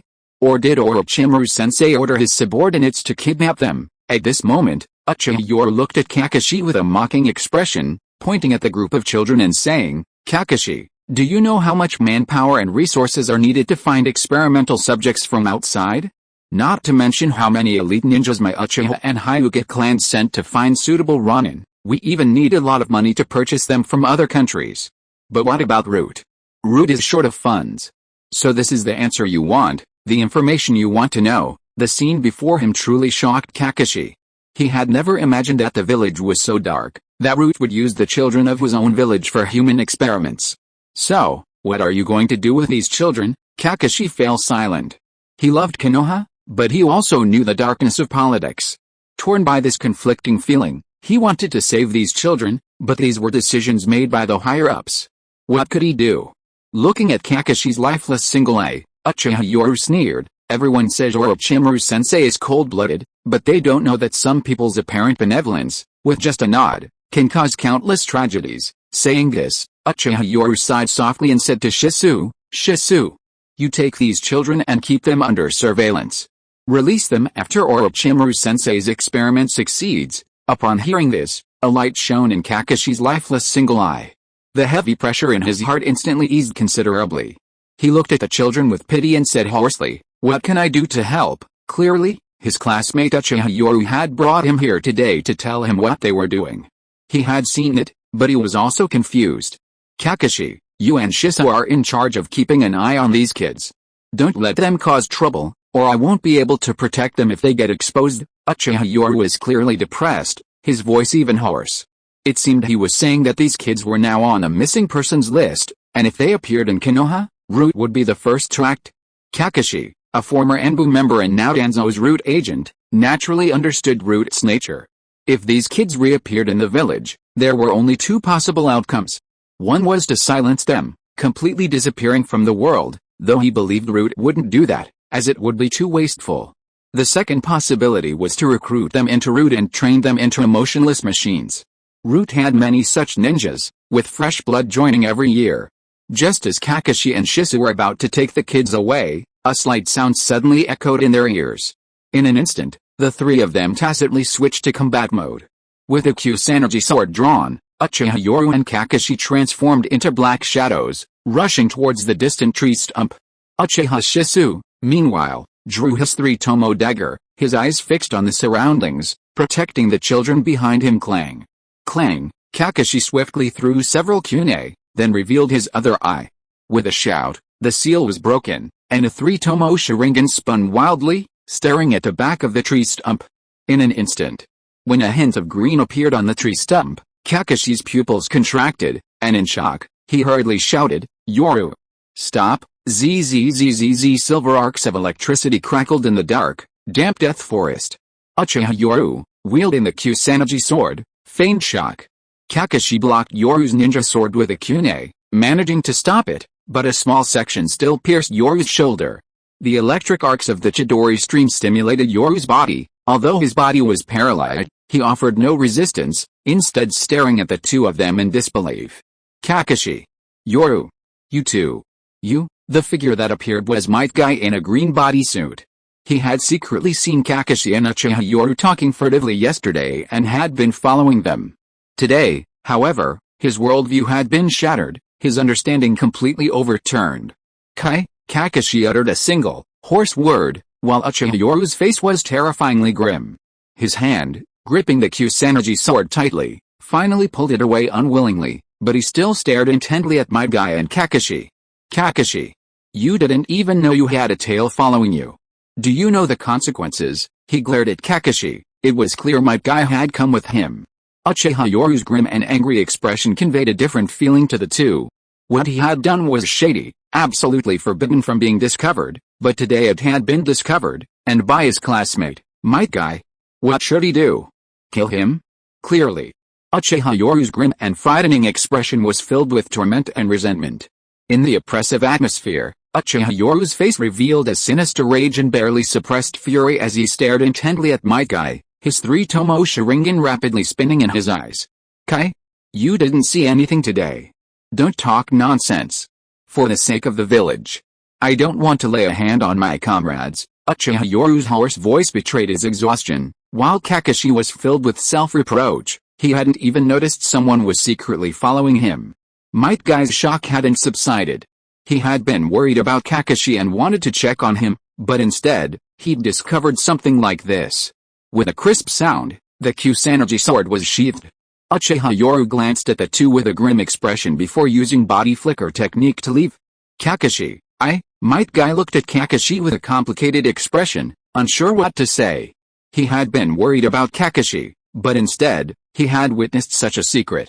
Kakashi looked at Might Guy, sighed softly, and slowly lowered his headband to cover his Sharingan, simultaneously forming hand seals to unleash another attack. Guy, as you can see, this is a top-secret research mission for the village. Just pretend you didn't see it. Kakashi would never kill Guy, but he was filled with self-reproach. However, neither Kakashi nor Might Guy saw the smug smile that curled at the corner of Uchiha Yoru's mouth as he turned to leave. He had deliberately leaked his whereabouts, otherwise, how could Guy have taken the bait? Sometimes people say that even the closest of friends or family isn't always the most effective way to get results. It's better to witness the truth firsthand and let the other party decide for themselves. Everything was true, so he wasn't afraid of being investigated. Some say that one lie requires countless others to cover it up, but the information he revealed was all true. If the other party investigated, the truth would be revealed behind the mysterious lies, so he didn't need lies to cover it up. Investigate. He wasn't afraid at all. He had already begun his planning. Just as the Third Hokage had set upon assuming power, the new generation had not yet matured, and a gap had almost formed in their development. His current goal was to win over this new generation. Even if they didn't directly align themselves, they would definitely show goodwill. Might Guy, although he couldn't open the 8 gates yet, his future achievements were dazzling. He only wanted to be a friend, not an enemy, of such a person. Brother Knight, Shisui looked at Uchiha Knight, who had returned, with a solemn expression, seemingly asking a question. However, Uchiha Knight's expression was extremely grim, and he couldn't help but say in a deep voice, Shisui, from now on, change the location for every contact with Root. Yes, although he didn't know what had happened, seeing his elder brother's extremely grim face, Shisui knew that the person following them was probably an acquaintance. Otherwise, given his brother's usually calm demeanor, his expression wouldn't be so bad today. Seeing Shisui's solemn expression, Uchiha Knight raised his head with a gloomy face, looking at the sunlight blocked by the towering trees in the forest of death. Soon, these branches will no longer be able to block the sunlight, and some things will need to be brought to the forefront. Thank you to all my brothers for your continued support. Don't worry, I'll update 8,000 words daily after it's published, if there's no rush. Chapter 97 The easiest space ninjutsu to obtain. Following the news that the Land of Lightning was to sign a peace treaty with Konoha, an atmosphere of peace permeated the village, with joyful smiles everywhere. As night fell, the laughter and chatter gradually faded, and people began to drift off to sleep. In an ordinary apartment, the door creaked open, and a weary, languid voice echoed in the empty room. I'm back, dressed in dark gray clothes, with a dark blue headscarf and the Konoha headband. Devishi, who had been guarding the gate all day, finally returned. He said wearily before casually entering the house. An orphan, his parents had perished in the Third Shinobi World War. Every time he returned, he habitually called out, even though the house remained empty. Sigh, this gatekeeping job seems easy, but it's tedious. When will it ever end? Devishi closed the door, a dejected expression on his face, and slumped wearily onto the living room sofa. A few years ago, he, along with Naomi Shirado and Shiranu Genma, were riding high, young and successful. They became the Fourth Hokage's guards at a young age, enjoying his favor and trust. But their success was short-lived. After the Nine Tails attack, their lives changed drastically. As the Fourth Hokage's guards, they were demoted to guarding the village gates after his death. The monotonous, uninspiring work had worn away their former vigor. With a long sigh, Devishi's eyes still held memories of their past glory, a glory that was gone forever. Shaking his head, he gave a self-deprecating smile and picked up a water glass from the table to drink. Half a glass of cold water remained. He gulped it down, but the next moment, a look of horror crossed his face. Thump, the sound of the water glass falling to the ground and Devishi stumbling to the ground rang out almost simultaneously. The glass rolled on the floor, while Devishi's body stiffened, his pupils shrinking to pinpoints in terror. The water was poisoned. The toxin had directly invaded his brain, numbing his nerves. His mind was now perfectly clear, but he had lost control of his body. Before his shut eyes, a black figure slowly emerged from the shadows, wearing a mask. Anbu? Or Root? Why was they attacking him? As Devishi's thoughts raced, the masked figure revealed a pair of lifeless eyes, coldly observing him. You don't need to struggle anymore. This is an extremely rare neurotoxin. Devishi was completely unable to control his mouth and throat, only able to utter low, weak growls. The figure then slowly extended a hand and placed it on his head. In that instant, he was filled with utter terror. It seems you figured something out. Don't worry, don't resist. You, as the Fourth Hokage's guards, failed to protect the Hokage. You should have died long ago, the masked figure spoke calmly, one hand resting on the other's forehead, the other seemingly forming a hand seal. Looking at the terrified expression, he remained indifferent, a gaze of indifference towards life, whether towards enemies or himself. Don't worry, as long as you remember the space-time ninjutsu the Fourth Hokage taught you, it won't take your life. Be obedient, and remember not to speak carelessly after you wake up tomorrow. Keep your mouth shut, the masked black-clad ninja spoke calmly, but from this superior vantage point, Devishi's terrified pupils were filled with shock. The space-time ninjutsu the Fourth Hokage taught their Genma squad was a secret. How could the other side know it? Anbu? No. Impossible. The Anbu belonged to the Hokage. The Hokage clearly knew, and wouldn't covet their space-time ninjutsu. Then there was only one other possibility. Root. Having served as a bodyguard to the Fourth Hokage, he naturally knew some secrets. The Root leader had always been ambitious, and it was likely that the other party suspected they possessed the secrets of the Fourth Hokage's improved space-time ninjutsu. Terrifying. But this also made him give up all resistance. Ninjutsu, mind-reading technique. With a single hand seal, a surge of mental power caused Devishi's eyes to roll back, leaving him in a semi-conscious state. The other party had now invaded his mental world, that is, his brain. In the mysterious mental world of the brain, when Uchiha Yoru opened his eyes and looked at this dreamlike world resembling water, he was filled with a smile. Even in the mental world, he still wore a mask. Indeed, this was a very magical ninjutsu. In the original work, Yamanaka Inoue used this technique to read the memories in the female pain's brain, and Yamashiro Aoba also used this technique to infiltrate Kisame's brain and read his memories after Kisame was defeated by Might Guy. As for disguising himself like this, Uchiha Yoru was naturally envious of space-time ninjutsu. Although he didn't know if he could master it, he at least needed to get his hands on it first. As for the ninjutsu in the Scroll of Seals, only those who have the Hokage's approval, confirmed loyalty, and sufficient merit are qualified to obtain them. With his Uchiha surname alone, he could never get it from the Third Hokage in this lifetime. He had also asked Orochimaru, but unfortunately, without the talent for space-time ninjutsu, he couldn't access it. Orochimaru wouldn't waste his time, so he didn't know that even if he asked the Third Hokage now, he probably wouldn't get it. Space-time ninjutsu is the most powerful technique in the ninja world, but the easiest way to obtain it is probably through Genma's team, the gatekeepers of Konoha. In the original story, during the Fourth Shinobi World War, Genma's team used the mark they had made on Tsunade to quickly transport the 5th Mizukage along with 3 members of Genma's team to Madara's battlefield. "Let me see the most mysterious space-time ninjutsu," muttering to himself, Uchiha Yoru slowly reached out and touched the surface of his mind's direct brain. Instantly, a huge ninjutsu scroll materialized, a manifestation of memory, not reality. Uchiha Yoru slowly closed his eyes, placing his hands on the scroll. In an instant, the huge scroll began to rapidly unfold, and at the same time, countless memories of devices flooded his mind. These memories flipped through him like a film. At this moment, Uchiha Yoru frowned deeply, quickly flipping to the time when the 4th Hokage taught them space-time ninjutsu. Fortunately, it hadn't happened too long ago. The Genma squad consisted of Genma Shirinu, Redo Namishi, and Devashi. Devashi was the weakest among them, naturally becoming his primary target. He had secretly observed him for a long time before making his move. The next day, as sunlight streamed through the glass onto his face, Devashi abruptly opened his eyes, gasping for breath. He looked around in horror at himself, lying on the living room floor with a water glass strewn across the floor. The sight filled Devashi with terror. A sharp pain in his mind made his head throb with pain whenever he recalled the previous night's memories, as if he were being pricked by needles. Ah, damn it, damn it. Why? Devashi clutched his head in agony, the memories of the previous night replaying in his mind.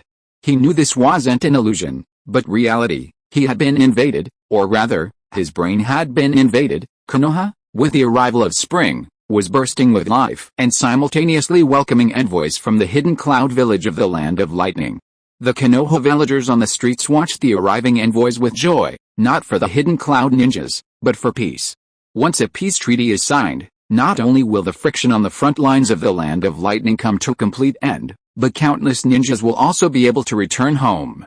Peace is something everyone yearns for, especially the ninja world, which is frequently at war. That year, Hinata Hyuga, the eldest daughter of the Hyuga main family, was 3 years old. An envoy from Kumagaki arrived. This wasn't something that could be settled overnight, but at least it was a political signal, and everyone in Konoha showed smiles of longing for peace. Hyuga branch family. Hisashi-senpai, inside the clean and tidy room, the two sat together again, gazing at each other and sipping tea. However, unlike last time when it was snowing heavily outside, this time the room was filled with a vibrant green of life. Yorkun, Hyuga Hisashi was extremely respectful and humble at this moment. After all, he needed a favor from him. Under his expectant gaze, Uchiha Yoru sighed softly. The Hyuga ancestors were indeed extraordinary. The caged bird seal was almost flawlessly set up, making it extremely difficult to break. Especially since the caged bird seal was set up from childhood, it has become an integral part of the whole over decades, and moving one part affects the whole. Although he had prepared himself in such a short time, when he heard this answer, Hyuga Hisashi couldn't help but reveal a hint of disappointment in his eyes. Finally, still clinging to a last shred of unwillingness, he looked at Uchiha Yoru. Is there really no hope? At this moment, Hyuga Hisashi hated himself immensely. He knew his destiny, so why? Why did he let Niji be born into this world? Why? Seeing Hyuga Hisashi's unwilling expression, Uchiha Yoru chuckled, took a sip of tea, and then slowly took out a scroll from his robes, pushing it in front of Hyuga Hisashi. Under Hisashi's suspicious and bewildered gaze, His next words made Hyuga Hisashi experience what a dramatic turn of events meant, and what uncontrollable excitement was. Although the caged bird seal cannot be broken, I have fortunately fulfilled my mission by developing a sealing technique. This sealing technique was developed after reviewing all the sealing technique materials collected by Orochimaru sensei. I call it sealing the caged bird seal. This seal requires Jonin level chakra control, therefore only Jonin can master it. After casting the seal, the sealing runes appear on the cerebral cortex and are invisible to outsiders. This sealing technique is like covering the cage with a black cloth. Outsiders can no longer control the caged bird seal, nor can they sense it. However, the effects of the caged bird seal are still present. For example, after a ninja dies, the caged bird seal will still activate, a dramatic turn of events. At this moment, Hyuga Hisashi trembled as he gripped the small scroll before him. Upon hearing the explanation, tears welled up in his eyes. Destiny. The Hyuga clan's century-long destiny was finally about to be broken. Uchiha Yoru, standing beside him, maintained a relaxed smile, gazing out the window without disturbing Hyuga's melancholy. While he couldn't fully comprehend it, he understood. He wasn't lying either, he had indeed put in a lot of effort to complete the caged bird seal, even though it was achieved through system-funded purchases. The caged bird seal, like a prison, enslaved generation after generation of the branch family, a destiny they called fate. No one was willing to accept it, but they had simply been unable to break free from it in the past. Trembling, Hyuga Hisashi opened the scroll, even his Byakugan snapping open. The sealing technique was firmly imprinted in his mind. Just this simple sealing technique scroll. Now, it had broken the century-old seal on the Hyuga branch family's freedom, and even more so, it had shattered the branch family's destiny. It was a very sophisticated sealing technique, a protective shield created specifically for the brain, tightly bound to the caged bird seal. It wasn't without a way to break it, but it required controlling the creature and then breaking the seal. However, breaking the seal would also activate the caged bird seal. Because the principle of this sealing technique was simple, it was also an entity connected to the caged bird seal. Breaking it was easier to kill the creature itself than to break the seal. After a long while, Hyuga Hisashi finally suppressed his emotions, solemnly placing the small scroll in his bosom. The Hyuga branch family will forever remember Uchiha Yoru's great kindness. Reflecting on his earlier words, wasn't he referring to the sealing technique he had researched, even with Orochimaru's help? As expected, intelligent people speak simply. Upon hearing Hyuga Hisashi's words, Uchiha Yoru smiled and nodded, saying, "It's all for Orochimaru-sensei." His words sent a clear signal to Hyuga Hisashi. If Orochimaru-sensei wanted to become the fifth Hokage, he would strive to become the next Hokage. Hyuga Hisashi wasn't stupid either. They had obtained the key to breaking free from their destiny, but hadn't fully succeeded. They needed someone to protect them, and Orochimaru, the future Hokage, was that person. Following up by siding with Uchiha Yoru wouldn't be a bad deal. With that talent, becoming the future Hokage was a very high possibility. So, this time, as if realizing his words were somewhat hasty, Hyuga Hisashi couldn't help but say in a deep voice, "I'm afraid that once this operation begins, it won't be able to be kept secret." Uchiha Yoru naturally understood. After all, he knew the principle that prolonged defense inevitably leads to defeat. He nodded slightly, lowered his voice, and chuckled softly. "Hisashi-senpai, isn't now the perfect time? The Cloud Ninja of the Land of Lightning are here to forge an alliance." The implication was that with the entire village's attention focused on forming an alliance with the Land of Lightning, this was the best opportunity for the Hyuga branch family to break free from their fate. The Uchiha clan territory happens to be somewhat empty. If Hisashi-senpai is willing, with a half-smile in his eyes, Hyuga Hisashi's eyes widened, and he immediately performed a deep, respectful salute. "I'll leave the Hyuga branch family in your care from now on, Yoru-kun." Yoru's laughter echoed in the room as he nodded with a smile. "At the same time, I'll need Hisashi-senpai to request another sum of money from the main family before then, since we won't have this opportunity again. Besides, there were people watching me outside when I came today." Hearing this, Hyuga Hisashi raised his head, his eyes filled with determination and even resentment. Yes, the main family's funds would be gone forever, and this was a perfect excuse. After its release, each chapter will be 4,000 plus words, with a stable daily update of 8,000 words. Please support me, brothers. Chapter 98, Borrowing Money by Raising a Banner. The Yamanaka clan held Uchiha Yoru in high esteem upon his visit, even inviting Akimachi Choza. Shikoku is still at the front lines, so we too represent the Ino Shikacho clan to welcome Yoru-kun. Indeed, the Ino Shikacho clan was truly in cahoots. Yoru had barely arrived when the Yamanaka clan informed Akimachi Choza, even mentioning that Nara Shikoku couldn't attend due to his frontline duties. This respect was directed towards the Uchiha clan and Orochimaru behind him, and the two clan heads' solemn reception of him signified their respect for their strength. The three sat in the living room, the aroma of hot tea filling the air. Uchiha Yoru wore a politically insincere smile, raising his cup and saying, "Thank you for your hospitality, seniors. I am the one who has troubled you." Yamanaka Inochi and Akimachi Choza wore friendly smiles, but inwardly they were extremely nervous. Could it be that Orochimaru had come to recruit the Ino Shikacho clan? Damn it, Shikoku had already informed them, so they knew some of the situation and were now filled with seriousness. Uchiha Yoru, however, wore a forced smile while inwardly sneering. His teacher was about to be humiliated and driven from the center of power. If he didn't seize this opportunity to fleece him, he might never have another chance. Seniors, Shinosuke's achievements on the front lines are remarkable. Orochimaru was greatly pleased upon hearing this, believing that Konoha has a worthy successor. Good heavens, Uchiha Yoru launched into a long speech, but Yamanaka Inochi and Akimachi Choza were terrified. As expected of Orochimaru, his political acumen was incredibly sharp. He had already guessed the gist of it. Konoha was praising Sarutobi Shinosuke's achievements so much just to enhance their reputation. How similar to Minato Namoke's back then. Orochimaru-sensei believes that Konoha is about to enjoy peace and prosperity, but the border friction with the Land of Water is ongoing. He is preparing to apply to go to the Land of Water, but Konoha is currently in dire need of reconstruction and lacks research funds. Having said all that, no one present was a fool. Yamanaka Inochi and Akimachi Choza, noticing a hint of bitterness in Uchiha Yoru's smile, sighed inwardly.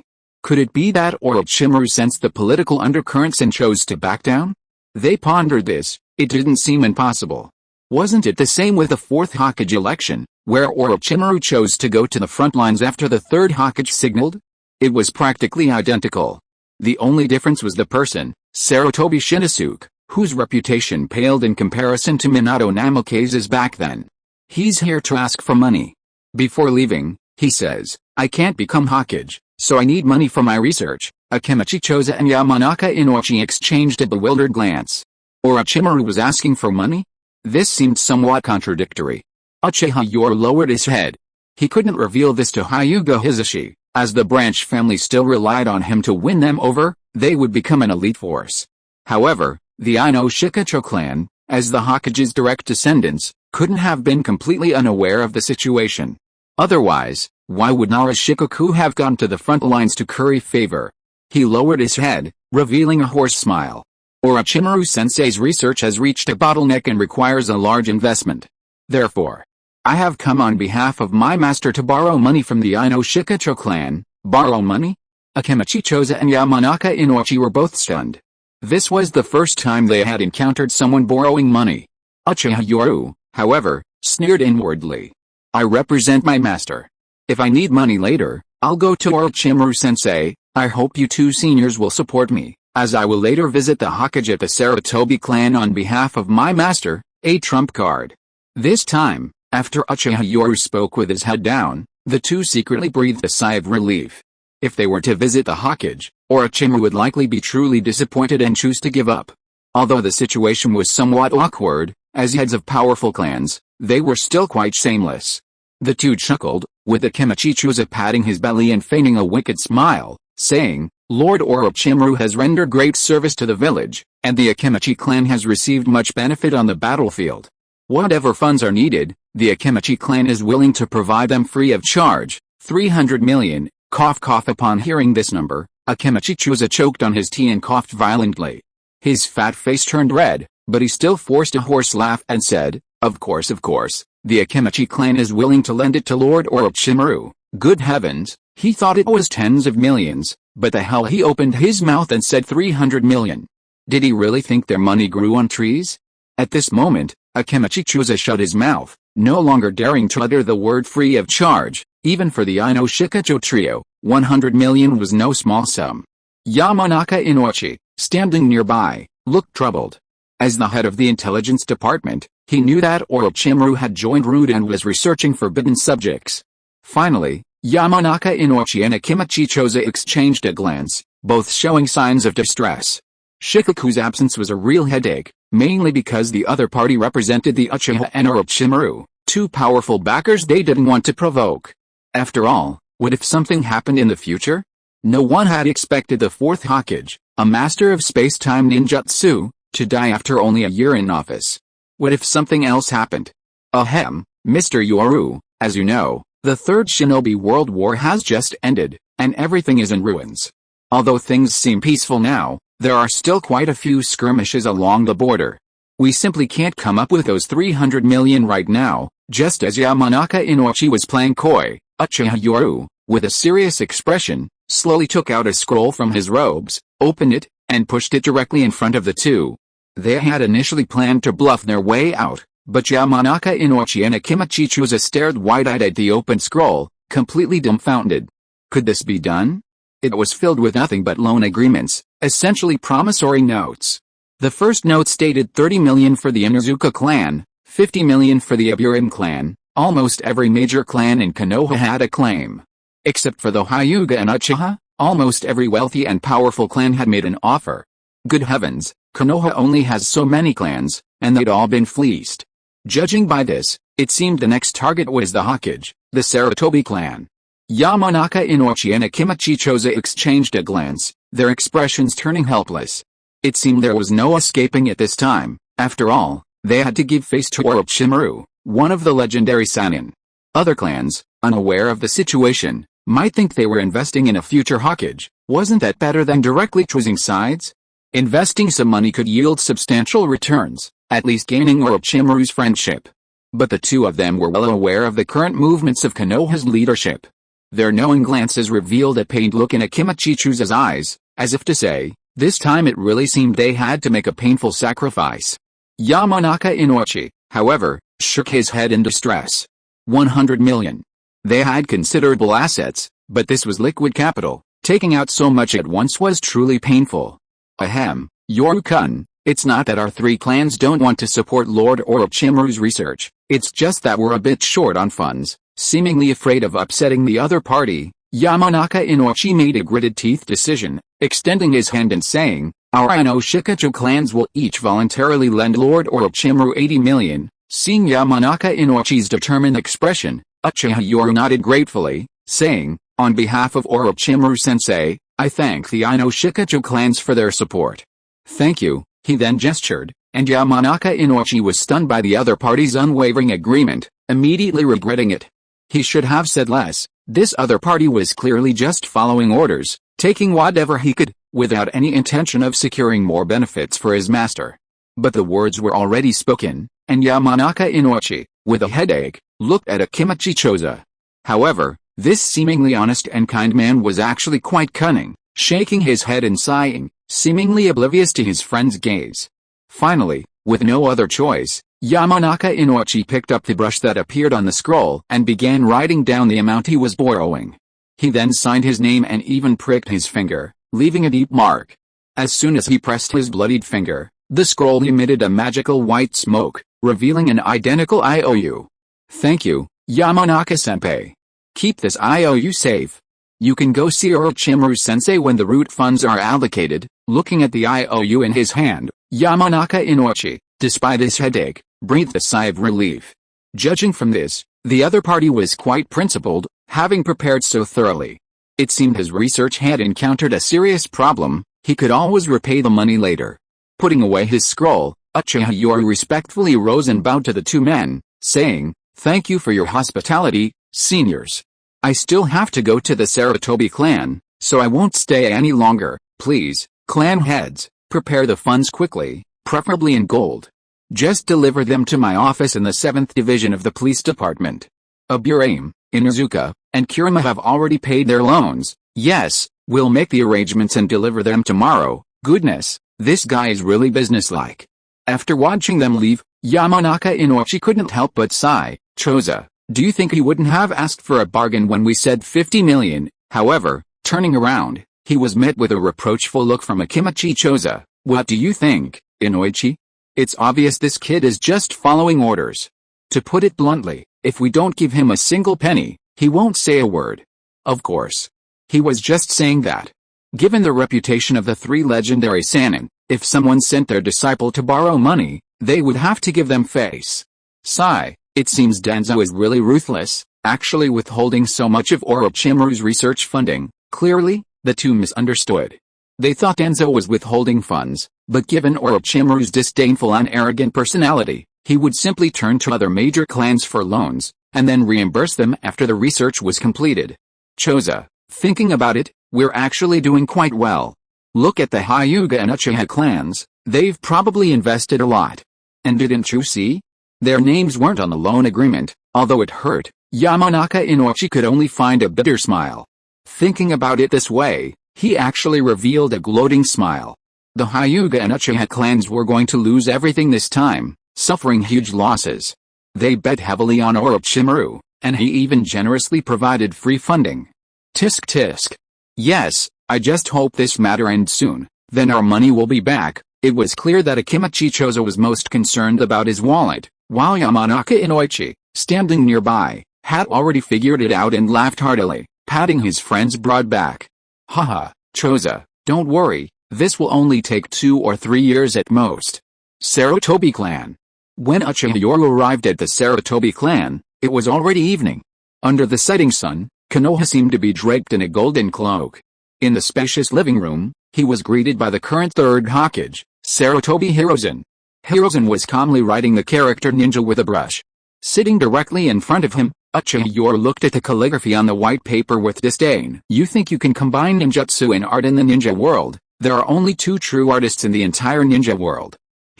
Getting old, all I can do in my spare time is write calligraphy. Hiruzen Sarutobi, having finished his work in one go, smiled kindly, gazing with satisfaction at his calligraphy.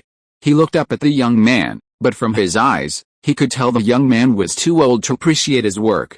He shook his head and sighed. It was truly like casting pearls before swine.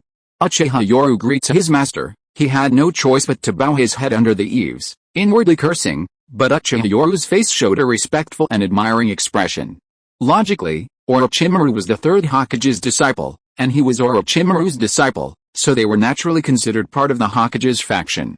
However, political struggles are always cruel, as evidenced by Anko's mastery of several ninjutsu in the original work.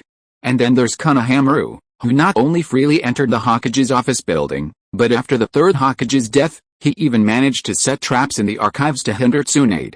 He treated the Hokage as his own, demonstrating the power of the Sarutobi clan. Looking at Uchiha Yoru, the Third Hokage, Hiruzen Sarutobi, puffed on a cigarette, exhaling smoke rings before letting out a long sigh. Orochimaru's still blaming me, isn't he? Taking you as his disciple was such a big decision, and he didn't even consult me. Clearly, Hiruzen Sarutobi was both resentful that Orochimaru hadn't considered his feelings when accepting the Uchiha, and also harbored complex emotions. After all, Orochimaru had once been his most valued disciple, but now, for the sake of Konoha, he had to suppress him. Thanks to, what is a salted fish transforming into dragon, and, black-clad puppet master, for their 100 coins. Chapter 99 Hiruzen Sarutobi was careless. My master has never held a grudge against you, Grandmaster. Looking at Uchiha Yoru before him, Hiruzen Sarutobi, beneath his kind face, inwardly cursed the little rascal. Orochimaru hadn't misjudged this time. He'd actually taken on such an extraordinary disciple, managing his forces so well. Amidst this whirling smoke, Uchiha Yoru endured the stench, his face displaying a respectful demeanor, revealing no sign of impoliteness. These are gifts from Master Orochimaru and the clan head. He couldn't come empty-handed to see the Hokage, especially with countless eyes watching. He needed a favor, and as the saying goes, he who takes a bribe is bound to be grateful. The Sarutobi clan was a wealthy family. They'd seen all sorts of valuable gifts. A smile appeared on Hiruzen Sarutobi's old face, a hint of satisfaction in his heart. He didn't care about the Uchiha's gifts. Orochimaru was, after all, his disciple, and he was naturally pleased that he'd sent one. It's good that Orochimaru doesn't blame me. After all, I did it all for Konoha. As he said this, Hiruzen Sarutobi habitually looked at Yoru Uchiha with that benevolent smile and began to bewitch him. Yoru, you're still young. A ninja's strength isn't about learning powerful ninjutsu, but about the heart. Go back and persuade your teacher, tell Orochimaru not to go astray, don't be fooled by the Hokage's benevolent smile, you have to see things carefully. In his eyes, his will of fire was absolutely unquestionable. He could be considered a direct inheritor of the first Hokage's ideology, both were dictators. In the third Hokage's eyes, Orochimaru was much better off being honest. If he wanted to inherit the Hokage position, he could have slowly handed over power intact. His legacy could have been left to the successor. Why did he have to start anew, forming a faction? Wasn't that just causing turmoil? And his political philosophy, why did he have to go to such extremes? Rest assured, Master, I will definitely persuade Orochimaru-sensei when I return, Uchiha Yoru said respectfully, while the third Hokage secretly shook his head. This kid was truly a promising talent, but unfortunately born into the Uchiha clan. With a thick skin, he might actually inherit everything from Orochimaru in the future. Did you visit all the major clans in the village before you came? Although he had already heard the news from the Anbu, Hiruzen Sarutobi pretended not to know and asked with a puzzled look. Seeing this, Uchiha Yoru finally breathed a sigh of relief. He had finally gotten to the key point. He dared not let his guard down for a moment. Yes, I visited the various clans on my master's orders, Uchiha Yoru nodded obediently in the third Hokage's eyes, feigning excitement as he said, Grandmaster Hokage, Orochimaru was ordered to carry out a secret research mission, but the village is in dire need of reconstruction after the war, and funds are scarce. His research has been halted, and he had no choice but to borrow from the various clans. Among them, the Uchiha and Hyuga clans selflessly contributed to the village's development, all for Konoha, but the funding gap is still huge. Since Orochimaru couldn't personally intervene, I went on his behalf to visit the various clans to raise research funds.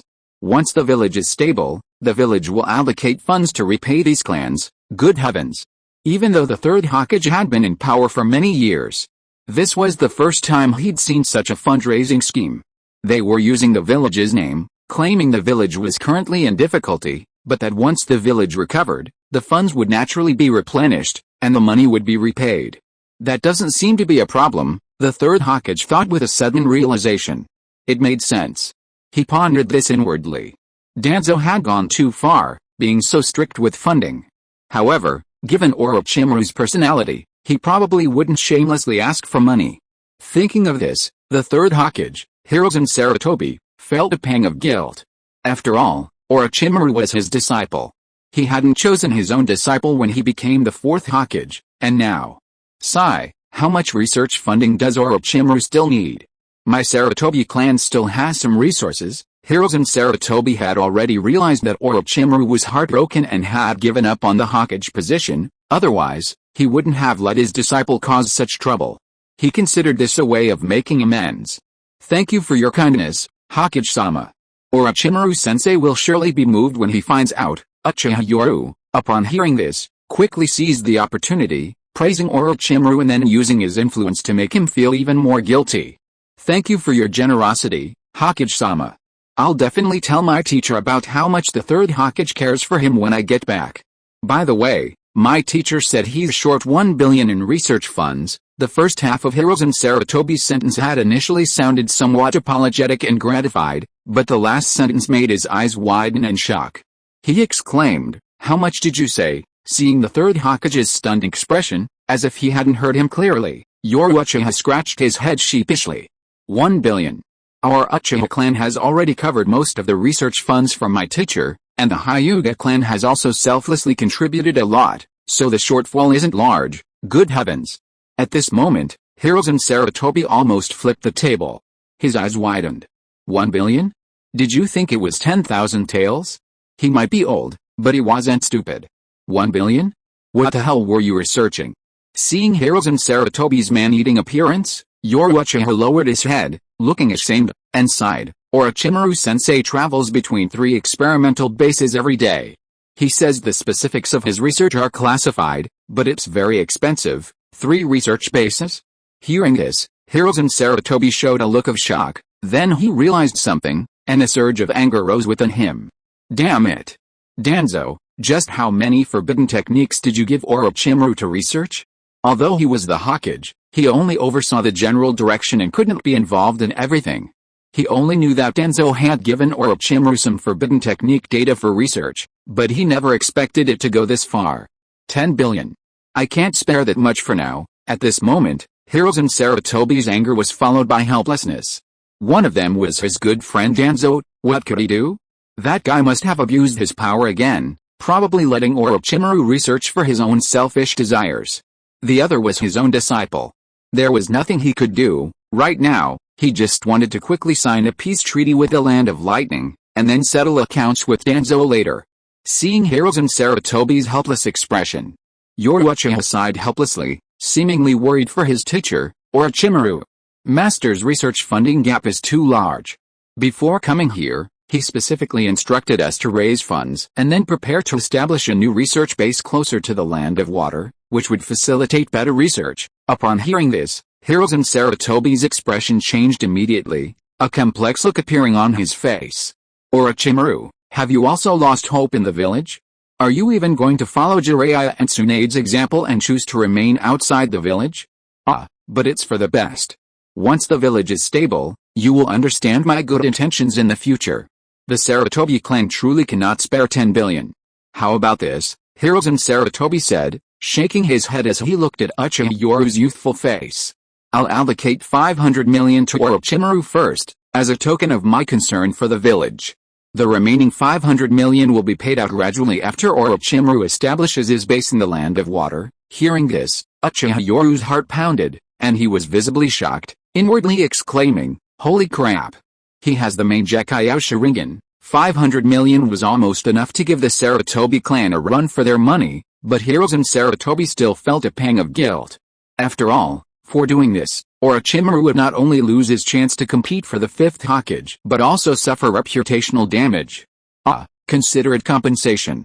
At this moment, Hiruzen Sarutobi was careless, focusing entirely on signing a peace treaty with the Land of Lightning. As a result, he was unaware that Danzo had caused him a tremendous amount of trouble. As Uchiha Yoru stepped out of the Sarutobi residence, a hint of fatigue lingered beneath his relaxed smile. His back was soaked with sweat. The 3rd Hokage's chakra at this stage was terrifying, even surpassing Orochimaru before his prime. However, glancing down at the ninjutsu scroll in his palm, a relaxed smile appeared on Uchiha Yoru's face. The 3rd Hokage's Shuriken Shadow Clone technique. I guess I've come out ahead this time. Sarutobi Hiruzen had felt somewhat guilty today, so he hadn't schemed too much, otherwise, things wouldn't have been so easy. Before leaving, Hiruzen had even given him a ninjutsu scroll, a technique created by the 3rd Hokage. The Shuriken Shadow Clone technique, an A-rank ninjutsu, had been used by the 3rd Hokage during the Chunin exams against the 1st and 2nd Hokage. Its power was immense, and it contained all of the 3rd Hokage's experience. This was its most valuable asset. Is this supposed to shut up the gossip? With a self-deprecating laugh, Uchiha Yoru gripped the ninjutsu scroll in his palm. After walking for a while, a slow smile crept onto his lips before he put the scroll away. By now, the spies in the shadows should have already seen the scroll. How? Was this a signal from the 3rd Hokage? Was he preparing to ease tensions with the Uchiha clan? Or was it out of consideration for his student, Orochimaru? Countless people would likely begin to have doubts tonight. After all, only a few high-ranking members and the heads of the Ino Shikachu clans knew the 3rd Hokage's decision. Everyone else was still observing, and Orochimaru's chances of winning were still considered high. Under the setting sun, Uchiha Yoru's figure disappeared into the Sarutobi clan compound. But tonight was a sleepless night for all the clans. After leaving the Sarutobi clan compound with a ninjutsu scroll, countless clans immediately considered countless possibilities and began hastily raising funds. Tomorrow, all the funds must be delivered. Uchiha Yoru's simple methods naturally didn't escape Hiruzen Sarutobi's eyes, or perhaps this was his compensation. Without the 3rd Hokage's tacit approval, how could this have happened? Ninjutsu wasn't important, what mattered was the 3rd Hokage's attitude. Uchiha clan. As soon as Uchiha Yoru returned to the Uchiha clan compound, someone was already waiting for him. Naka Shrine. In a dimly lit secret room, Uchiha Fugaku and Elder Setsuna sat solemnly in a row, while Uchiha Yoru sat opposite them, looking exhausted. Yoru, Today's actions were a bit too much. Uchiha Yoru was no longer just an ordinary ninja, he was now a representative of a certain status, the representative of the Uchiha clan and Orochimaru. Every move he made attracted the attention of countless people. Looking at the clan head and elders, Uchiha Yoru feigned exhaustion, rubbing his forehead and sighing. Clan head, elders, things seem a bit dire. The land of lightning has come to negotiate, but the whole village is buzzing with talk of Sarutobi Shinosuke. It doesn't seem like a good start. They had already sensed this after the news of the Land of Lightning's preparations for peace talks arrived from the front lines just after the new year. After all, with Sarutobi Shinosuke's reputation everywhere, no one was a fool.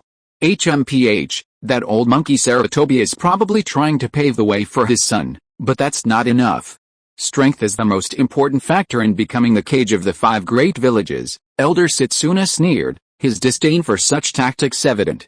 Meanwhile, Uchiha Fugaku frowned and said in a deep voice, Shinosuke seems to have considerable prestige, but even the Jonin know that the credit for the frontline battles belongs to Orochimaru, so he's nothing to worry about. One was the clan head, the other an elder, but they truly lived up to their Uchiha reputation, still so arrogant. Looking at the two, Uchiha Yoru sighed inwardly, realizing he was no longer the type to bow before the clan head and elders. Clan head, elders, Orochimaru-sensei is about to retaliate. These words immediately made Fugaku and Elder Fugaku's expressions grave. Finally, was this cold-blooded man about to officially begin his quest for the Hokage position? However, the next sentence filled them with shock. Orochimaru-sensei intends to completely bring the Hyuga branch family under his control, therefore a suitable place of residence is needed. Uchiha Yoru paused here, looking solemnly at the clan head and elders, and said in a deep voice, the Uchiha clan has been relegated to the edge of the village, and the allocated residence is just right to accommodate the Hyuga branch family. The Hyuga branch family. The two men's eyes widened in shock. Elder Setsuna, reacting immediately, blurted out in astonishment, could it be? Could it be that Orochimaru has resolved the caged bird seal of the branch family? Uchiha Fugaku also gasped in shock, saying, if Orochimaru has resolved the caged bird seal of the Hyuga branch family, then the branch family's power, combined with their Uchiha strength, will be enough to form a new force. If the caged bird seal of the branch family is truly resolved, then the Hyuga branch family will be different from them, becoming Orochimaru's direct subordinates, a force whose fate is intertwined. Good heavens! At this moment, Uchiha Fugaku and Elder Setsuna exchanged a glance, both revealing a surge of excitement and fervor. Thanks for your support, brothers. Because the standards for fanfiction have been raised, and the Sanjiang, a Chinese fanfiction platform, rankings have been affected, I hope that any brothers in the groups can help promote it. I would be extremely grateful. Chapter 100 The Hidden Cloud Village forges a peaceful alliance. Naka Shrine. In a dimly lit chamber, Fugaku Uchiha and Elder Setsuna were both flushed. They hadn't heard such good news since the Nine Tails attack. Haha, if it's true, then the 5th Hokage is just around the corner, that's right. Although the Hyuga clan isn't as powerful as our Uchiha, they are still the second strongest clan in Konoha. The branch family's strength far surpasses that of the main family. What main family? A bunch of ninjas who rely on the branch family to protect them on the battlefield. They only know how to enslave the branch family. Don't be fooled by the main family's high and mighty status. 70% of the Hyuga clan's fighting power is in the branch family. In that case, Elder Setsuna showed a disdainful expression. The Uchiha had always looked down on the Hyuga clan's main and branch family philosophy. Fugaku Uchiha gazed at the knight, a rare smile appearing on his usually stern face as he nodded, saying, good. Our Uchiha clan's territory is large, but it's too lonely. If the Hyuga branch family could join us, that would be perfect. Even Elder Setsuna couldn't help but smile and nod in satisfaction. Indeed, the Hyuga branch family is an elite force. We've never seen a Hyuga branch family member afraid to die on the battlefield. The Uchiha will finally have allies. The Uchiha had always been isolated. It wasn't that they hadn't tried to find allies, but since the incident during the village's founding, the Uchiha clan had naturally been unable to forge alliances. Now that they finally had any allies, they were more than happy to accept it. What were a few resources and benefits compared to mutual support and warmth? The Uchiha clan has been lonely for too long. If the Hyuga branch family truly rises to prominence, it's practically tantamount to betrayal. With the Uchiha relinquishing some resources to rebuild the Hyuga clan, the two clans will be natural allies, standing together in future power struggles with the Hokage's leadership. Neither the clan head nor the elders are fools, they can see the future benefits. Although they have to relinquish some of their current resources, aside from the Uchiha's immense power, even in the past, no one would willingly sacrifice resources for allies. This is practically offered up, they must seize it. Fugaku, the elder said, this time, we must take the Hyuga branch family very seriously. They will be allies we can trust. I can already imagine the Uchiha and Hyuga fighting side by side in the police force or on the battlefield. The elder, Setsuna, beaming with relief, showed even more excitement. The Uchiha finally had a true ally. Upon hearing this, Fugaku Uchiha nodded firmly, saying, don't worry, elder. The Hyuga's reconnaissance and close combat abilities, combined with our Uchiha Sharingan, will definitely not be inferior to the Ino Shikacho trio. Seeing the clan head and elders decide almost without hesitation to allocate a portion of their resources to help the branch family rebuild the Hyuga clan, Yoru Uchiha sighed with shame. I didn't lie, I just concealed the truth. After Orochimaru's accident, this Hyuga branch family is the most substantial part of his teacher's legacy he'll receive. Clan head, elders, this is the caged bird seal that Orochimaru and I researched together. Although the caged bird seal is a method to control the branch family, it has its merits.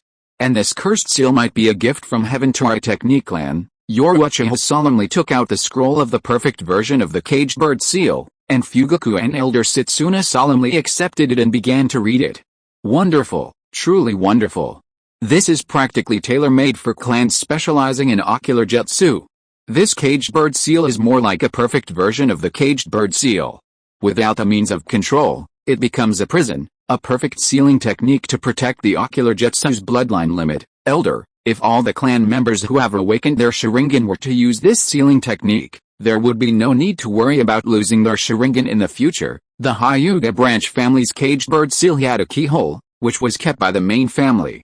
This perfect version simply fits in and welds shut, without any gaps, perfectly connecting the brain and the ocular nerves.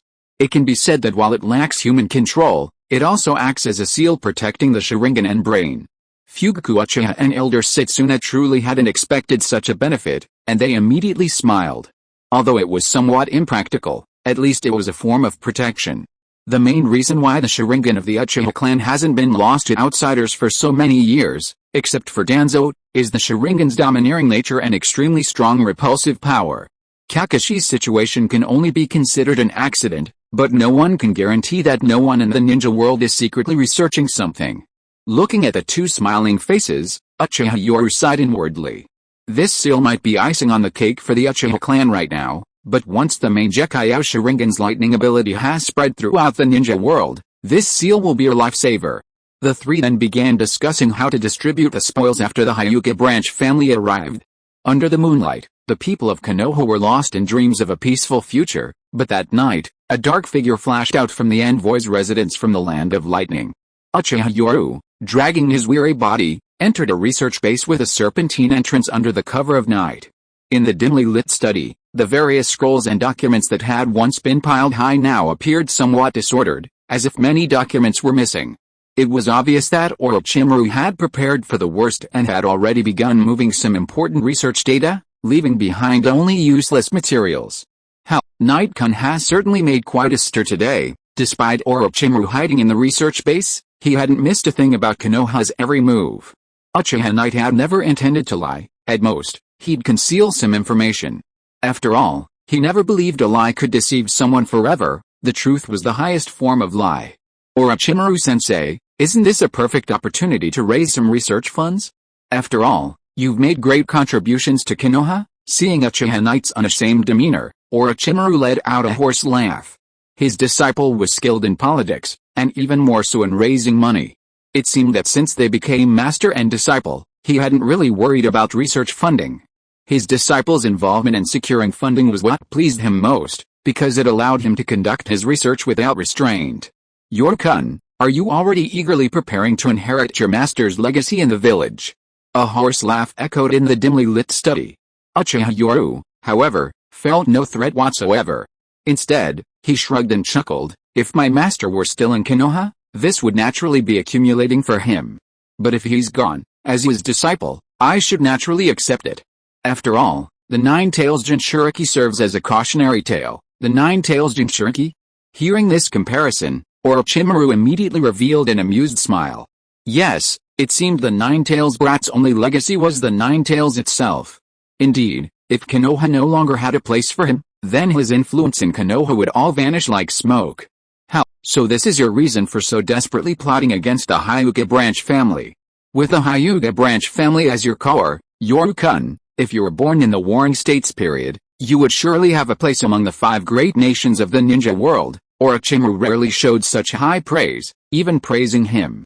Almost every step was calculated, yet it was also seamless, and he could advance and retreat with ease. If he became the 5th Hokage, Uchiha Yoru would naturally rise in status. If he left Konoha, he could rely on the Hyuga branch family as his core, possessing his own power, a power outside the clan. Once the Hyuga branch family broke away, it would be considered treason, and they could only rely on Orochimaru. But if Orochimaru left, the branch family would be in a very awkward position. The branch family was a weapon. Siding with Orochimaru meant being branded with his mark, making them a hot potato. On the contrary, Uchiha Yoru, as Orochimaru's disciple, was the best successor. How? You'd better be prepared, though. While intelligence is important, in the ninja world, strength reigns supreme. What good is a brilliant mind without real power? Orochimaru's lips curled into a mocking smile. Narashikoku was clever enough, but what was the result? He was forever dependent on others. Intelligence might bring temporary gains, but strength is what allows one to stand on their own 2 feet. Strength? Hearing those 2 words, Uchiha Yoru's lips curled into an arrogant smile. Orochimaru-sensei, I'll show you then. He needed a stage to prove his strength, and that stage had already been set up. How? It would be his turn to step onto it. Scheming. He never liked it, because it was too exhausting. But until he had the power to be arrogant and sweep through Konoha, he could only integrate, not change. When your strength reaches a certain level, you can change all the injustices you see. But if your strength is only enough to contend with a group of strong individuals, then you need to integrate, to learn to use their strength against them. I'm really looking forward to seeing just how strong you are, Night Lord. Orochimaru let out a hoarse laugh beneath a wicked smile. His disciple was becoming more and more interesting. It seemed his strength had grown considerably during this time. How strong? Seeing Orochimaru's meaningful smile, Uchiha Knight also smiled. Orochimaru-sensei, I'll give you a surprise then. Suddenly, a commotion erupted in the Hyuga clan's territory under the cover of night. In the darkness, Hyuga Hayashi held his daughter Hinata, his face filled with solemnity, while guards rushed to the scene. Directly in front of him, a black-clad, masked ninja had been killed and lay on the ground as his mask was slowly removed, revealing his face. The instant his face was revealed, Hyuga Hayashi's usually calm face suddenly contorted with shock. It was the leader of the Lightning Country's envoys who had just concluded a treaty with the village.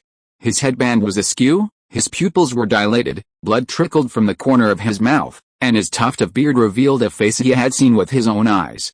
Clan leader, this is. Among the arriving guards, several recognized the identity of the man killed and couldn't help but show shock. They knew that Konoha had always given a grand welcome to the envoy from the Land of Lightning, and many ninja had seen him before, so they knew his identity. At that moment, Hyuga Hayashi instantly realized the gravity of the situation, his shocked expression tinged with panic. The Land of Lightning was certainly scheming. That night, the Hokage's office building was brightly lit. The high-ranking officials, who had just signed the peace treaty, hurriedly rose in the middle of the night and arrived at the building. In the brightly lit Hokage meeting room, the Third Hokage, Hiruzen Sarutobi, Danzo Shimura, Kahoru Utatane, and Hamura Mitagato, the Konoha F4, gathered, their faces grim and menacing. It was clear that Konoha was about to face a major upheaval. We just signed a treaty with the Land of Lightning, and tonight, the head of the envoys from the Land of Lightning secretly went to the Hyuga clan to abduct Hayashi's daughter, the head of the main branch. Clearly, this was premeditated. They never intended to succeed from the start. The shrewd and calculating Third Hokage pointed out the key issue directly. The Land of Lightning's actions were obviously intended to annoy them. Even if the Raikage himself came, let alone an envoy, do you think he could leave Konoha unscathed? An envoy acting like a god of the ninja world. Using such methods to create diplomatic conflict, The Hidden Cloud Village remains as despicable as ever. Shimura Danzo was clearly furious. He had planned to have someone impersonate Iwagakure ninjas on their way back to frame them, but instead, he was humiliated on his own doorstep. Kaoru Uchiha, one of the high-ranking members, frowned and shook her head, saying, "Now is not the time to dwell on this issue, but rather how to deal with the provocation from Kumagakure, to fight. Or to continue negotiating." It has to be said that Kumagakure's actions, while not particularly clever, were certainly disgusting. After all, this was a diplomatic incident. They insisted on playing the victim, leaving Konoha with no choice but to suffer the consequences. You're telling the world that Kumagakure's envoy came to Konoha's stronghold, managed to sneak into the Hyuga residence in the middle of the night, and even kidnapped the Hyuga clan head's daughter? And were ultimately killed by your people? Leaving aside whether anyone would believe that story, the fact that they could infiltrate the Hyuga clan's residence right under your nose is a joke. Carelessness. They were all careless. Hamura Mitakato frowned. Konoha wasn't afraid of Kumagakure, but war isn't something you can just start casually. Every war is fought for profit, and there's no profit to be gained from fighting now. Sarutobi, the people from Kumagakure will definitely cause trouble tomorrow. These are turbulent times, and Kumagakure has seized this opportunity of Konoha's instability. If we clash with Kumagakure now, and the border becomes a stalemate, Konoha will probably only have Orochimaru left to deal with. Mitakato Hamura pointed out the crux of the matter, and the three men's expressions changed instantly. Uchiha Kaoru shook her head and said, "Sarutobi, it's best to be cautious right now. The village has experienced too much turmoil." As Hamura said, if Orochimaru achieves further military success, then probably no one can stop him from becoming Hokage. Konoha, which has suffered greatly from war, will be in danger if Orochimaru joins us again. Sigh, Orochimaru is indeed a qualified candidate, but Konoha cannot afford any more turmoil right now. Perhaps there were interests involved, but more than anything, they were getting old, and they were afraid that the Konoha golden age they had created would ultimately be ruined in their hands. Their minds have become so narrow that they believe only their ideas are correct. Once Orochimaru comes to power, the power structure of Konoha will be reshuffled. Konoha, having just experienced a series of wars, will now face political turmoil. Will the enemy take advantage of this vulnerability? Just like in World War II, the entire ninja world descended into chaos after the deaths of the first and second Hokage. Please support. End of this chapter. Thank you so much for reading until the end. Don't forget to give it a like. Looking for more exclusive content and immediate access? Subscribe to our Patreon. Remember, every like, subscription or donation encourages us to continue. Thank you all. See you in the next video.